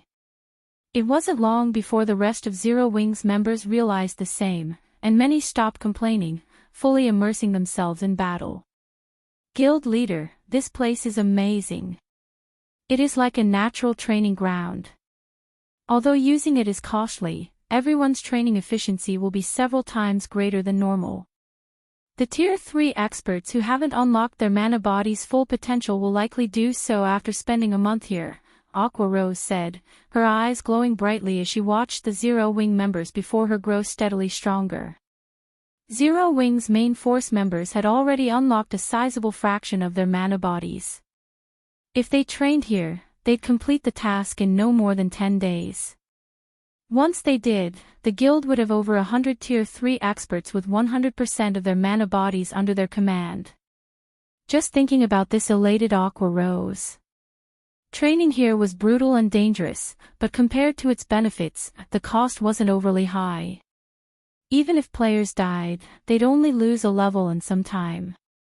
Zero Wing's main force members were already much higher levels than the various superpowers peak experts, so the loss wouldn't be a problem.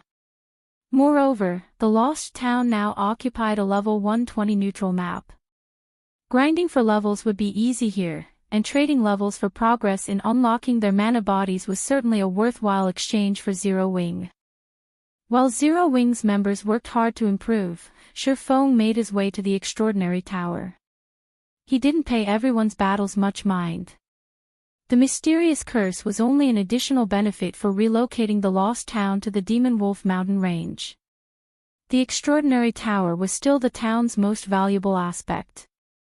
The Extraordinary Tower had always been the best location for players to grasp the Realm of Truth's principles.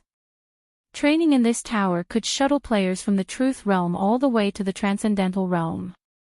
However, Surpassing had only been able to unlock the tower's second floor, which offered guidance for reaching the Ascension realm, due to a lack of magic crystals. As a result, he hadn't gained any guidance or clues about progressing to the next realm. Read latest chapters at Wuxia World. EU now, however, Zero Wing's magic crystal income had skyrocketed due to Stone Forest City's popularity and the Dark World's teleportation gate. After the past few days, the two sources had provided more than 300,000 magic crystals, utterly surpassing Surpassing's expectations. And this now allowed Surpassing to unlock the Extraordinary Tower's third floor. Once he reached the tower, Surpassing called up the tower's interface and unlocked the third floor. As he did, he heard the sound of a system notification. System: the Extraordinary Tower's first 2 floors have already been unlocked. Do you wish to pay 1 million magic crystals to unlock the third floor? Unlock it. Chapter 2593, Extraordinary Tower's third floor unlocked. The instant Surpassing chose to unlock the Extraordinary Tower's third floor, 1 million magic crystals disintegrated inside his bag, transforming into a stream of mana that flowed into the tower itself.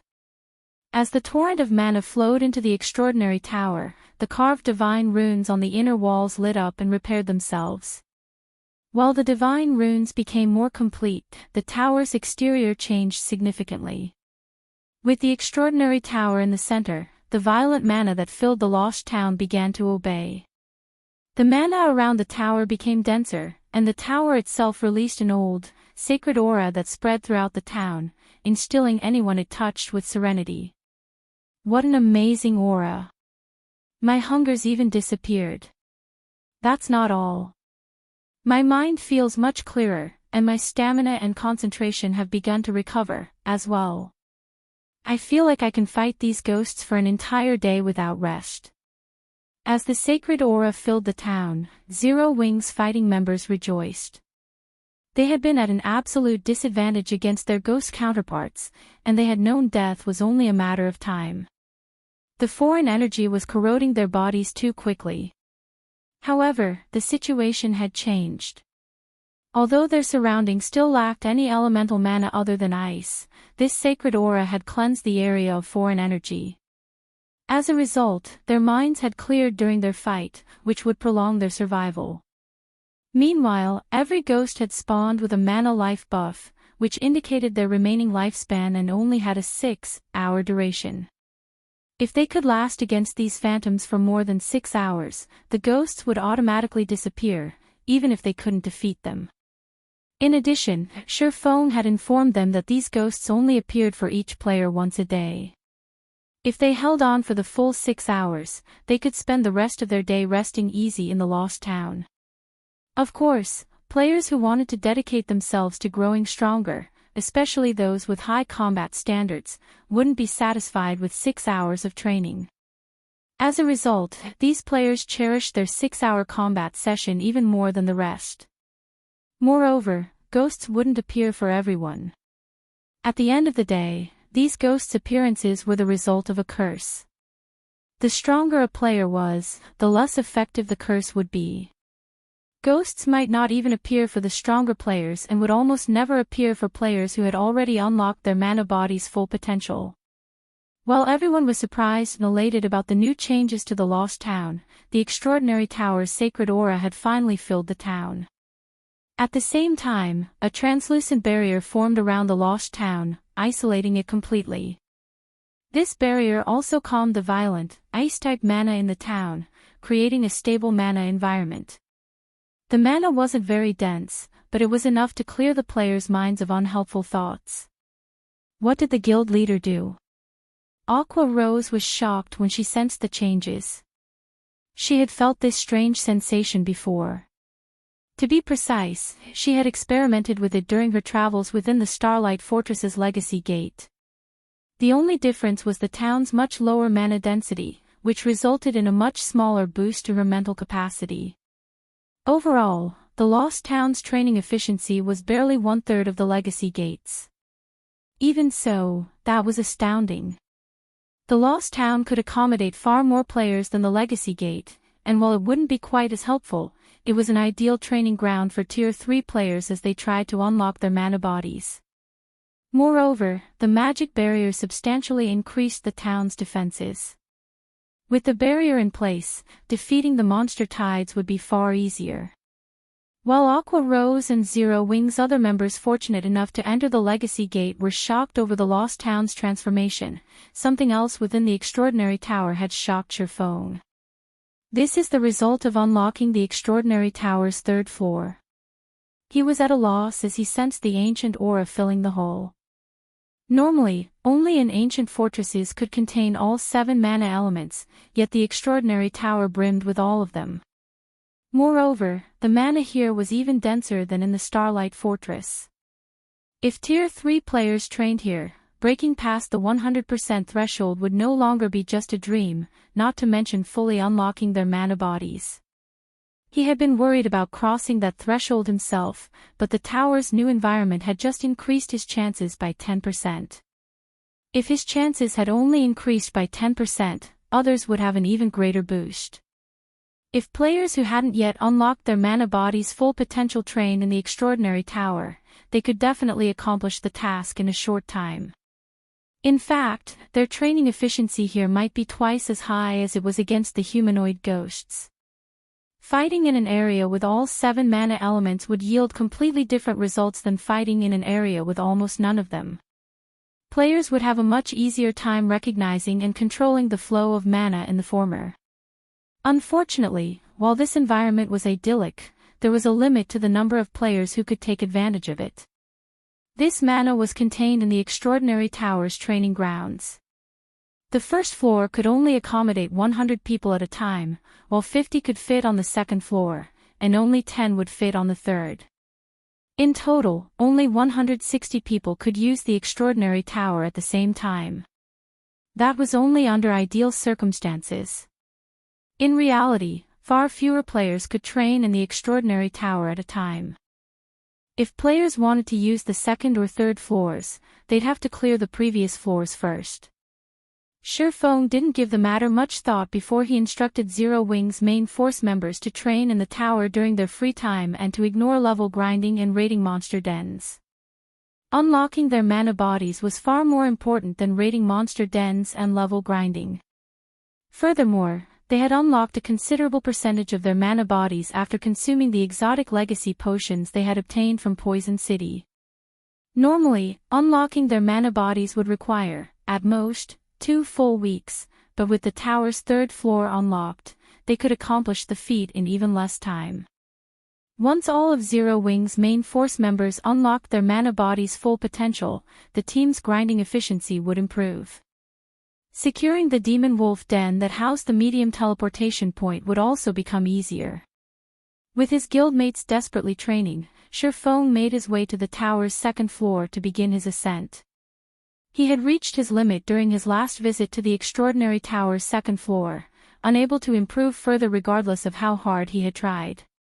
Even after creating Sword's transmigration, he hadn't been able to reach the top of the second floor staircase and had been thrown after reaching the 30th step. Now, however, he had fully unlocked his mana body and gained a newfound understanding of mana. He had even learned a mana technique, and he was ready to challenge the second floor again to push himself through that final barrier. Neither his Tier 4 promotion quest nor the Divine Dragon's trial would be easy to complete. If he failed, he would suffer unimaginable consequences. Fortunately, both trials focused on testing players' individual strength. Advancing through the realms of truth would undoubtedly provide immense help in both upcoming trials. This was why he had decided to activate the Extraordinary Tower's third floor now. Read latest chapters at Wuxia EU. Controlling his emotions, Surpassing climbed the first step on the second floor staircase.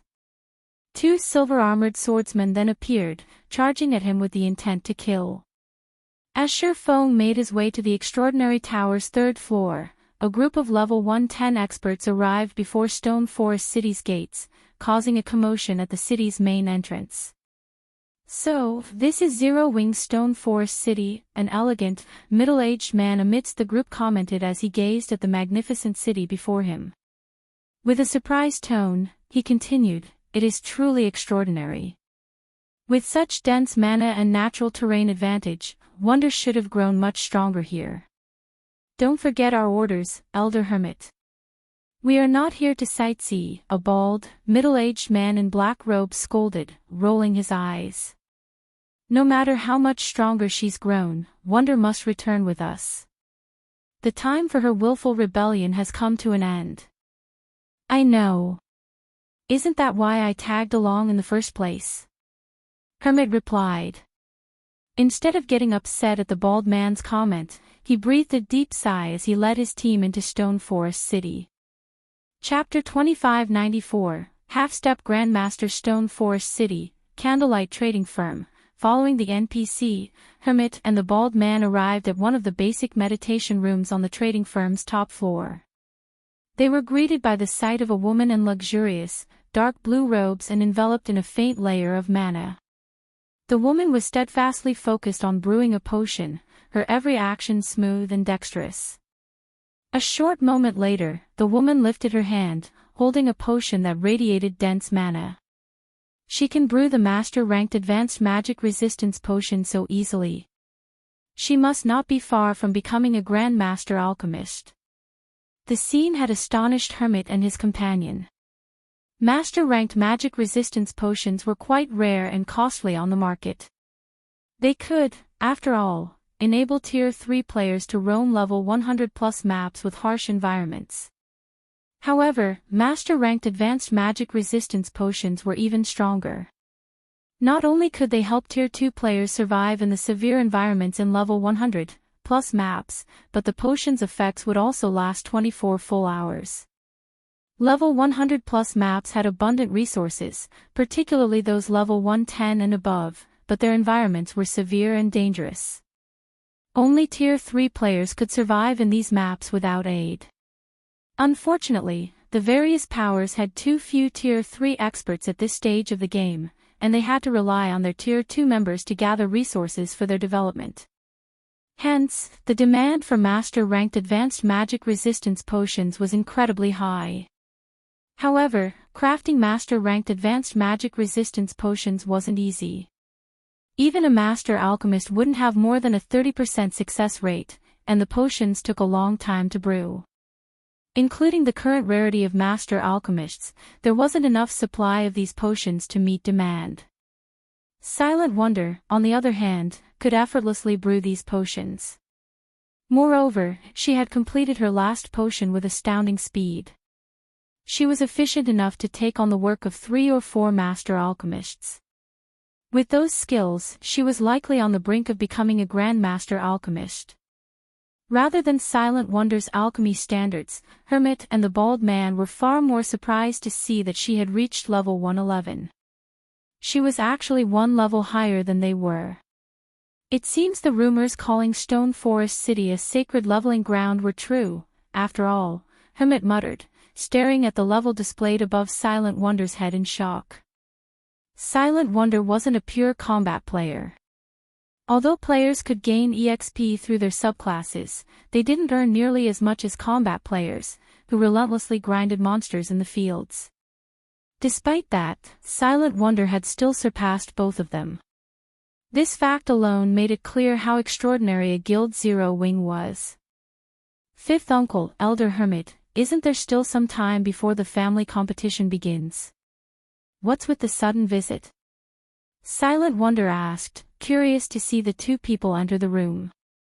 The Azure Chamber of Commerce held a competition between its main shareholder families once a year on the same date. The next competition would begin in 6 days. Even if her family intended to escort her to the Western continent, she had expected they'd only show up the day before. She had no clue why they'd show up so early without prior notice. Moreover, Hermit, the man responsible for Demon Stone Town's safety, had come to see her. These two didn't seem like they were simply here to escort her. There is indeed still some time before the competition, but that's not the only reason we've come, the middle-aged man informed her. I'm sure you are aware that the Zeus Corporation's support is a large part of the reason Azure enjoys its current success. Has something happened with the Zeus Corporation? Silent Wonder asked. The Zeus Corporation was one of the top 10 corporations in the world.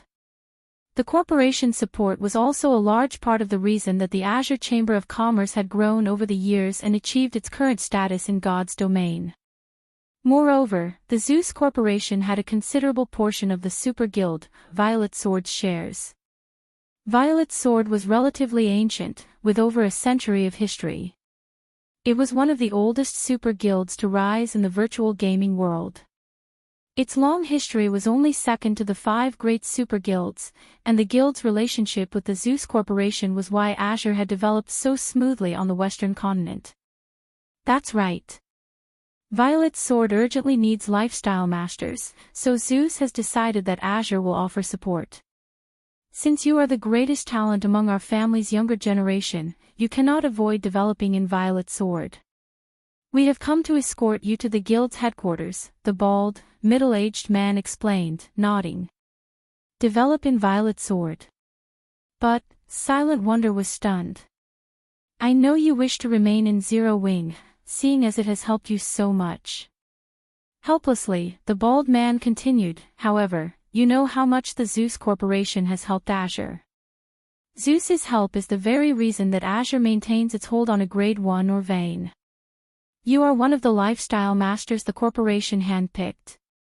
If you don't go, not only will our family lose Zeus's support, but we might also lose our hold on that vein, which Azure relies on to survive. The Zeus Corporation was rich and powerful. It also commanded considerable strength and influence in the West.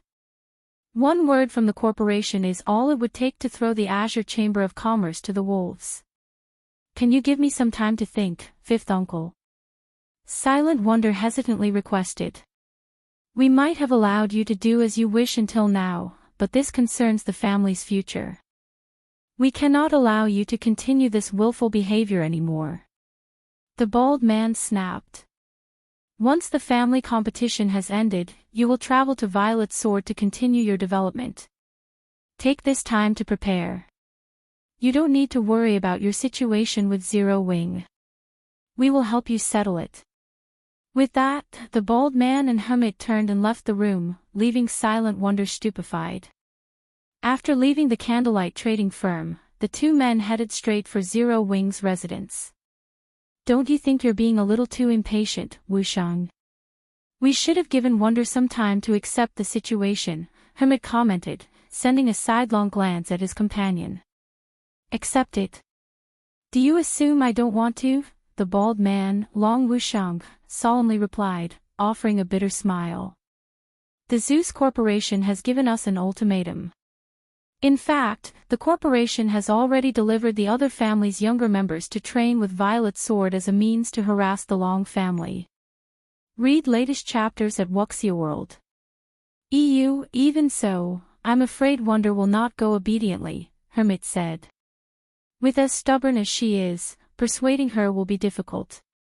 That's why we're going to meet with Zero Wing. As long as Zero Wing willingly lets her go, she'll be easier to convince, Long Wushang said. What if Zero Wing refuses? You must realize that the guild is not to be trifled with, Hermit worriedly countered. Isn't that why you're here? Long Wushang replied, rolling his eyes. He shifted his gaze toward the nearby guild residence, sneering as he continued, Zero Wing doesn't have a choice. If Zero Wing refuses to let Wonder go, it will suffer the Zeus Corporation's wrath. Chapter 2595, True Ascension Realm Lost Town, Extraordinary Tower's second floor. As Shifeng ascended the staircase to the third floor, more and stronger swordsmen continued to appear. On the first step, he had only faced 2 silver swordsmen. When he reached the 89th step, his opponents were 4 golden swordsmen. Not only had all of these golden swordsmen commanded combat standards nearly on par with the Refinement Realm, but all 4 had reached the Truth Realm, as well. Combining both aspects, their combat power was far stronger than ordinary Refinement Realm experts. Moreover, the 4 golden swordsmen's coordination was as seamless as if they shared one mind. There were no gaps in their offense or defense, and they all possessed incredible basic attributes. Even Shifeng struggled to cope with the golden swordsman's assault. If he hadn't had swords transmigration to defend himself, these golden swordsmen would have long since thrown him back down the staircase. I can easily handle these swordsmen one-on-one, but avoiding their coordinated attacks with the physique of a Tier 1 player is impossible. It seems my only option is to force my way through. After 3 minutes of fighting these 4 golden swordsmen, Shifeng realized that continuing this battle was a waste of time. He couldn't find any weaknesses to take advantage of. The only method he could think of to reach the next step was to force his way past these swordsmen. Following which, Shifeng stepped forward and sucked in a deep breath. He then raised the abyssal blade above his head, gathering mana around the weapon. A phantom of a gigantic greatsword immediately appeared above him. Although the extraordinary tower suppressed his physique to that of Tier 1, it did nothing to hamper his mana body. He could easily command his own mana in combat.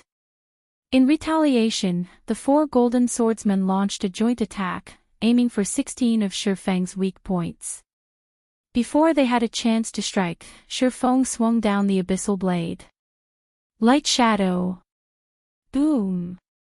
After the phantom greatsword's descent, all 4 golden swordsmen stumbled back several steps, falling out of formation. Taking advantage of the opportunity, Shifeng charged at the nearest opponent. His target reacted quickly.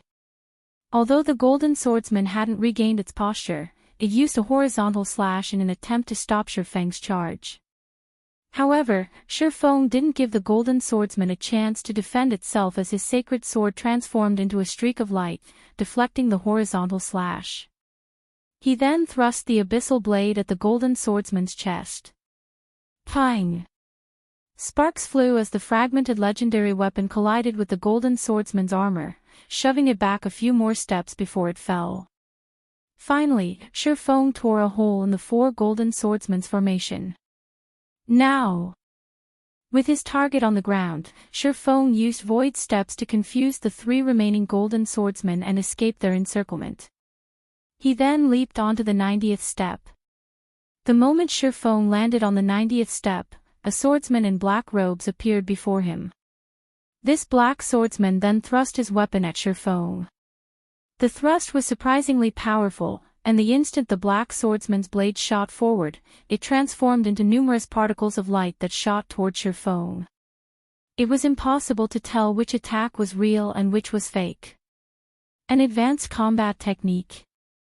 Shifeng's expression darkened when he recognized the move as a combat technique. This black swordsman's basic attributes and combat standards were even higher than the golden swordsman Shifeng had just faced. In fact, the Black Swordsman was on the cusp of reaching the flowing water realm. Combined with its advanced combat technique, Surefeng was no match for this opponent with just a Tier 1 physique. Of course, this disadvantage wasn't enough to make Surefeng give up. Instead, he brandished Killing Ray in response. Swords Transmigration. The instant the two weapons met, a deafening boom echoed throughout the second floor. The impact was so powerful that Surefeng stumbled back down to the 89th step. He hadn't had time to readjust his posture, and the 4 golden swordsmen he had left behind subsequently threw him back down to the base of the second floor staircase. The 90th step's Black Swordsman is amazing. I saw no excess movements, and it perfectly integrated an advanced combat technique. Not even domain realm experts could find any opening to take advantage of and would be forced to face its attacks head-on. Surefeng wasn't disappointed about returning to square one. Actually, he seemed rather excited. The Black Swordsman had highlighted some of his own flaws. He had reached the Realm of Truth's Ascension realm, and his every action resembled a combat technique, but they weren't. His movements lacked the power of combat techniques, they only possessed the deception of true combat techniques. To put it simply, he hadn't made much progress in the Ascension realm, and his foundations were unsteady. He had only grasped the vague concept of the realm, lacking its crucial concepts. The Black Swordsman, on the other hand, stood firmly in the Ascension realm. Because of this, Surefeng couldn't yet ascend to the Extraordinary Tower's 3rd floor, despite having reached the Ascension realm. If he could gain even a portion of the Black Swordsman's mastery over the Ascension realm and perfectly integrate basic combat techniques with his every action, his combat power would definitely rise by a large margin. Meanwhile, during the time Surefeng was reflecting on his own flaws, a few other Zero Wing members were sent flying down the 2nd floor staircase as well. I did it. I finally did it. Shadow Sword shouted ecstatically as he looked at the dense mana his body radiated. Turtledove, Alluring Summer, and the others who had fallen down the stairs similarly radiated dense mana. They had obviously unlocked their mana body's full potential. Moreover, Blue Frost, Flying Shadow, Stubborn Bone, and a few other Zero Wing members, who had only begun to unlock their mana bodies, revealed excited expressions. They had made significant progress during their climb on the Extraordinary Tower's 2nd floor staircase. Training in the Extraordinary Tower is really this effective. Surefeng looked at the players around him, astonished. While the Extraordinary Tower's mana provided quite a bit of help to players developing their mana control, Surefeng didn't think it'd be such an effective tool in helping them unlock their mana bodies. Learning the rules and how to manipulate mana wasn't an easy task, not to mention adapting those methods to one's mana body. Surefeng estimated that although Shadow Sword and the rest had been close to unlocking all of their mana body's potential, they should have still needed 3 to 5 days to reach 100%. And yet, they had succeeded in less than half a day. If every one of Zero Wing's main force members could make this much progress, every one of them would fully unlock their mana bodies in less than 10 days, becoming true powerhouses in God's domain. Read latest chapters at Wuxia World. EU. Just as Surefeng turned his attention back to the 2nd floor staircase, however, he received a call from Melancholic Smile. Guild Leader, Azure's representatives have come to our residence. They wish to speak with you about taking Wonder to develop in the West's Violet Sword. They're hoping we won't hinder her future and just let her go.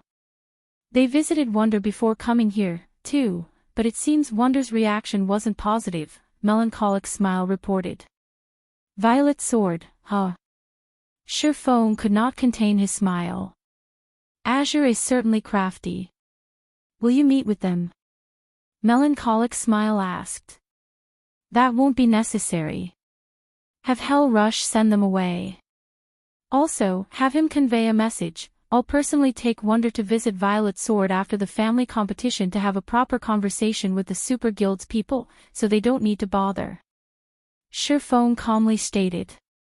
Chapter 2596, Mighty Zero Wing. Times have changed. Stone Forest City, Zero Wing's residence.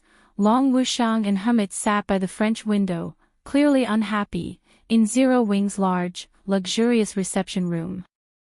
So you're saying that guild leader Black Flame has no intention of meeting us, Commander Rush? Long Wushang demanded, glaring at Hell Rush, who had just notified them of Shifeng's reply. That's right. He knows what you wish to discuss and requested that I relay a message. Once the family competition is over, he will personally take Silent Wonder to visit Violet Sword, so you don't have to bother, Hell Rush coolly informed the two men, nodding. The message stunned both of them, particularly Long Wushang. Long Wushang had considered many possible outcomes before visiting Zero Wing's residence, and had prepared a variety of arguments to persuade Shifeng to let Silent Wonder go. However, he never considered that Shifeng would simply refuse to meet with them, turning them away. However, what truly surprised the bald man was the fact that Hell Rush had followed Shifeng's instructions, conveying the message personally.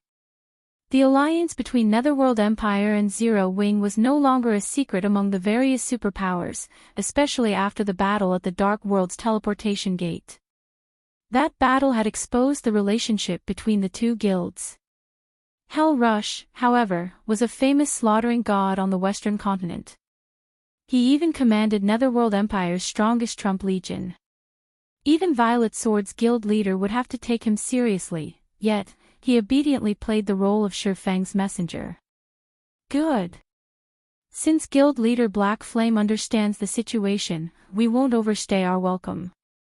Long Wushang decided after calming himself. He then stood to leave the room with Hermit. After they left Zero Wing's residence, the air around Long Wushang dropped a few degrees, becoming so cold that nearby players shivered. Even the Azure experts that had tagged along shuddered as Long Wushang's frosty aura swept over them, to think that even the famous Hell Rush would obey Black Flame. I hadn't expected Zero Wing to have such a close relationship with Netherworld Empire. Violet Sword might make concessions if they find out about this, Hermit surmised, glancing at the twisted expression his comrade was making. Concessions? Long Wushang laughed. I admit that Zero Wing is clearly close with Netherworld Empire, but after all is said and done, they are only allies. Zero Wing has barely any power in the West, while Violet Sword is a titan. It is obvious who holds the advantage on the Western continent. How much help would Netherworld Empire possibly be willing to offer Zero Wing? Moreover, this matter involves Violet Sword's future and prestige. The guild won't budge just because of Netherworld Empire's interference. Violet Sword aims to join the 5 great super guilds, after all. So what if Zero Wing and Netherworld Empire are close allies? And as for Black Flame's plan to negotiate with Violet Sword personally, that's nothing more than fool's talk.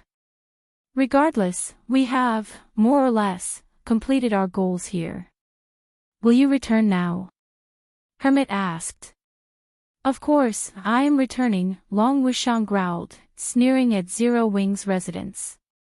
Violet Sword has already warned the Long family. Since Black Flame wants to be stubborn, he can't blame me for passing his message on to Violet Sword. I can't wait to see his confidence vanish. Long Wushang then left Stone Forest City and promptly returned to the Western continent. He planned to inform the rest of his family and Violet Sword of everything that had happened. Shortly after Long Wushang's group left, Silent Wonder received news of Shifeng's reply.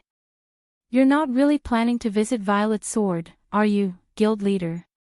Silent Wonder asked as she watched Shifeng's image on the screen before her. Refusing to meet with her 5th uncle might have been fine, but Shifeng was playing with fire by declaring that he'd resolve the matter personally. Zero Wing had become a titan in the East, but its roots were still weak on the Western continent. Trying to convince the Zeus Corporation and Violet Sword to abandon their plans would be impossible with the power Zero Wing currently commanded.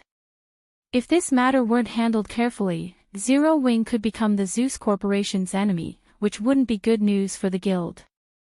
I've already committed to it, so naturally, I'll pay Violet Sword a visit, Shifeng declared. And we'll be going in style. Going in style. Silent Wonder could not help but wonder if Shifeng had finally gone mad. They were talking about Violet Sword, and the meeting venue would be in the west.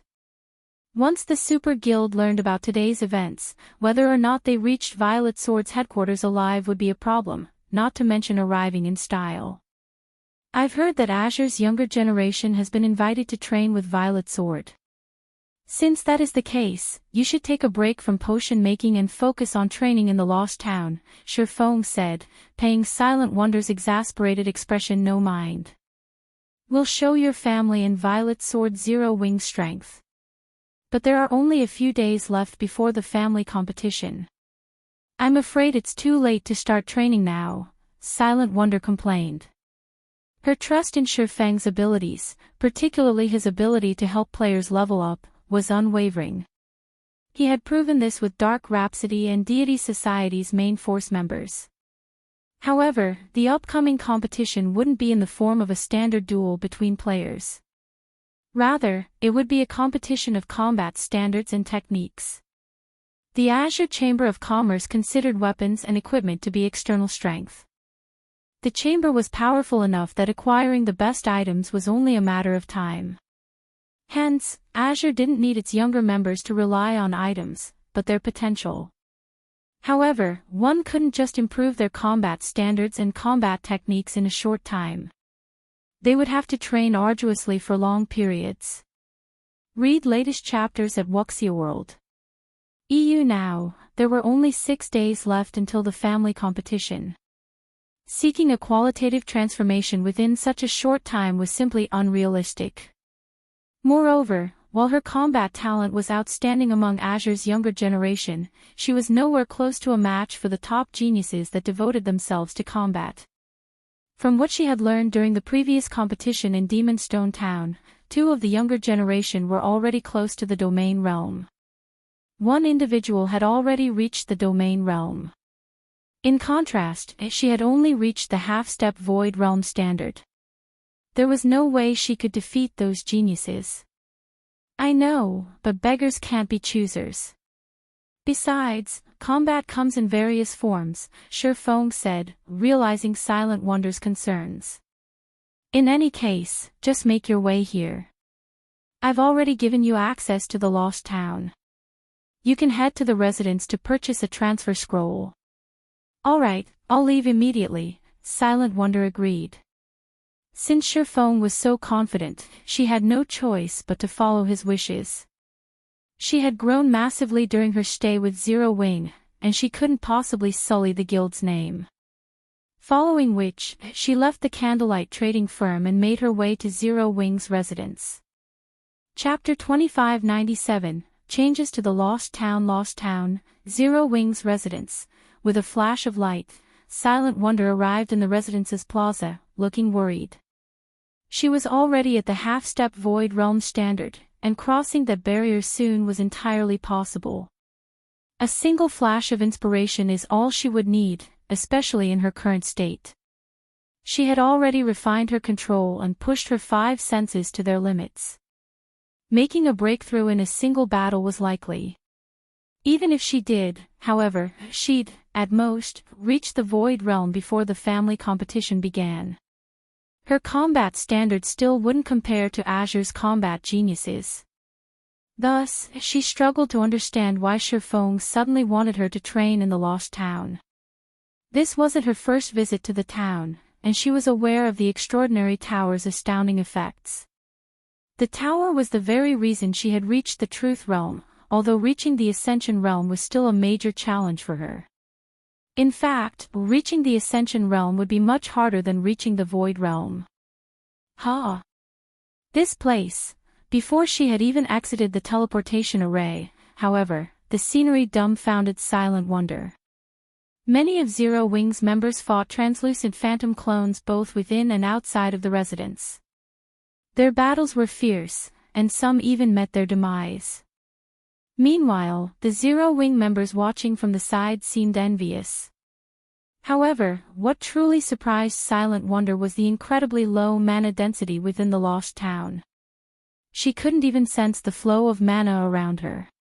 Conversely, the mana within her felt far more apparent than usual. She also found it easier to manipulate. Moreover, her mind didn't feel clogged in the lost town like it did in most mana-deficient environments. She knew exactly how valuable such an environment was.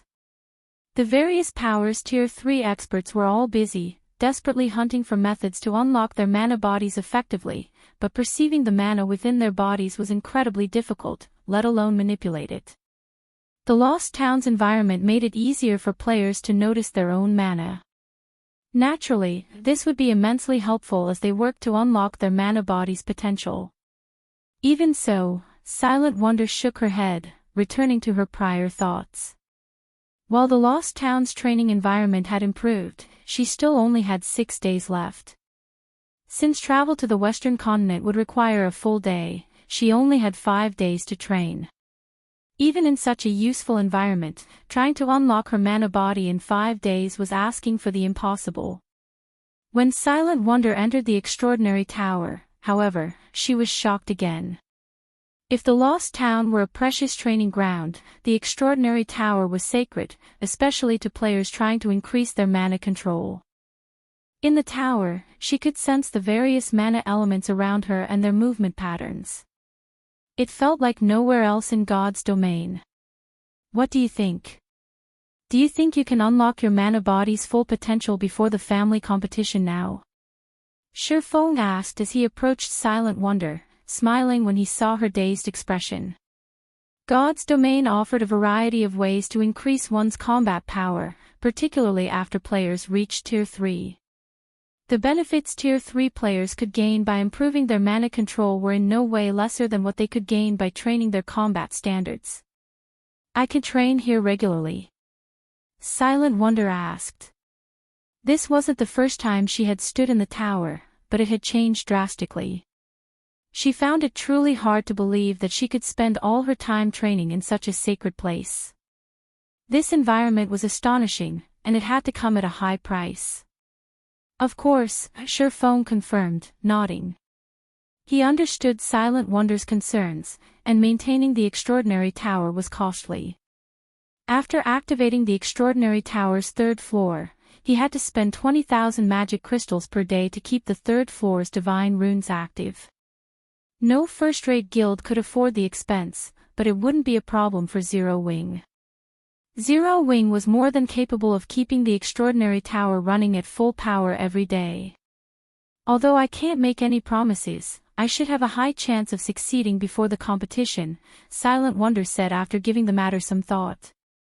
However, are you sure you won't reconsider visiting Violet Sword, guild leader? Violet Sword is the only one harassing my family on the surface, but it's backed by the Zeus Corporation in this. If the situation isn't handled carefully, our guild might not be allowed on the Western continent anymore. Thanks to her experiments and the ancient potion Surpassing had given her, she had unlocked over 30% of her mana body. If she focused on training in the Extraordinary Tower, reaching 100% within 5 days was definitely plausible. However, the family competition was a small matter. The Zeus Corporation was the real problem. The West's guilds under the Zeus Corporation's control weren't limited to the Azure Chamber of Commerce and Violet Sword. The corporation had significant shares in a few adventurer alliances, as well. Even without Violet Sword strength, Zeus could easily destroy a superpower in the West by simply issuing a bounty. Meanwhile, most of Zero Wing's power lay in Cold Spring Forest. The guild had far less influence outside of the neutral map. There were also quite a few superpowers targeting Zero Wing in the east, not to mention the west. As long as you can do it, it's fine. Don't worry about the Zeus Corporation. If they really want a fight in the end, I don't mind giving them one, Surpassing said, brimming with confidence in his guild. That's right.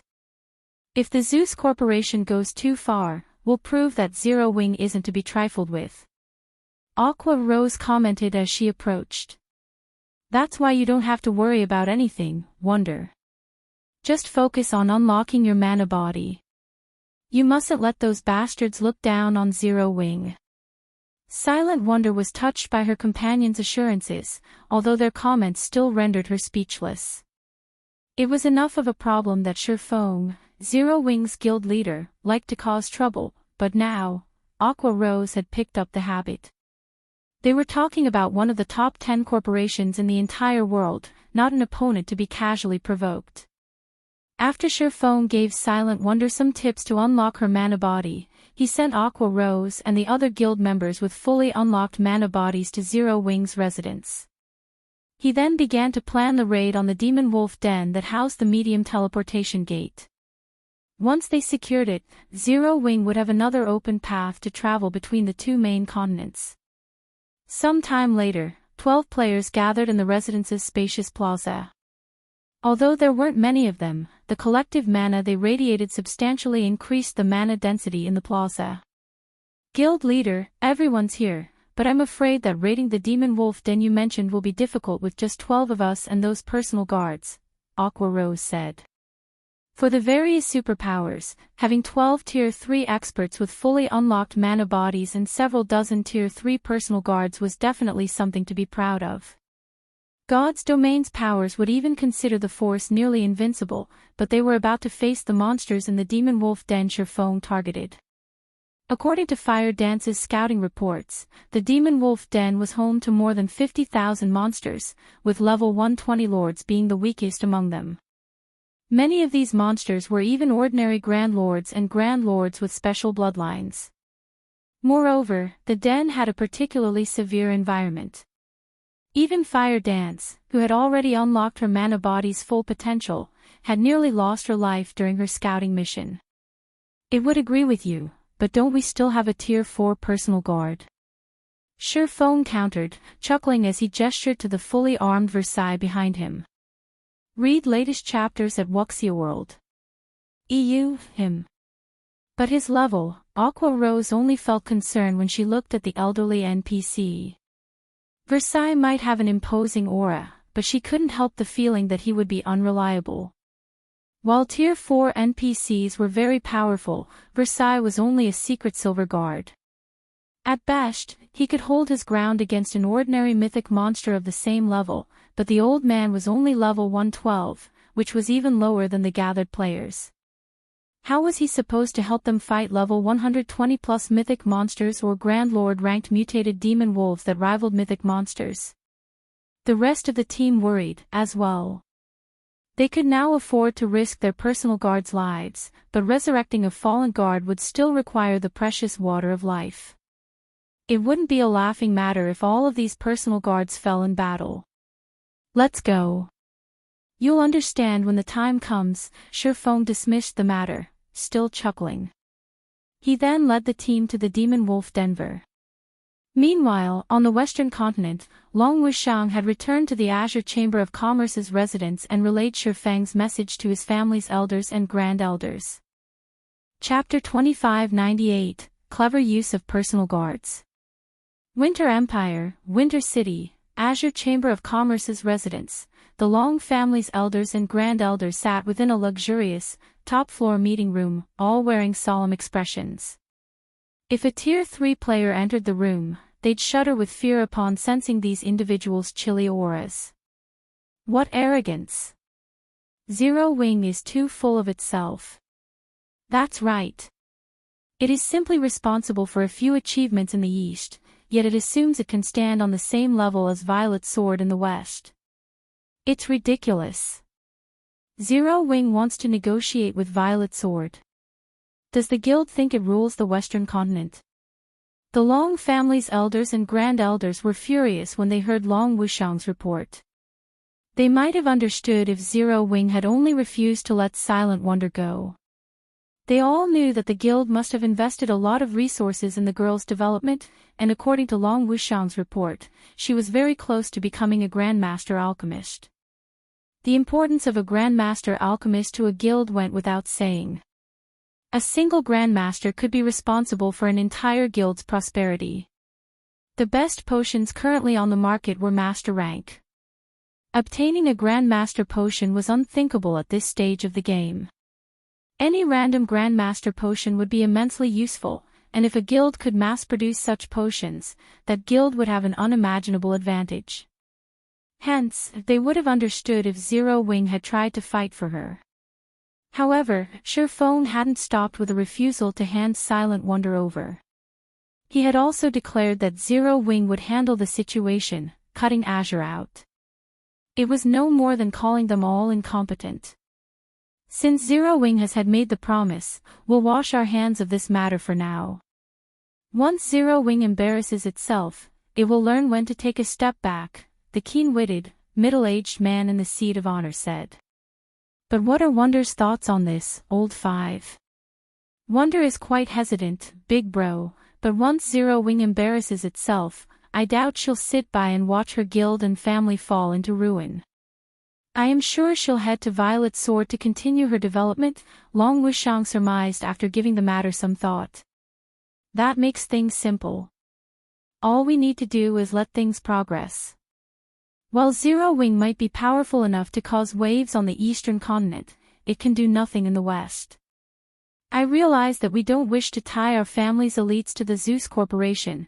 The company has chosen to use us as an example to unify the powers under its command. We have no way out of this mess, the clever man said, sighing. The elders and grand elders in the room fell silent. The Long family had become Azure's leading family and enjoyed untold glory on the surface, but in truth, it faced increasing pressure. If the Long family could not continue to grow stronger, only an endless abyss would await them in the end. After all, the Zeus Corporation only supported the Azure Chamber of Commerce. It didn't care who was in charge. As the clever man had said, Zero Wing couldn't accomplish anything on the western continent. All the Long family needed to do was sit back and watch the show. While the Long family's elders met, Surpassing and his party finally reached the dangerous canyon within the east's Demon Wolf mountain range after some time traveling on their flying mounts. The canyon was full of level 120+ demon wolves. Quite a few Grand Lord-ranked mutated Crimson Demon Wolves and 3-headed Demon Wolves rested on the canyon's broken cliffs, and 2 20-meter-tall, Mythic-ranked 3-eyed Ice Demon Wolves rested before a cave entrance, both radiating powerful, frosty auras. Ice Demon Wolf, demonic creature, High Lord, level 123 HP 63,000, 000/63,000,000. 3-headed Demon Wolf, demonic creature, Grand Lord, level 124 HP 540, 000/540,000,000,000. Mutated Crimson Demon Wolf, demonic creature, Grand Lord, level 125 HP 1, 200, 000/1, 200, 000/000. 3-eyed Ice Demon Wolf, demonic creature, Mythic, level 127 HP 3,100,000, 000/3, 100, 000/000. When they saw the countless monsters, Zero Wing's members gasped. They had already learned about the incredible number of extremely powerful demon wolves in the canyon from Fire Dance's report. Still, they couldn't help but shudder upon seeing the monsters for themselves. This looked like more of a demon wolf city than a canyon. Even a team with over 5,000 level 120, tier 3 players would struggle to raid this demon wolf den, much less their team of 12 and several dozen tier 3 personal guards. With just a glance, they counted more than 300 3-headed demon wolves and mutated crimson demon wolves, and the Grand Lords guarded every entrance into the canyon. 2 3-headed ice demon wolves also stood guard at the mouth of the cave. The Ice-type mana the 2 level 126 mythic monsters radiated was no laughing matter, and since all of the team's players had fully unlocked their mana bodies, they could sense how much mana the 2 monsters radiated. They felt as if they were staring at 2 gigantic mountains, not just mythic monsters.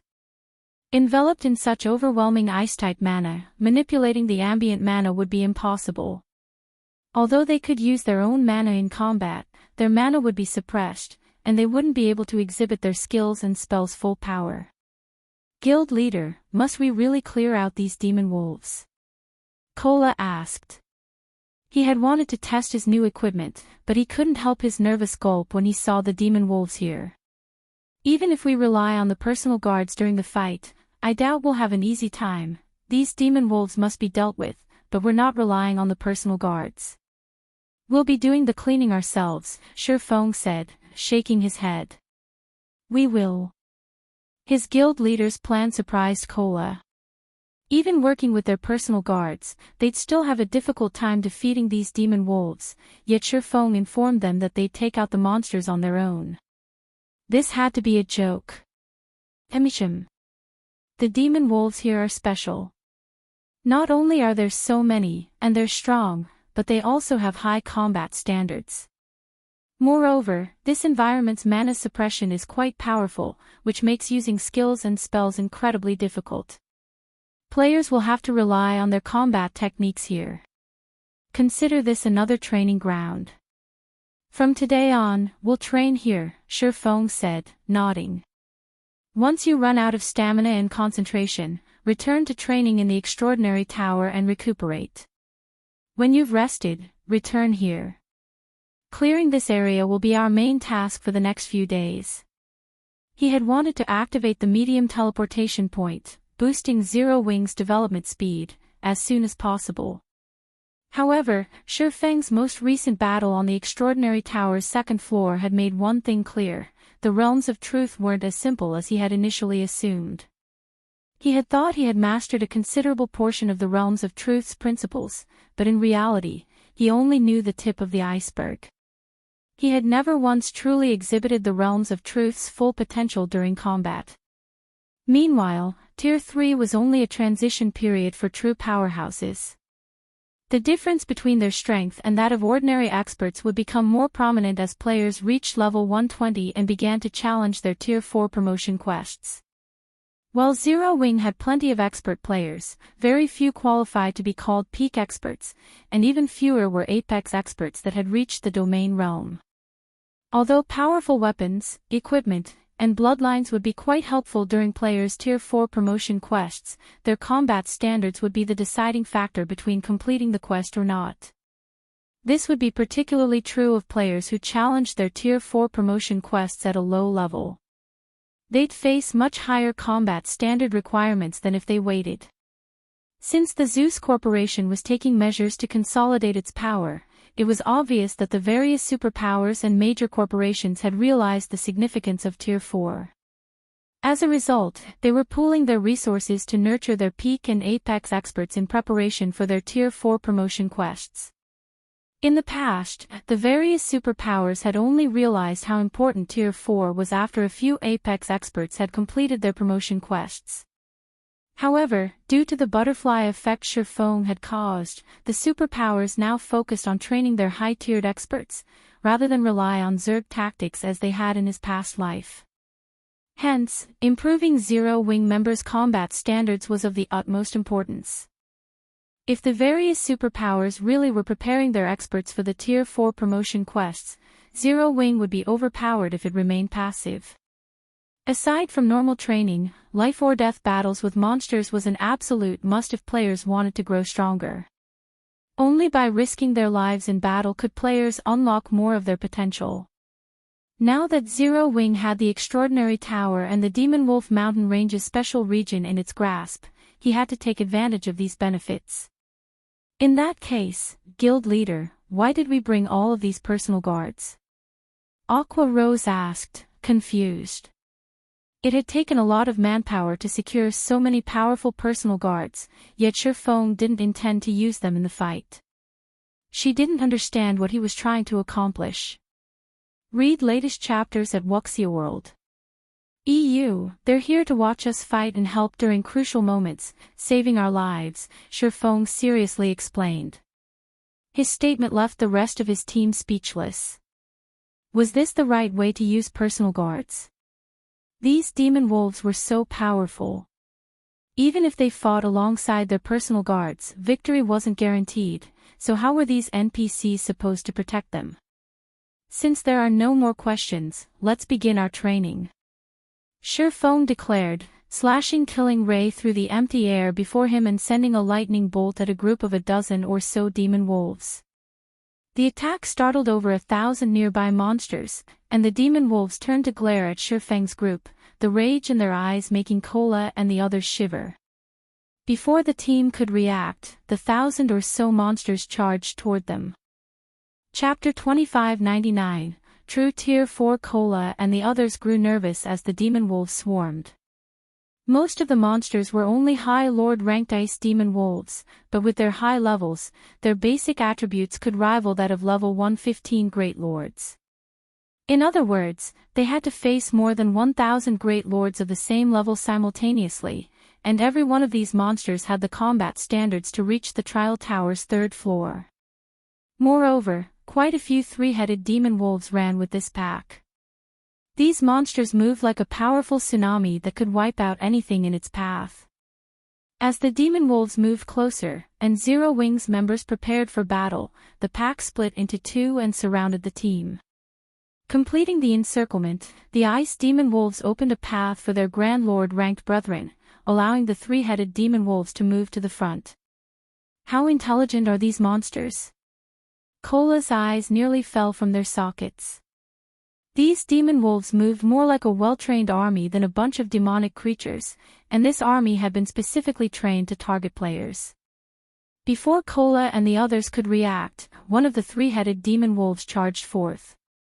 Over 100 ice demon wolves followed the Grand Lord, providing cover. Cola immediately responded by charging forward and using Justice Roar on the three-headed demon wolf. Just as the blinding light radiated from Cola, before he could land an attack, however, a playful look flashed in the Grand Lord's eyes, confusing the Guardian Knight. Two ice demon wolves then appeared from behind the Grand Lord, ramming their heads into Cola. Pang! The ice demon wolves bounced off Cola's armor, flying back, and the MT's assault came to a grinding halt. Before Cola could regain his stance, the three-headed demon wolf's paw descended toward him, enveloped in an ink-black glow. Don't you dare think I'm that easy to kill. Cola roared, reacting quickly and raising his shield to block the attack. The instant he raised his shield, however, he was dumbfounded. This time, 3 more ice demon wolves appeared from the Grand Lord's sides. A two-pronged assault. Despite the fact that demonic creatures shouldn't possess much intellect, these demon wolves knew how to work together to launch complicated assaults. Moreover, their coordination was simply perfect. They had executed their strategy with flawless timing. Not even players could pull off such a tactic. It was as if these demon wolves had practiced relentlessly to deal with him specifically. Just as Cola thought all hope was lost, an ice wall rose up around him. Boom! The wall shook violently when the three-headed demon wolf and 3 ice demon wolves collided with it, but it held steady.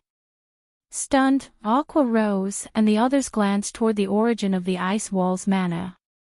None of them had been able to react to the demon wolves' attacks in time to save Cola, but someone had cast ice wall around the MT just before the 4 monsters' attack landed. The ice wall was only a tier 2 spell, yet it had even stopped the Grand Lord-ranked 3-headed demon wolf. It was unbelievable. Locating the caster, the team stared at Versailles, the elderly man behind Shifeng. However, to their surprise, there wasn't a magic array around the NPC or the crystalline staff he wielded, yet he had created the ice wall. When players cast spells, they first needed to form the necessary magic array.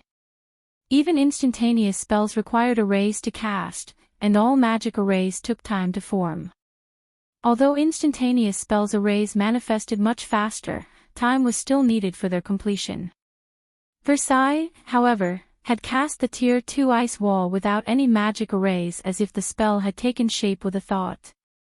Moreover, his ice wall was astonishingly powerful. Enraged, the 3-headed demon wolf glared at Versailles. All 3 of the Grand Lord's heads opened their maws, and a twofold magic array began to form beneath the monster's feet. After a brief pause, the 3 wolf heads spat a frightening storm, resembling a hurricane, which threatened to devour everyone in the area. No one had any time to dodge the attack. In response, Versailles lifted his free hand and summoned a rock wall, isolating them from the three-headed demon wolf. The powerful storm attack didn't even shake the rock wall. Even after exhausting its energy, the storm only cleaned the wall of loose dirt. Cola and the others were flabbergasted. That attack had undoubtedly been a Tier 3 curse. Including the fact that the three-headed demon wolf was a level 124 Grand Lord, the attack rivaled a full-powered hit from a level 120 Mythic monster, yet Versailles had effortlessly blocked it. Meanwhile, the Tier 4 NPC summoned stone spikes beneath the other two three-headed demon wolves, who were preparing a long-range ambush, and broke the other Grand Lord's concentration. A Tier 4 NPC is actually this strong. Aqua Rose was utterly baffled as she watched. She had thought Surpassing was overestimating Versailles, who was only a level 112 secret silver guard. He might be a Tier 4 NPC, but fighting this formidable demon wolf army should still give him some trouble. But after witnessing Versailles' performance, she understood why Surpassing thought so highly of the elderly NPC. Versailles had instantly cast 3 spells to interrupt the 3 Grand Lords' attacks. In other words, he could triple instant cast. Moreover, all 3 of his spells were incredibly powerful, despite their low tier. Versailles was on a completely different level than the Tier 4 NPCs she had encountered before. Everyone, be more careful. Although we have Versailles protection, it isn't foolproof. These demon wolves are extraordinary. Not only are they incomparably cunning, but they also know how to take advantage of all sorts of opportunities. You need to be vigilant at all times, Surpassing warned, chuckling when he saw his teammates' surprise. Any NPC that could reach Tier 4 was a dragon among men. These individuals could protect entire cities without help. How could any of them possibly be weak? Moreover, humans at Tier 4 were completely different from monsters at the same tier. Humans needed to rely on techniques and mana control to complete their Tier 4 promotion quests, but monsters could reach the tier as long as they and their bloodline were sufficiently powerful. Hence, even if a Tier 4 human NPC was slightly lower level than a Tier 4 monster, they could rely on their superior techniques to fill the gap. Furthermore, a Tier 4 Secret Silver Guard's growth rate was by no means lacking. Surpassing's warning snapped everyone from their stupor, and a passionate flame began to bum in their eyes. The demon wolves before them were indeed extraordinary.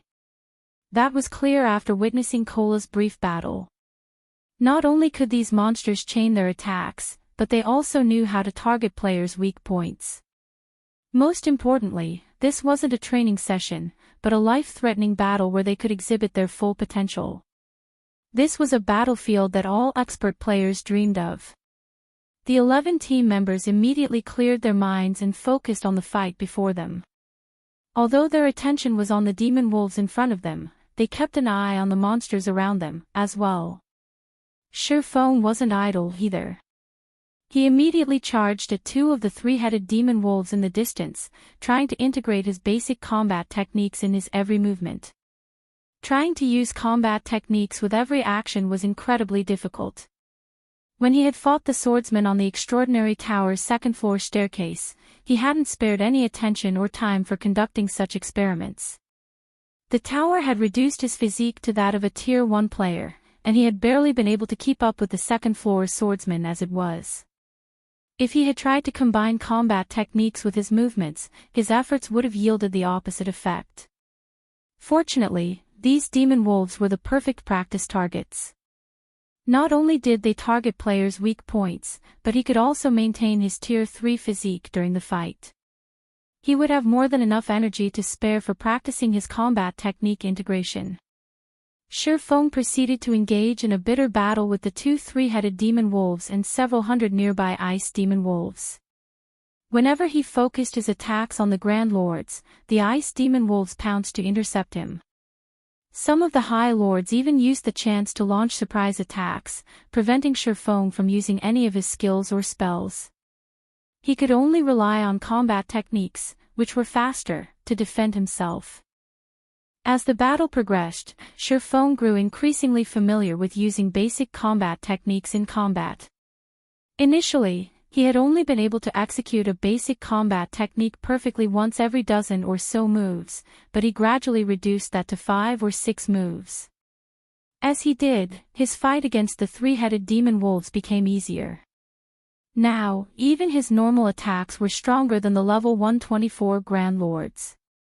In fact, Surpassing began to gain the advantage against the 2 three-headed demon wolves and several hundred ice demon wolves as the battle continued. Aqua Rose and the others also improved with flying speed. At first, their fight with the demon wolves had been arduous, and Versailles had had to rescue them from time to time. However, they began to learn how to use their environment, and now, all of their movements resembled combat techniques. The team continued to train for 5 consecutive days. During that time, they traveled between the Demon Wolf Den and the Extraordinary Tower. Not only had all of the team members reached the Ascension Realm standard in the end, but Fire Dance, Violet Cloud, and Aqua Rose had also created customized bronze combat techniques. Everyone had also leveled with astonishing speed. The Demon Wolf Den's monsters didn't drop loot, but they did grant abundant EXP. In addition, Surpassing had sent the personal guards to clear out a portion of the den while everyone trained.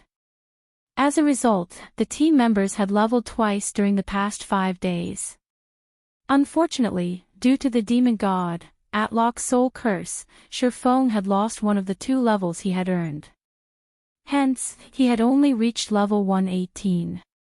Sure enough, my combat power has risen considerably after integrating basic combat techniques with my movements. Overall, both my offense and defense have improved. If I can do the same with advanced combat techniques, I might be able to transcend tiers, Surpassing thought as he fought 3 three-headed demon wolves simultaneously. Read latest chapters at Wuxia World. EU. After 5 days of frantic training, he had finally merged basic combat techniques with his movements. Now, he could effortlessly execute a basic combat technique with every action. As a result, his strength had undergone a qualitative transformation, and he could now pass the 90th step on the Extraordinary Tower's second-floor staircase. However, he still hit a roadblock on the 96th step during his fight with 3 black swordsmen. If he wished to defeat them, he'd have to become as powerful as the black swordsmen, integrating advanced combat techniques in his movements. Unfortunately, the feat was too difficult to accomplish as he was. Advanced combat techniques consumed a lot more stamina and concentration than basic combat techniques. They were also far more complex. Executing an advanced combat technique normally was already a challenge.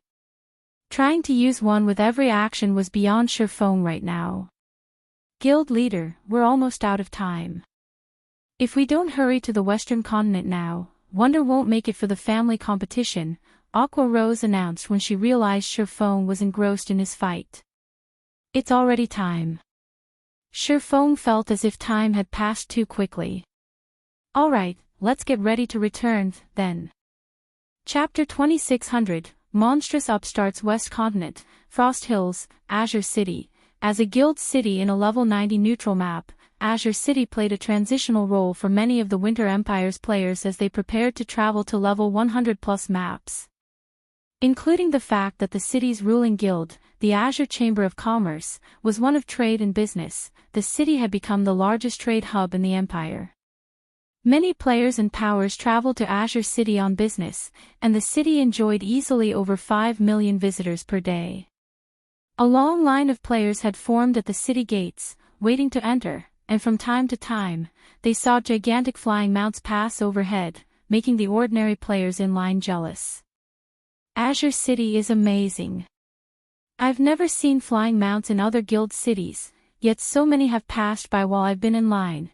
An independent, level 103 berserker exclaimed as he watched a 2-headed vulture soar past. There are usually quite a few flying mounts coming and going from Azure City every day, but there seem to be far more today. I've heard that Azure is hosting the competition for its younger generation and has invited several powers to watch. I assume those flying mounts belong to the invited powers' upper echelons, a level 108 youth wearing a guild emblem explained. A competition among Azure's younger generation. The comment confused the berserker. What's so great about that? Isn't it just a PvP tournament between a bunch of unknown upstarts? It's not even a competition between peak experts, yet all of these powers are attending with such fanfare. I take it you don't know much about Azure. Azure is a veteran guild run by multiple families. Its main shareholders make their living through virtual reality games. Unlike the various superpowers experts, who generally start training only after turning 15 or 16, Azure's younger generation start their training during childhood. They're all astonishingly strong, far stronger than the various superpowers ordinary experts. Some of them are even stronger than the superpowers peak experts, the elementalist youth explained, rolling his eyes. Moreover, this competition revolves around combat standards and techniques. You can learn plenty just by watching the fight. Why else would Azure's partnered powers bother showing up? I bet most of them have brought their younger talents to watch, as well. I heard that this year is going to be extraordinary. Many of Azure's younger members have been training with Violet Sword. A few days ago, Violet Sword even announced that someone from Azure's younger generation fought Wildfighter, one of the vice commanders for the Chamber's strongest trump card, to a standstill. Violet Sword's upper echelons were stunned, a level 110, tier 3 swordsman wearing a guild emblem similar to the elementalist youth said. Fought Wildfighter to a standstill. Who are you trying to fool? Wildfighter is one of the top 30 players on the God's Domain experts list. The independent berserker protested, skeptical. Wildfighter has been famous for over a decade and is a publicly acknowledged monster. I've heard that Wildfighter can hold his ground against a level 110 mythic monster by himself. How could one of Azure's youngsters possibly fight him to a standstill? Almost every berserker player on the western continent knew about Wildfighter. For many berserkers, he was a goal and idol. Naturally, this level 103 berserker was no exception. This is insider information. One of my friends is a core member in Violet Sword, the level 110 swordsman argued. I wish I could watch the competition, too. Who knows? It might give me an idea of how to grow stronger. One-on-one duels between peak experts were rare, and even when they happened, the various superpowers kept a tight lid on the matter. Ordinary players only got to watch peak experts in action when the various major powers or superpowers waged war against each other. However, large-scale battles weren't as useful when trying to improve one's combat standards. Peak experts typically relied on their incredibly high basic attributes to overwhelm their opponents. They rarely used complex techniques in battle. When peak experts met on the battlefield, their fights were rarely one-on-one.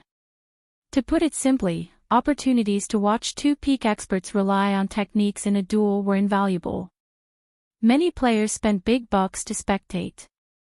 While these several players chatted amongst themselves, a sharp cry rang through the air, echoing throughout the area.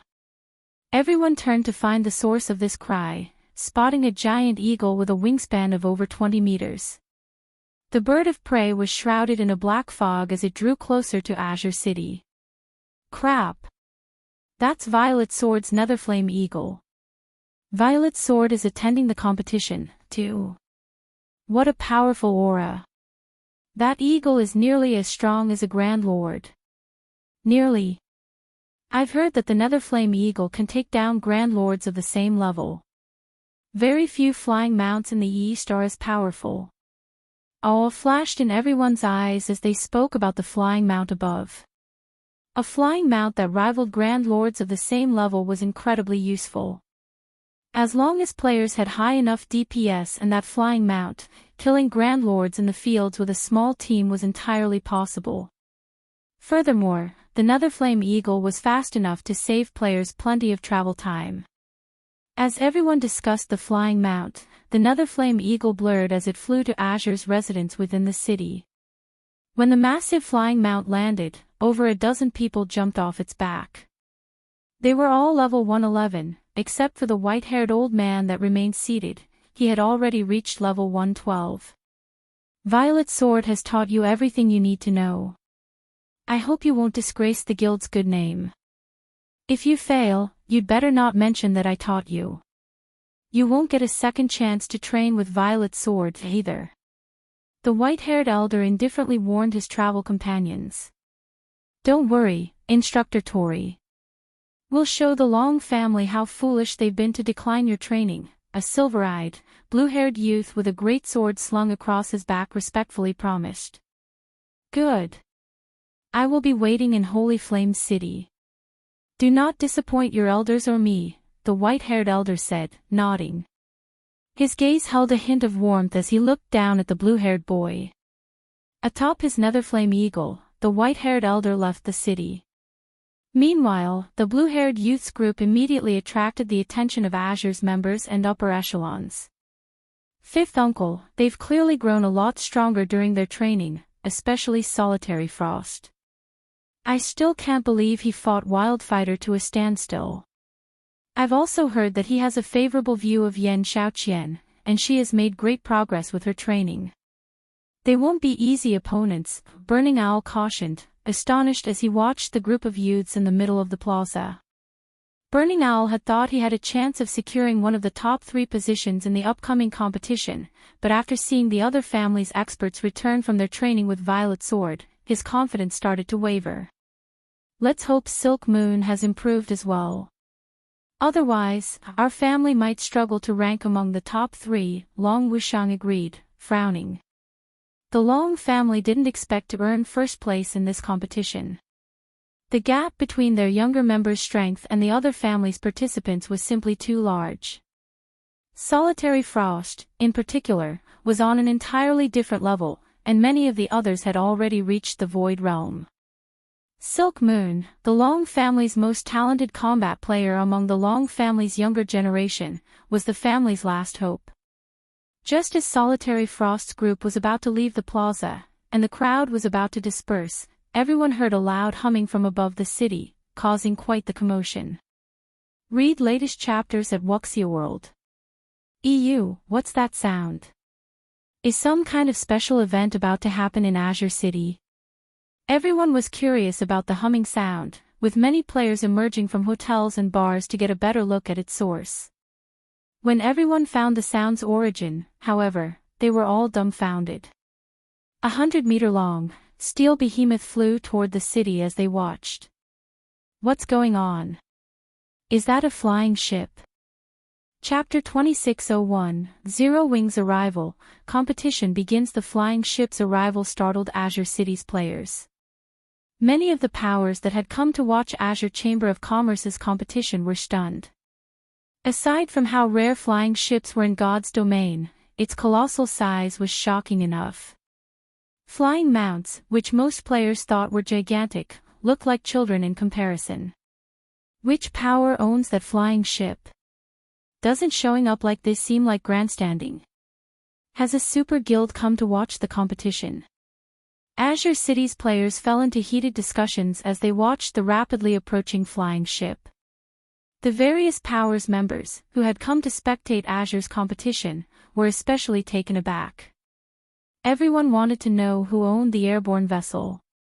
Flying Mount's aerial combat power was nothing compared to that of a flying ship. Such a vessel was also stronger than Flying Mounts in other aspects. A flying ship could instantly elevate any ordinary guild standing in God's domain. The guild's main force might even develop as quickly as the main force from a first-rate guild. While everyone discussed the ship's arrival, the flying ship drifted to a stop above the plaza in Azure's residence. When it landed, everyone eagerly stared at the ship's hatch, overcome with curiosity.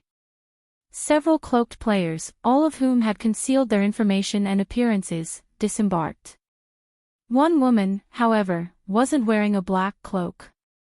Rather, she wore luxurious, dark blue mage robes and instantly became the center of attention in the plaza. Players didn't just stare because of her powerful aura. Everyone was also astonished that she had actually reached level 113. She was the highest leveled player they had ever seen. The white-haired elder from Violet Sword had already reached level 112, yet this woman surpassed him by 1 level. She was obviously an extraordinary expert. Silent Wonder.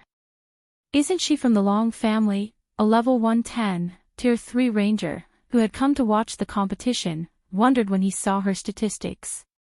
Since when did the Long family have a relationship with such an astounding power? To think that, aside from the Zeus Corporation, the Long family has the support of such a powerful entity.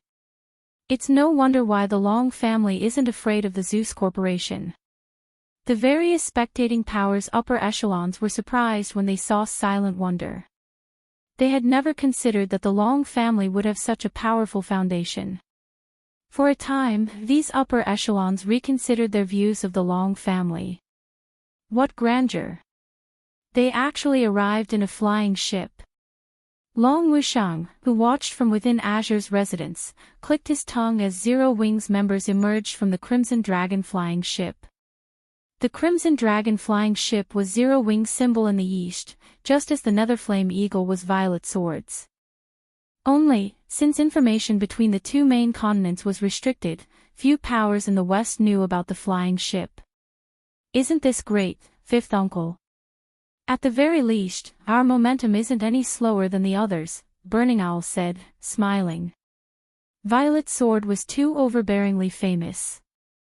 The fact that the Super Guild had escorted Solitary Frost Group to Azure City atop a Netherflame Eagle was enough to sway Azure's neutral elders and grand elders. Some had even initiated negotiations with Solitary Frost's and his companions' families. What's the point of this meaningless display now? Actions speak louder than words, in the end. Long Wushang disdainfully dismissed. Zero Wing might have a lot of influence on the eastern continent, but the same couldn't be said in the west. Meanwhile, the Azure Chamber of Commerce's main area of development lay in the west, which was also the Zeus Corporation's home ground. Zero Wing couldn't do anything to help Azure. Little Qian, your opponent has finally arrived, a level 111, tier 3 female assassin announced, glancing at Yan Xiaoqian. By the looks of it, she's grown a lot stronger. You have a tough fight against her. A tough fight? Yan Xiaoqian only rolled her eyes. Calmly, she said, her alchemy techniques might be stronger, but she's no match for me in combat. The Long family's only decent fighter is Silk Moon. If she hasn't grown stronger since we last met, taking second place in this competition will be a breeze. Yan Xiaoqian's comment had been firm and without any hint of arrogance. She had said it as if it was just a normal fact. The female assassin didn't argue with her friend. What Yan Xiaoqian had said was true, after all. Their combat standards had considerably improved during their training with Violet Sword, and she had to admit that the veteran Super Guild was impressive. The Azure Chamber of Commerce was no match for Violet Sword when it came to nurturing experts. During Violet Sword's training, Yan Xiaoqian had grown tremendously. Many of Violet Sword's old monsters had even praised her for her talent. Now, she was only half a step away from the domain realm, and many of Violet Sword's old monsters were certain that she'd reach the realm soon. On the other hand, while Silent Wonder was an amazing alchemist, her combat talent was subpar in comparison. She hadn't even reached the Void Realm before the previous competition. Even if Zero Wing were capable and helped Silent Wonder reach the Void Realm since, that wouldn't change anything. Even between Void Realm experts, there was a massive difference in strength. While the female assassin and Yan Xiaoqian conversed, a middle-aged man with a chilling aura and pale complexion approached. This man was Duan Hanshan, the strongest member of the Duan family's second generation. Xiaoqian, I'm afraid you'll be disappointed this time. We just received news that Silk Moon won't be attending the competition for some reason. Nobody can get in touch with her. The entire Long family is panicking over the matter, Duan Hanshan interjected. Silk Moon isn't coming. Doesn't that mean the Long family is finished? The female assassin asked. Silk Moon was the Long family's last hope of securing one of the top 3 positions in this competition. If she had succeeded in earning one of those positions, the Long family would have retained its reputation. However, now that Silk Moon couldn't make it, the Long family had a bleak future ahead. The Long family currently held the right to rule the Azure Chamber of Commerce, but the younger generation would determine the guild's future. If the Long family's successors weren't up to the task, who would trust the family to run Azure? Soon, both the Zeus Corporation and the Chamber's various shareholder families would use the Long family's ineptitude as an excuse to reclaim Azure's ruling rights. That's why all of you need to perform well. We mustn't allow any member of the Long family to take one of the top 3 positions. This isn't just the family's requirement, but the Zeus Corporation's, as well. As long as you succeed, you will all have another opportunity to train with Violet Sword, Duan Hanshan said seriously. Read latest chapters at Wuxia World. EU, top 3. Doesn't that only leave Burning Owl as a threat? The female assassin surmised, turning to look at the distant Burning Owl, who wore an ugly expression. Burning Owl was undoubtedly a peak expert. None of them had been a match for his combat standards in the past, but after training with Violet Sword, the 5 individuals from the various shareholder families had joined the ranks of peak experts. Moreover, they had engaged in live combat against a large number of Violet Sword's peak experts. If Burning Owl was their only opponent, the group had a high chance of securing all 3 top positions in this competition. Once they succeeded, they'd all be able to return to Violet Sword, making this an incredibly valuable opportunity. Their training with Violet Sword had cost a lot of manpower and resources, a cost that the Azure Chamber of Commerce couldn't currently afford. If not for the Zeus Corporation's request, Violet Sword wouldn't have bothered training them at all. Time is almost up. Let's head to the arena, Duan Hanshan said after taking a look at the time. He then led Yan Xiaoqian and the female assassin toward the battle arena in the heart of Azure City. Chapter 2602, Stage Struggle, Silent Wonders Decision. Azure City, Battle Arena. With the Azure Chamber of Commerce hosting its annual competition, many of Azure City's players had swarmed the battle arena in hopes of watching the battle. However, Azure had stationed several thousand experts around the building to stop the flood of approaching players. Azure had no intention of allowing uninvited players to view the competition. As the various invited powers entered the battle arena, the uninvited public grew envious. Although Azure City's battle arena was much smaller than the one in Stone Forest City, its interior had been magnificently decorated. Even Shifeng was a little impressed as he entered the building's main lobby. The main lobby had been paved with mana ore, and the instant he stepped inside, the mana he felt was considerably denser than outside. Moreover, artisans had carved all sorts of images into the lobby's walls. These engravings might not seem special to ordinary players, but players who knew combat techniques would easily recognize them. Every engraved image depicted a different combat technique. Of course, these combat techniques were incomplete. Learning techniques from these engravings would be many times more difficult than learning them from complete legacies. It would take an absolute genius to learn anything from these carved walls. From what Shifeng could tell, anyone that mastered these incomplete combat techniques would gain a massive strength boost. Most of these incomplete techniques were advanced rank or higher. Following an NPC, Shifeng's group soon arrived in the largest arena within Azure City's battle arena. The room could easily accommodate over 10,000 spectators, and all of the stages within had been made with mana Oregon. On these stages, players would be able to exhibit extraordinary combat power, making their fights far more interesting. By the time Shifeng's group reached their seats, most had already been filled. The majority of the spectators were either talented newcomers from the various powers or Azure's core members. Excitement filled the air as everyone watched Azure's younger members approach the center stage, one after another. We already know who's taking first place, but I wonder who will earn second place. I think Vice Guild leader Burning Owl from the Long family has a high chance. He's already been acknowledged as the 3rd strongest member of Azure's younger generation. I've also heard that he's recently mastered an advanced footwork technique, so he should have grown significantly stronger. Burning Owl might have been strong before, but times have changed. There's a rumor that quite a few members from the other families have reached the Void Realm. I think Burning Owl will have a hard time claiming one of the top 3 spots. All of the spectators had their guesses of who would secure the competition's second place. Everyone was certain that there were 6 candidates that could vie for the position, and all 6 had reached the Void Realm. However, nobody was certain which of these 6 candidates would succeed. After all, players could gain a massive amount of combat power from a single moment of inspiration once they had reached the Void Realm. Hence, all 6 candidates had a chance of taking second place. While the audience chatted amongst themselves, a middle-aged man in light gray leather armor with 2 long swords across his back took his place on the center stage. This man didn't look very old. At most, he should be in his 40s. His aura wasn't all that intimidating either. On the contrary, his aura was as calm as the surface of a lake on a summer day. When he took the stage, however, the arena fell silent. Crap. He's presiding over the competition this time.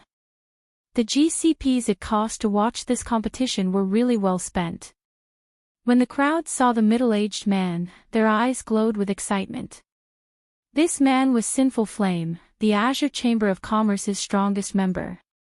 It was rumored that he could even fight Netherworld Empire's #1 assassin and the commander of Mythology's strongest trump card Legion to a standstill. He even ranked as one of the top 10 experts on the God's Domain experts list.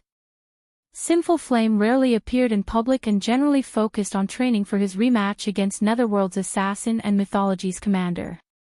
With such a mythical individual before them, how could the crowd contain their excitement? Furthermore, during Azure's annual competitions, the first-place winner had the privilege of fighting the host. This meant that the audience would get to watch Sinful Flame in action. This was an incredibly rare opportunity. I won't bore you with nonsense. During past competitions, we have chosen 6 members from the first phase to participate in the main event. However, Azure has gained much over the last year. As many as 7 of our members have reached the Void Realm and beyond. Rather than the usual 6, we will choose 8 individuals to participate in the main event this year. Sinful Flame announced, glancing at the youngsters before him. Any of you who wish to challenge yourselves may begin, but because we have quite a few who have reached the Flowing Water Realm, every member may only challenge 2 opponents, instead of the usual 3. Choose wisely. When Sinful Flame finished his opening statement, the central stage split into 8 smaller stages, each with a 60-yard radius. It gave Tier 3 players more than enough room to display their skills. In addition, the same rules applied to every stage. All players' basic attributes would be equalized. This would ensure that the fighters had to rely on their combat standards to win. Once the 8 stages settled in place, Solitary Frost and the other Void Realm or higher experts split up, choosing a stage. The other members from the various families hesitated to approach the 8th stage, however. Solitary Frost's team of 7 clearly had incredibly high combat standards, but the rest of the participating members had only reached the Flowing Water Realm. Challenging these 7 would only result in one outcome: defeat. None of them were foolish enough to waste their 2 challenge opportunities. If they took the 8th stage, however, they'd be forced to face numerous opponents. While they might be able to secure consecutive wins, every battle would expose more of their strength. This, in turn, would reduce their chances of winning. Why isn't anybody taking the 8th stage? Sinful Flame demanded. Aside from the usual rewards the guild has prepared for the top 3 victors, the Zeus Corporation has promised to send the top 8 fighters to train in Violet Sword's magical secret land. You should all cherish this opportunity. Read latest chapters at Wuxia World. EU. With that, excitement flashed in the participating players' eyes. Violet Sword occupied a magical secret land that came with a training ground that had survived since ancient times. Although training in this secret land wouldn't be as beneficial as their prior training with Violet Sword, it could help players rapidly improve. If they could spend some time in that secret land, breaking through to the Void Realm would be entirely possible. They might even become an elder in the guild. Suddenly, every one of these players made a mad dash for the 8th stage. Is second sister holding back? Burning Owl wondered in confusion as he glanced at Silent Wonder, who remained still even after the announcement. While everyone fought over the final stage, Silent Wonder turned and walked toward the first stage, where Solitary Frost waited. Chapter 2603, Overestimating Oneself. That's Solitary Frost stage. Why is Silent Wonder going there? She's going to challenge Solitary Frost. Challenge Solitary Frost? Is she insane? The players that had been competing for the 8th stage paused, watching Silent Wonder approach the first stage. They were all curious to see what she planned to do. Second sister. Even Burning Owl was confused as he watched. Even if Silent Wonder wanted to secure one of the top 8 positions, she shouldn't have started with Solitary Frost. Solitary Frost had always been stronger than the rest of Azure's younger generation, and now, after his training with Violet Sword, he was on a completely different level. Anyone that challenged Solitary Frost would only waste one of their opportunities. Yan Xiaoqian was just as astonished as she watched Silent Wonder from her position on the second stage. She might not have been surprised to see the Long family's Silk Moon challenge Solitary Frost, since she would actually have a chance of winning, but why would Silent Wonder challenge that monster of a player? This competition wasn't like the previous alchemy competition. They weren't fighting monsters this time, and superior levels and equipment couldn't help Silent Wonder here. On these 8 stages, everyone's basic attributes would be the same. Players would have to rely on their combat standards and techniques to win. Silent Wonder could never be a match for Solitary Frost in these aspects. Meanwhile, the audience was in an uproar as it watched Silent Wonder. The Long family's elders and grand elders in particular, anxiously sat on the edge of their seats. They had, more or less, given up any hope of securing one of the top 3 spots.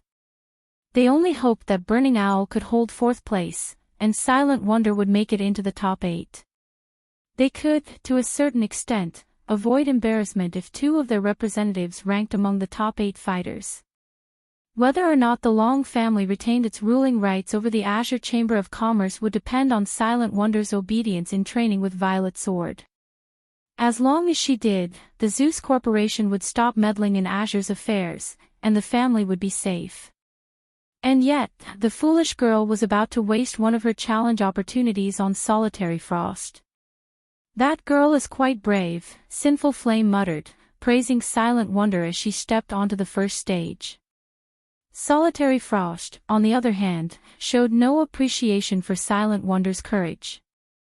Rather, he seemed to look down on her.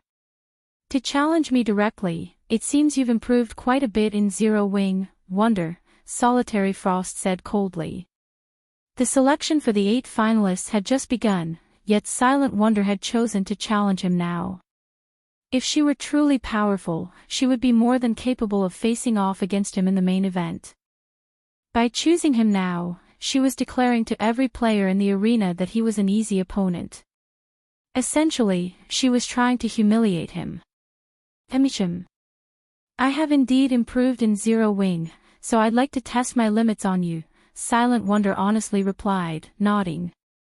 I guess you're serious, then, Solitary Frost reasoned, his anger subsiding as he realized that Silent Wonder wanted to fight him in earnest, not make fun of him. His expression shifted, becoming serious, and he pulled the silver greatsword from its sheath across his back. In that case, show me how much you've grown in your little guild. Thank you. Silent Wonder offered the words of gratitude, knowing Solitary Frost would take her seriously. There's no need for that. I appreciate all true challengers. I hope you won't disappoint me.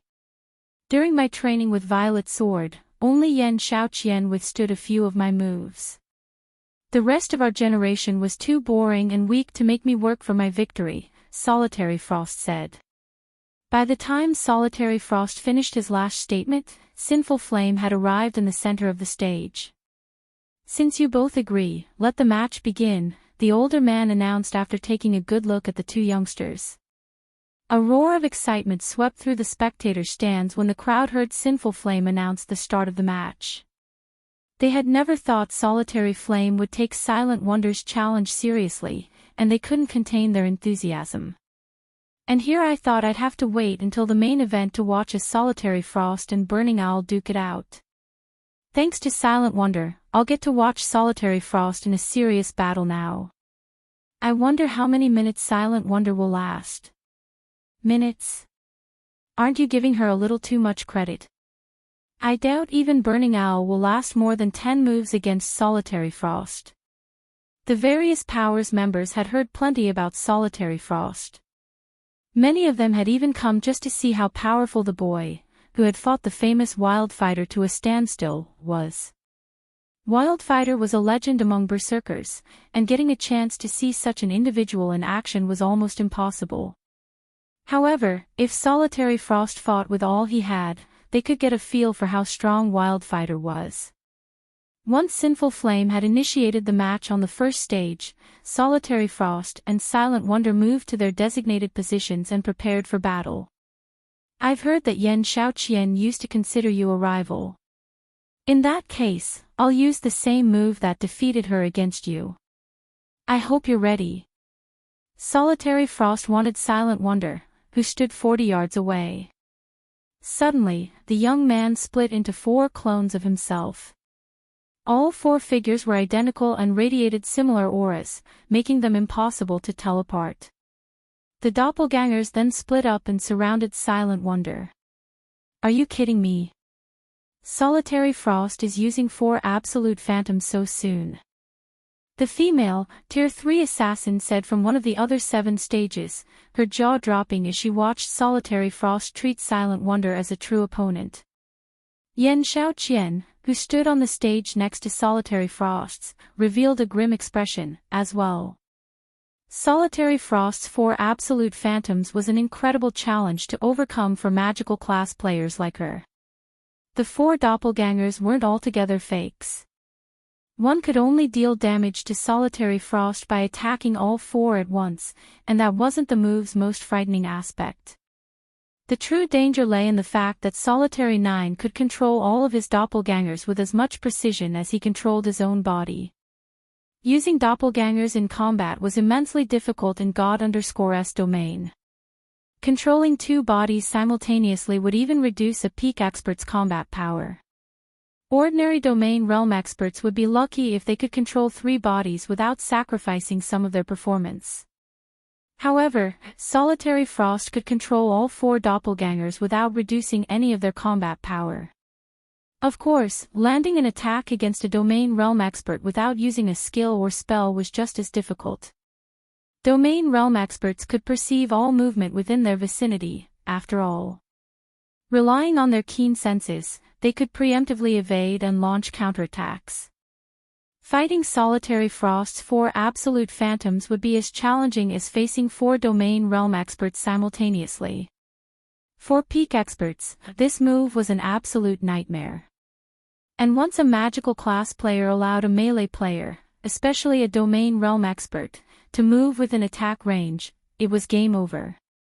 Amazing! Silent Wonder exclaimed, admiring Solitary Frost's perfect control. Face my 4 absolute phantoms.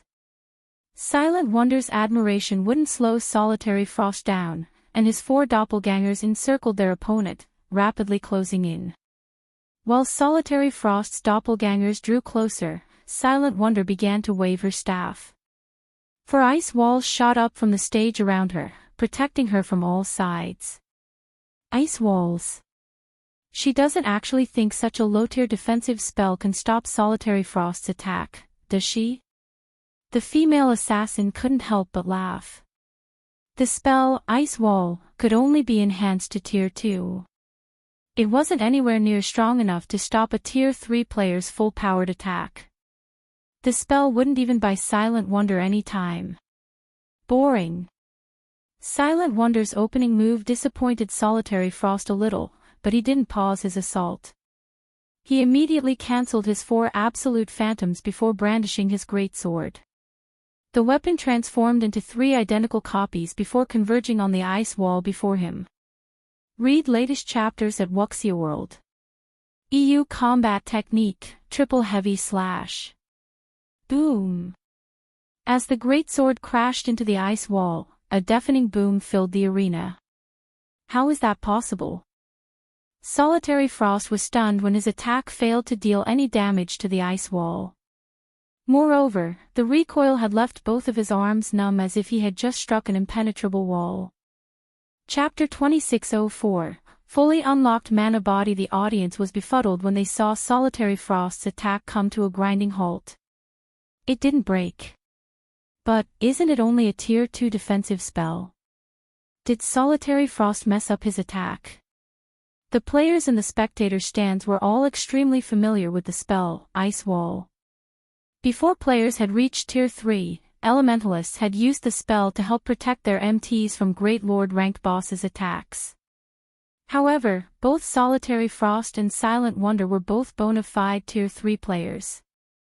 Although their basic attributes had been equalized, they both had the attributes of Tier 3 players. A Tier 2 Ice Wall could, at most, buffer a Tier 3 attack. It shouldn't be able to stop such a blow, let alone one empowered with a combat technique. A Tier 2 Ice Wall can actually stop a Tier 3 Berserker's combat technique at full strength. Burning Owl was just as confused as everyone else after seeing Silent Wonder's Ice Wall intact. He had fought Tier 3 Elementalists himself, but when they had used Ice Wall against him, the spell hadn't even stopped his normal attacks. He had tested this multiple times and never once failed to shatter an ice wall. Meanwhile, Yan Xiaoqian stared at Silent Wonder in astonishment. Mana! Yan Xiaoqian exclaimed, sensing the dense mana radiating from Silent Wonder. She's already unlocked her mana body's full potential. Yan Xiaoqian wasn't the only magical class player to notice the sudden spike in mana around Silent Wonder. The only explanation any of them could think of was that the Elementalist had fully unlocked her mana body. She actually unlocked her mana body. Amazing! Not even the super guilds have any members with a fully unlocked mana body yet. It seems my trip here wasn't in vain. I'll get to watch an expert with a fully unlocked mana body in battle. Everyone in the spectator stands began to talk about Silent Wonder. Their opinions of her had all changed. Rather than seeing her as just another member of Azure's younger generation, they saw her as a true powerhouse. Ha ha ha. Good. Wonderful. We might actually have a chance of claiming one of the top 3 positions now. Long Wusheng, who sat among the audience, laughed joyously as he watched Silent Wonder. After failing to contact Silk Moon, the Long family had given up any hope of securing one of the top 3 positions in this competition. Now that they knew Silent Wonder had unlocked her mana body's full potential, however, securing one of those spots was almost certain. There was a massive strength difference between an expert with a fully unlocked mana body and one without. Tier 3 experts with fully unlocked mana bodies were almost half a tier stronger than ordinary Tier 3 experts. Every participant in this competition, excluding Solitary Frost, had, at most, reached the Void Realm. Although Silent Wonder had only reached the half-step Void Realm standard, she could easily defeat Void Realm experts with this advantage. Not even Yan Xiaoqian, who was only a step away from the Void Realm, would be a match for her. You've fully unlocked your mana body. Solitary Frost's fighting spirit flared, a passionate flame dancing in his eyes, when he looked at Silent Wonder behind the ice walls. It's no wonder why you were bold enough to challenge me. I've never fought an expert with a fully unlocked mana body, so show me how powerful it truly is. The Berserker raised his greatsword and leaped into the air, aiming for the one area where Silent Wonder didn't have an ice wall's protection. Advanced Combat Technique, 7 consecutive flashes. The greatsword transformed into 7 streaks of light, covering the entire area within the ice walls and leaving Silent Wonder no room to dodge. In response, Silent Wonder used Blink, immediately appearing 30 yards away and evading Solitary Frost's attack. With a wave of her staff, she then summoned over a dozen magical arrays around her opponent. The arrays released a barrage of flame spears, each with enough power to rival a Grand Lord of the same level. As if Solitary Frost had anticipated this move, he tightened his grip on his greatsword and twisted in the air. Tier 3 Skill, Berserk Dance. Solitary Frost rapidly rotated in the air, his greatsword leaving arcs of crimson light in its wake that blocked the incoming flame spears. He executed Berserk Dance with over a 90% completion rate even from that position. Is he a monster? Shocked, Burning Owl stared at the crimson sword light surrounding Solitary Frost. While Tier 3 skills were quite powerful, achieving a high completion rate with them was very difficult.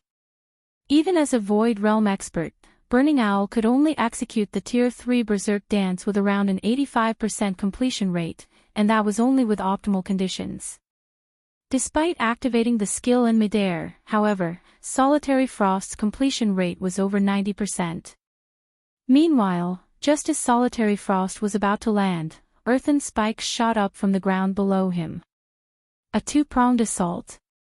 That might be useful against peak experts, but it will do nothing against Solitary Frost, the female assassin standing on the nearby stage said, sneering at the magical attack. A Domain Realm expert could perceive everything within their surroundings. Even a perfectly timed ambush would be useless against such an expert. The instant they took action, the targeted Domain Realm expert would discover the attack. Still calm, the Berserker brandished his greatsword and shattered the first round of earthen spikes. He then used his momentum to evade the second wave of spikes. Landing, Solitary Frost used Flame Charge, dashing towards Silent Wonder. Rather than make a beeline for his target, however, he combined a complex footwork technique with his charge. The Berserker split into 6 afterimages, rushing towards Silent Wonder from different directions. Advanced footwork, Mirage Steps. His execution was flawless, and the afterimages were impossible to teleport.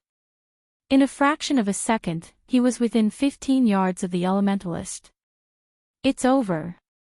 Your mana body might have tremendously increased your casting speed and power, but you lack control of your surroundings.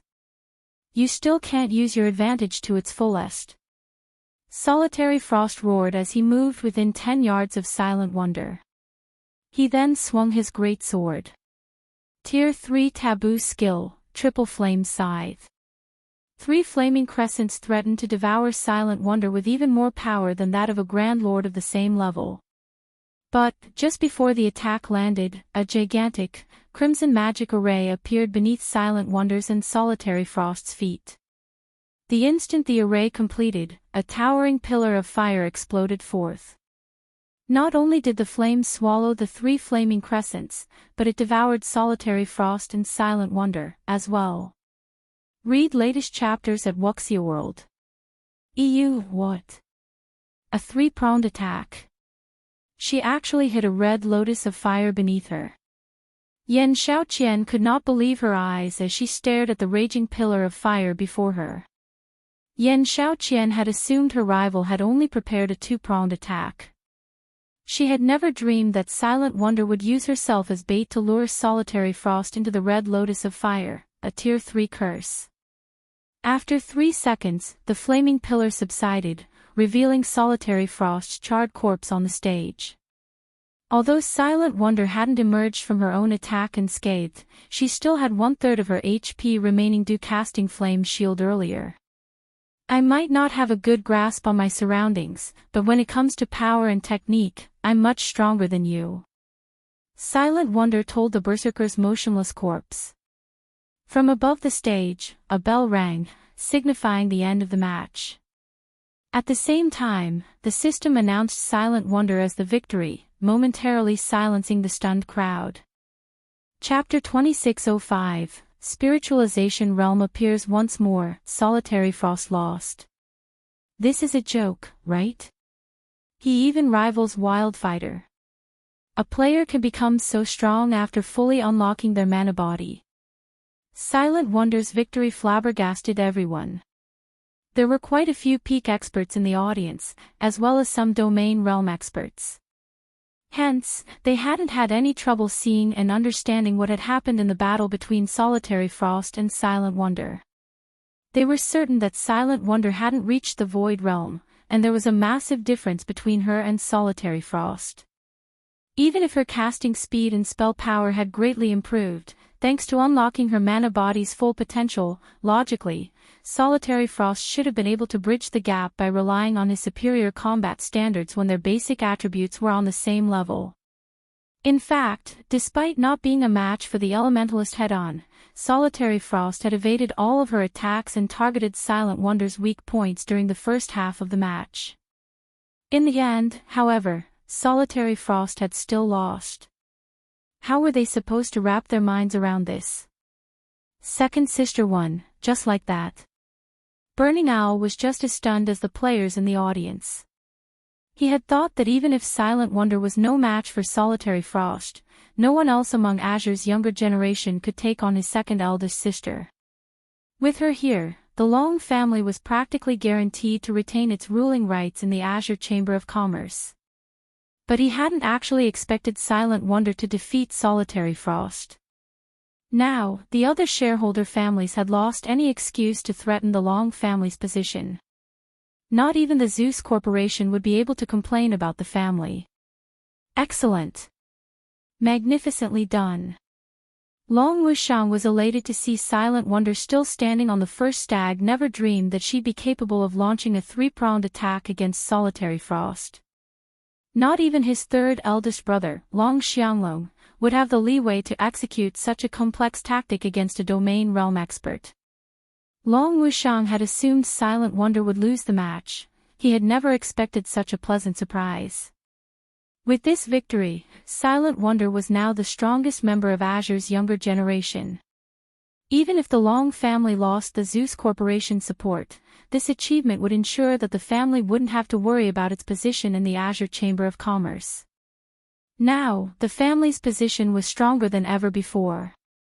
Just how did she manage to pinpoint her environment and opponent's behavior? Yan Xiaoqian muttered, staring at Silent Wonder. As a magical class player herself, Yan Xiaoqian knew Silent Wonder hadn't relied on luck to win the match. She had planned every move before the match had even begun. Although magical class players typically predicted their battle's progression beforehand, she had never seen anyone assess their opponent to such an extent. Silent Wonder's final move had been especially eye-opening since she had taken into account how much damage her Tier 3 course would deal to her and her opponent. It was as if she had orchestrated the entire battle. Silent Wonder looked like a completely different person to Yan Xiaoqian right now. Her rivals certainly hadn't shown such abilities during the alchemy competition. While everyone grumbled about their confusion and dissatisfaction over Silent Wonder's marvelous performance, Sinful Flame gazed up at the girl from below the stage, excitement flashing in his eyes. "Is something wrong, Elder Flame?" A Tier 3 guild elder, who acted as the deputy referee for this competition, asked when he saw Sinful Flame's elation. Sinful Flame had seemed bored when he had been tasked to host the family competition this year. He actually found the responsibility annoying, yet he now seemed excited and interested in a younger member of the guild. It was unbelievable. Sinful Flame had been unfazed when he learned that Solitary Frost had reached the domain realm. Silent Wonder, on the other hand, hadn't even gotten that far. Although she had unlocked her mana body's full potential, she shouldn't be impressive enough to attract someone like Sinful Flame's interest. While unlocking one's mana body was a difficult endeavor for ordinary Tier 3 experts, it was only a matter of time for an expert of Sinful Flame's caliber. He was actually quite close to unlocking 100%, and would likely succeed in another 2 weeks or so. Hence, he shouldn't consider fully unlocking one's mana body that much of an achievement. The Spiritualization Realm. She's reached the Spiritualization Realm, and she's made considerable progress in it. Sinful Flame declared. It seems the younger generation is full of exceptional geniuses. The Spiritualization Realm. The Tier 3 elder was confused. He had no idea what Sinful Flame was going on about. Before the elder could ask, however, Sinful Flame jumped onto the stage and approached Silent Wonder. Isn't the match over already? What's Elder Flame trying to do? Was there a problem with the match? The spectators were even more confused to see Sinful Flame on the stage. Normally, the system decided a match's outcome. Its judgment was far more accurate than players, after all. If both opponents died by the end of the match, the system could determine whether they had died at the same time or if there had even been a millisecond between their deaths. No player could do the same. This was why players relied on the main God system to judge all matches in God's domain, barring special circumstances. However, the results of Solitary Frost and Silent Wonder's match was clear. There was no chance either of them could have cheated since players weren't allowed to use berserk skills or tools on the stage. Players weren't even allowed to use the additional active skills they gained from their weapons and equipment. Hence, there shouldn't be any dispute over the outcome. However, the crowd began to doubt the fact as they watched the famous Sinful Flame take the stage. He would be able to spot far more details than they could, after all. Sinful Flame doesn't intend to deny the match's result, does he? The situation began to make Long Wushang nervous. We're talking about the system's judgment. Silent Wonder's performance had involved many surprising aspects. If Sinful Flame had seen some peculiarity, his celebration would have been premature. Could she have actually cheated? In contrast, Duan Hanshan was overjoyed to see Sinful Flame interfere. He had thought his hopes of dethroning the Long family were lost, but it seemed that might not have been the case. While everyone discussed the matter in hushed whispers, Sinful Heart turned away from Silent Wonder and addressed the audience. Everyone, you have seen the match's outcome for yourselves, so you all know just how powerful Solitary Frost was. Without a doubt, he is the participant in this competition, Sinful Flame said. Now that Silent Wonder has defeated him, I'm sure you all realize who will win first place. Hence, I have a suggestion. Rather than waste time with the rest of the qualifying matches, why don't we host a more meaningful competition? Indeed. It doesn't make much sense to continue the qualifying matches. Read latest chapters at Wuxia World. Going straight into the main event isn't a bad idea. It's a pity that the first match was the most interesting. My seat isn't even warm, yet the competition is already over. Every player in the crowd nodded, agreeing to Sinful Flame's suggestion. Since Silent Wonder had proven herself stronger than Solitary Frost, the top 8 positions were as good as decided. Continuing the qualifying matches would be pointless. It would be much more interesting to proceed to the Peak Experts matches. Since Silent Wonder is the undisputed first-place winner of this competition, according to our regulations, I will face her later. How would you all feel about watching that match? Sinful Flame asked the crowd once the audience had agreed to his first suggestion. Chapter 2606, There are many who are stronger than me. Sinful Flame's question shocked every member of the audience. What? Sinful Flame is actually eager to fight Silent Wonder. He hadn't seemed very interested in when he had expected to face Solitary Frost, yet he looks like he's looking forward to the fight with Silent Wonder. Just how strong is she to get a reaction like this from him? Could Sinful Flame intend to learn more about his mana body by fighting Silent Wonder? The man's sudden suggestion took everyone by surprise. Although Silent Wonder's combat power had been astonishing, her combat standards were significantly weaker than Solitary Frost's, not to mention Sinful Flame. The only advantage she had was her fully unlocked mana body. That advantage was also the only reason anyone could think of that would pull such a reaction from Sinful Flame. Even now, no one knew how many experts with fully unlocked mana bodies the various superpowers had, if any. Most of the superpowers Tier 3 experts hadn't even begun to unlock their mana bodies. Of course, one might make some progress if they fought a player who had unlocked their mana body's full potential. What is Sinful Flame thinking? He's challenging a junior. Duan Hanshan could only glare at Sinful Flame, furious over the man's spontaneous act. Silent Wonder's victory over Solitary Frost had already boosted the Long family's prestige. The outcome practically ensured the family would retain its right to rule over Azure. By challenging Silent Wonder, Sinful Flame would only elevate the Long family's reputation further. This would definitely drive many of the guild's neutral elders and grand elders to the Long family's side. Meanwhile, Yan Xiaoqian stared from a nearby stage, similarly stunned. How did things turn out like this? When it combat, Yan Xiaoqian had always been more talented than Silent Wonder. After training with Violet Sword, she had even grown beyond seeing Silent Wonder as a serious opponent. However, it turned out that she had been seriously overestimating her abilities. Not only was Silent Wonder much stronger than her, but one of Azure's old legendary individuals also wanted to challenge the Elementalist. This won't do. I must stop him. Otherwise, the Long family will become unstoppable in Azure. Duan Han snarled, quickly contacting the competition's deputy referee. Just as the deputy referee, an elder working under the Duan family, was about to interfere, the spectators broke into cheers. You have my support, Sinful Flame. Stop wasting time and get this started.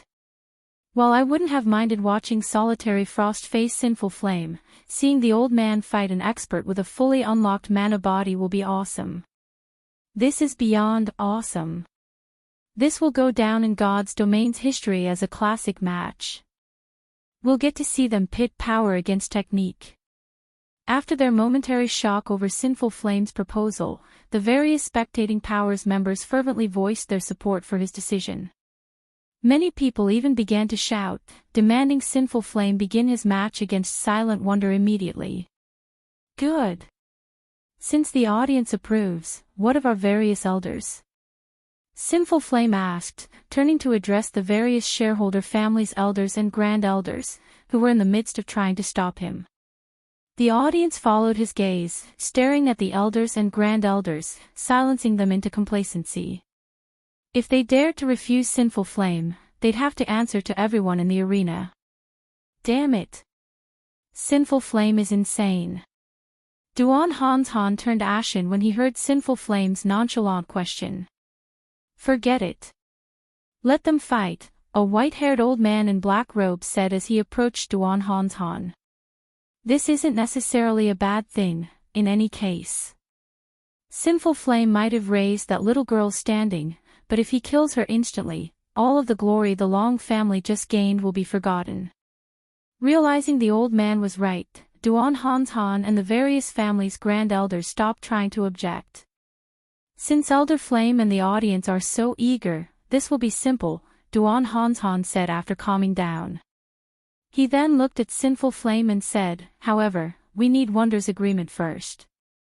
She just finished a match, and I'm afraid fighting a senior such as yourself so soon after. Sinful Flame nodded in response. His goal was very simple, he wanted to fight Silent Wonder. Some things could only be experienced firsthand, after all. He wanted to face the girl at her peak. However, before Sinful Flame could speak up, a crisp voice interrupted him. I'm fine. Besides, I'd actually enjoy a proper fight against Elder Flame to test the extent of my development, Silent Wonder said. Long Wusheng, who watched from the stands, began to grow nervous. Why is this girl so foolish? That old ice demon is clearly provoking her. Anxiously, Long Wusheng said, this won't do. I need to warn her. Even if the elders gave Silent Wonder some time to recuperate, it wouldn't be long, and even if she recovered all of the stamina and mana she had used during the prior match, her concentration couldn't recover that quickly. In a battle between high-caliber experts, concentration was more important than anything. Without her full concentration, this match might end as quickly as it began. If that happened, the glory Silent Wonder had earned for her family with her last victory would vanish. Long Wusheng didn't have enough time to contact Silent Wonder before Sinful Flame returned his attention to the young woman, however. Girl, while your fight with Solitary Frost was short, you expended a considerable amount of your concentration. I wish to fight you at your peak. I don't want to fight just for the sake of winning. I won't fight you in such a state. You best take some time to rest, Sinful Flame calmly said. Please, rest assured, Elder Flame. My match with Solitary Frost hadn't cost much effort.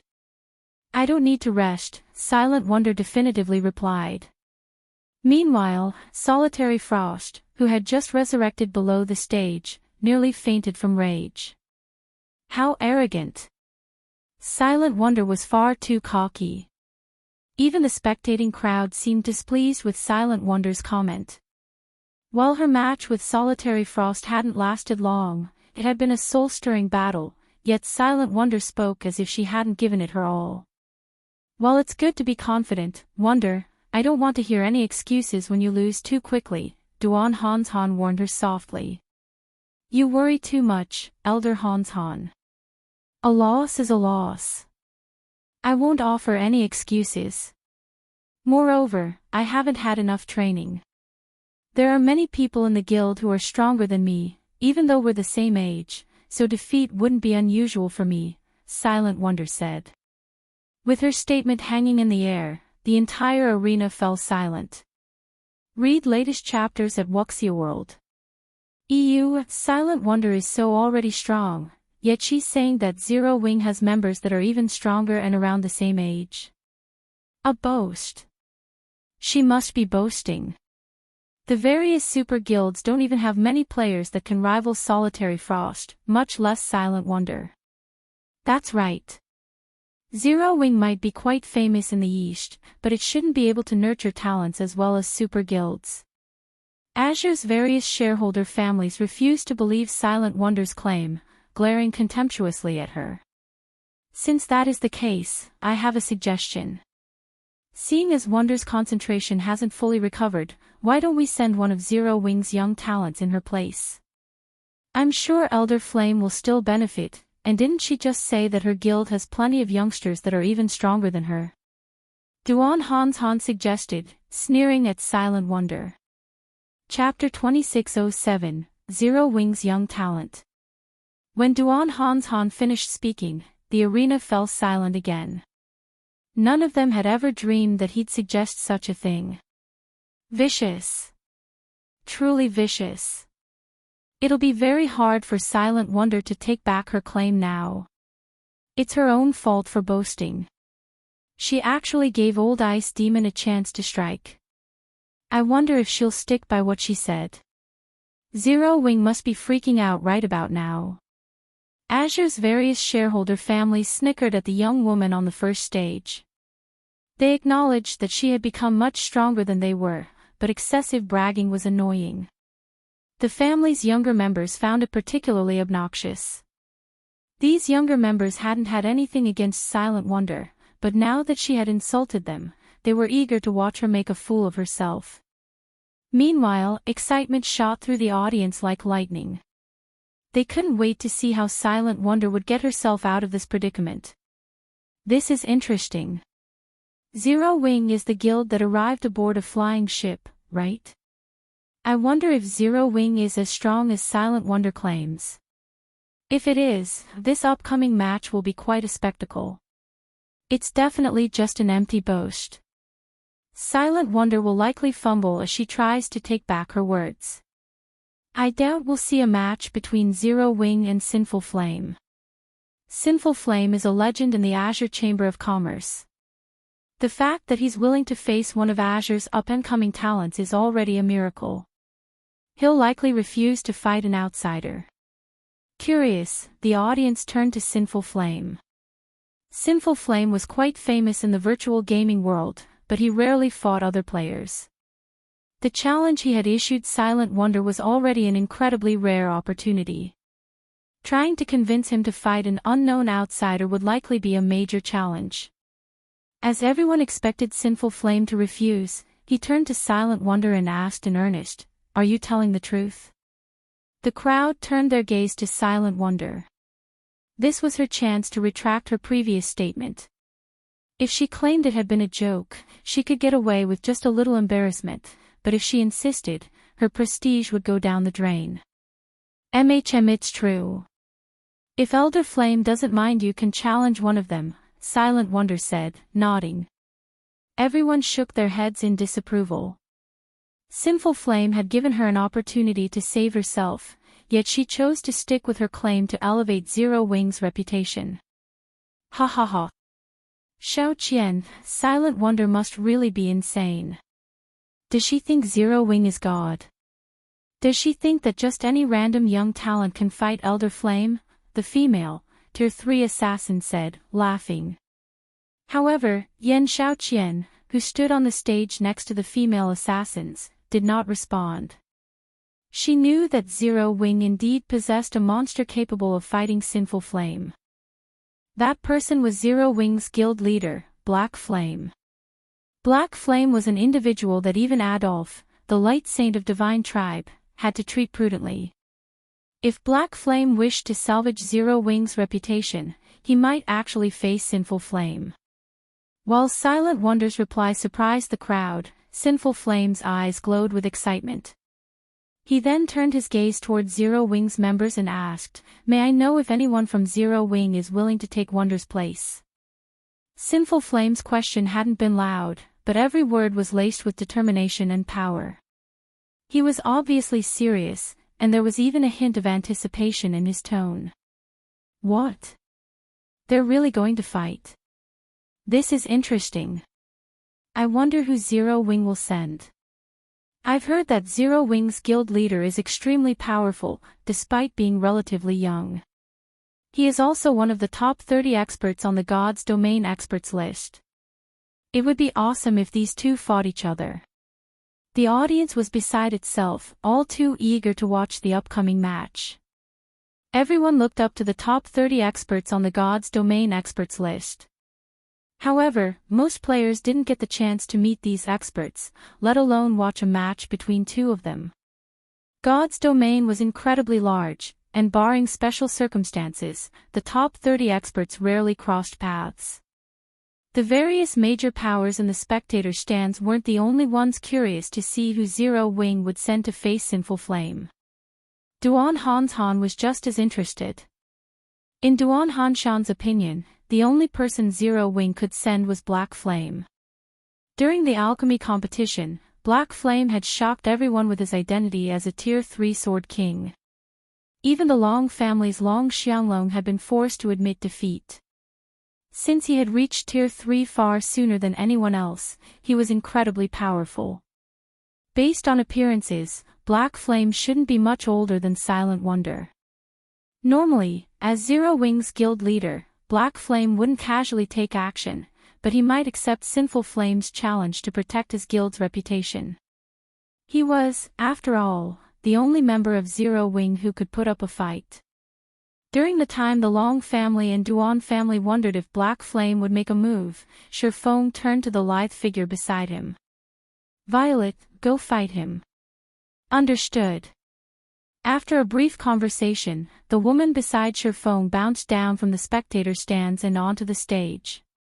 She radiated the sacred aura unique to clerics. Is Zero Wing looking down on Sinful Flame? They're sending a cleric to fight.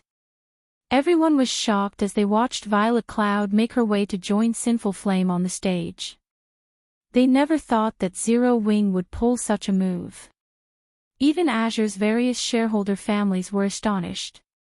Zero Wing was insane. While the cleric class played a role in combat, battle wasn't the class's priority. Sending a cleric against Sinful Flame, Azure's publicly acknowledged strongest member, was a mockery. Although Violet Cloud hid her statistics with a black cloak, she didn't bother to conceal her appearance. Everyone could clearly see that she was much younger than Silent Wonder, still a teenager. Not only had Zero Wing sent a cleric to face Sinful Flame, but she was also just a young girl. This was a blatant insult. Zero Wing is dead for sure now. Even if Silent Wonder's boast is true, does the guild have to send such a young lady to fight? Elder Flame must be furious. The female, Tier 3 assassin covered her eyes with a hand. She could bear to watch what would happen next. Sinful Flame had always been a serious fighter, and to improve his skills, he pushed himself so hard that others thought him a lunatic. One could easily imagine how enraged Sinful Flame must be with Zero Wing mocking his strength. The man would definitely vent his anger out on Violet Cloud with a good beating. Read latest chapters at Wuxia World. EU's Sinful Flame chose this moment to release his aura, which burst from him, spreading to his surroundings like a powerful tsunami and threatening to devour all in its path. Even Solitary Frost, who stood below the stage, felt suffocated as he bathed in Sinful Flame's aura. So, this is our guild's strongest expert? Solitary Frost could not help his grin when he sensed the elder man's killing intent. Solitary Frost had assumed that he could put up a good fight, even if he couldn't defeat Sinful Flame. In this competition's matches, the fighter's basic attributes were equalized, after all. It would be a match purely involving combat techniques. However, looking at the man now, it seemed he had merely been dreaming. He'd be lucky if he survived a few moves against Sinful Flame, much less put up a good fight. However, despite sensing Sinful Flame's unrestrained aura, Violet Cloud leisurely walked toward the center of the stage, stopping before Sinful Flame. "Shall we begin?" Violet Cloud asked sweetly. Chapter 2608, Match between Monsters. The entire arena momentarily fell silent at Violet Cloud's words as everyone stared at the cleric girl in astonishment. Is she tired of living?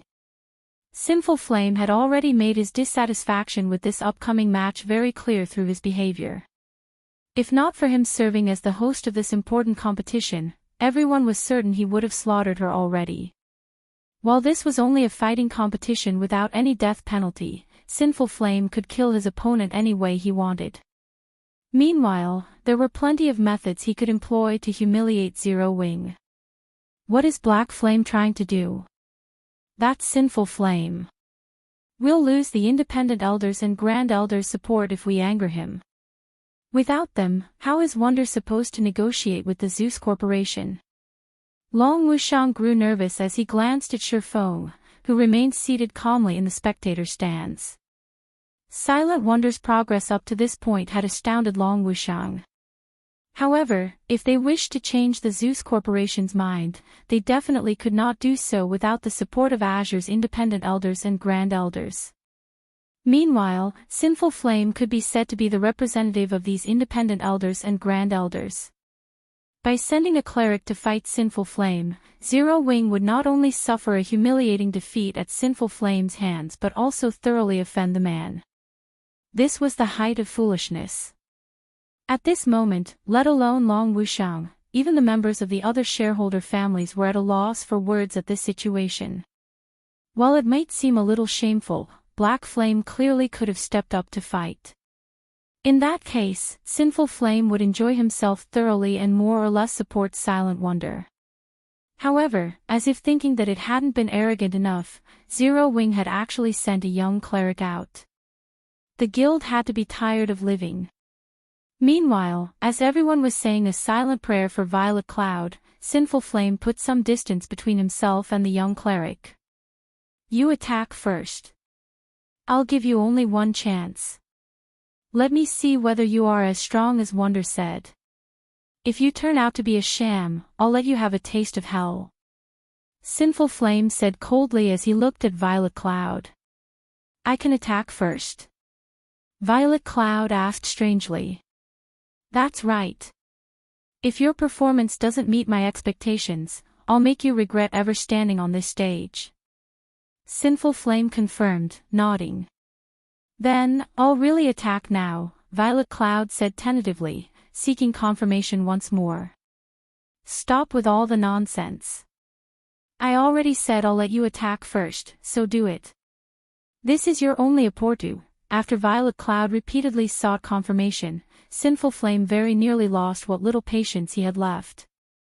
However, before Sinful Flame could finish his words, Violet Cloud suddenly took out her staff and started chanting an incantation. Immediately, with Violet Cloud as the center, a silvery gray, twofold magic array appeared on the stage and sucked in a massive amount of mana from the arena. After this phenomenon continued for 3 seconds, the ambient mana inside the venue had become distinctly thinner. Before anyone could react to this drastic change, 22 shadow blades appeared around Violet Cloud, rotating around her and making her look like the goddess of darkness incarnate. The cleric also released a frightening aura rivaling that of mythic monsters of the same level. Everyone inside the arena could sense their basic attributes decreasing rapidly. Is she a monster? What kind of domain skill is this?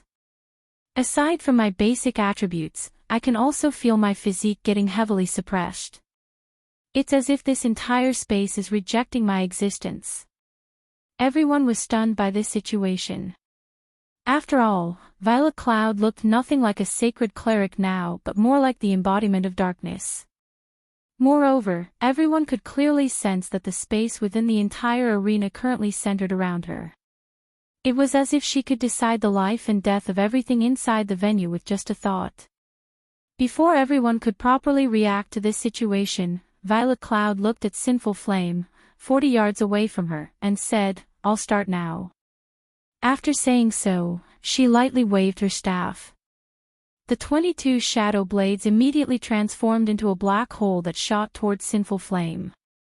Bronze combat technique, Spatial Smash. In the next moment, everything in the wake of this black hole was reduced into nothingness. The black hole's destructive power was something not even a mythic monster of the same level could receive. A bronze combat technique. How is this possible? When Duan Hans saw this scene, he gaped in shock. It was simply impossible for players to exhibit power at the Tier 4 standard just by relying on an ordinary Tier 3 spell. The only explanation for this situation was that Violet Cloud had executed a bronze combat technique.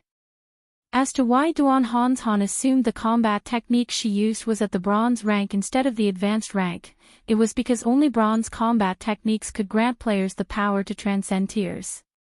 However, mastering a bronze combat technique was simply too difficult.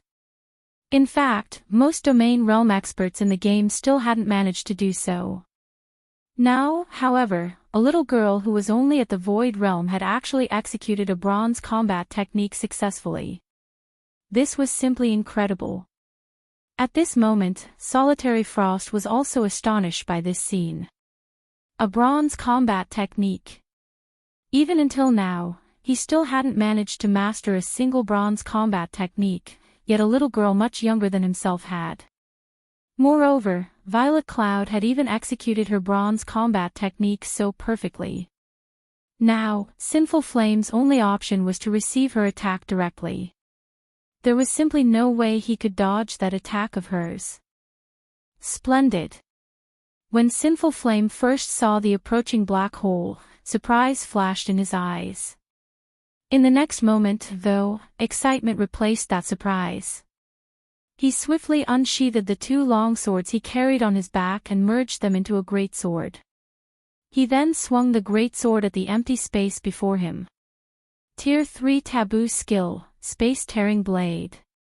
Advanced Combat Technique, Quadruple Phantoms. In the next moment, a frightening amount of mana burst out of the great sword. As Sinful Flame swung the great sword, the weapon split into 4 copies of itself before merging once more, the merged weapon cutting apart even space itself. Boom! When sword and black hole collided, a powerful explosion shook the entire arena. For a moment, a violent quake rocked the venue, the intense shockwaves sending the players standing below the stage, stumbling several steps back. A 30-yard wide crater also appeared on the mana or stage. To everyone's surprise, though, both Sinful Flame and Violet Cloud emerged unscathed from the clash. Crap! Who is she? She actually stopped a full-powered attack from Elder Flame. Wonder was telling the truth. The members of Azure's various shareholder families goggled in shock when they saw Violet Cloud unharmed. The battle no longer looked like a contest between players, it was practically a battle between 2 giant monsters. Every one of their actions could shatter space and transform the terrain around them. Impossible. What kind of guild is this Zero Wing? When Duan Han saw Violet Cloud continuously using her shadow blades against Sinful Flame, preventing the latter from approaching her, immense shock filled his heart. Previously, Duan Han viewed Zero Wing merely as a guild seeking to gain the Azure Chamber of Commerce's support. However, Silent Wonder and Violet Cloud were now monstrously strong, despite neither of them having very high combat standards. One wouldn't be able to find such powerful youngsters even in super guilds. This was especially true for Violet Cloud. By relentlessly attacking with her shadow blades, she kept Sinful Flame at least 10 yards away at all times. This was a feat that was impossible even for Duan Han, yet Violet Cloud, who was only one of Zero Wing's young talents, managed. However, as the fight on the stage intensified, the concentration both sides consumed also grew. This was especially true for Violet Cloud. Her control over her shadow blade started to decline. What a pity. Your understanding of the spiritualization realm is clearly leagues above mine. You have even given me plenty of inspiration. Unfortunately, your mental perception is still too weak. You are incapable of properly taking advantage of your superior understanding and maximizing your combat power. You are also incapable of minimizing your concentration consumption. At this rate, you'll last for at most another dozen seconds or so before being incapacitated, Sinful Flame commented while blocking Violet Cloud's relentless onslaught. This isn't an outcome I wish to see either. Originally, I intended to save this trump card for my rematch against those two people, but I'll give you a taste ahead of time. After saying so, Sinful Flame changed his footwork, his body suddenly splitting into 12 copies of itself. Bronze footwork, shadow prey. In the next moment, Sinful Flame's 12 doppelgangers continuously flickered, rendering all of Violet Cloud's attacks ineffective. In the end, she could only watch as he closed in on her. However, as Sinful Flame moved increasingly closer to Violet Cloud, the shadow blade surrounding her suddenly disappeared. From an outsider's perspective, it looked as if she had given up on resisting and was waiting quietly for his arrival. What's going on? Did she give up? That's reasonable. Who could possibly stop such an attack? The fact that she lasted until now already makes her one of the top-ranking existences among the younger generation in God's domain. When the spectating crowd saw Violet Cloud apparently abandoning her struggle, none of them jeered or blamed her for doing so. It was very normal for Violet Cloud to suffer defeat. After all, even among the older generation of gamers, very few people could win against Sinful Flame. When Sinful Flame got within 15 yards of Violet Cloud, the cleric suddenly sighed and stabbed her staff into the ground. Read latest chapters at Wuxia World. EU, indeed, just like the guild leader said, I am no match for you when it comes to combat standards. I am also incapable of bridging the gap, even with my mana body's potential fully unlocked. It seems I have no choice but to go all out. This is a trump card that even my guild leader isn't aware of. Violet Cloud's body started radiating much denser mana than before, her mana now many times stronger than Silent Wonder's.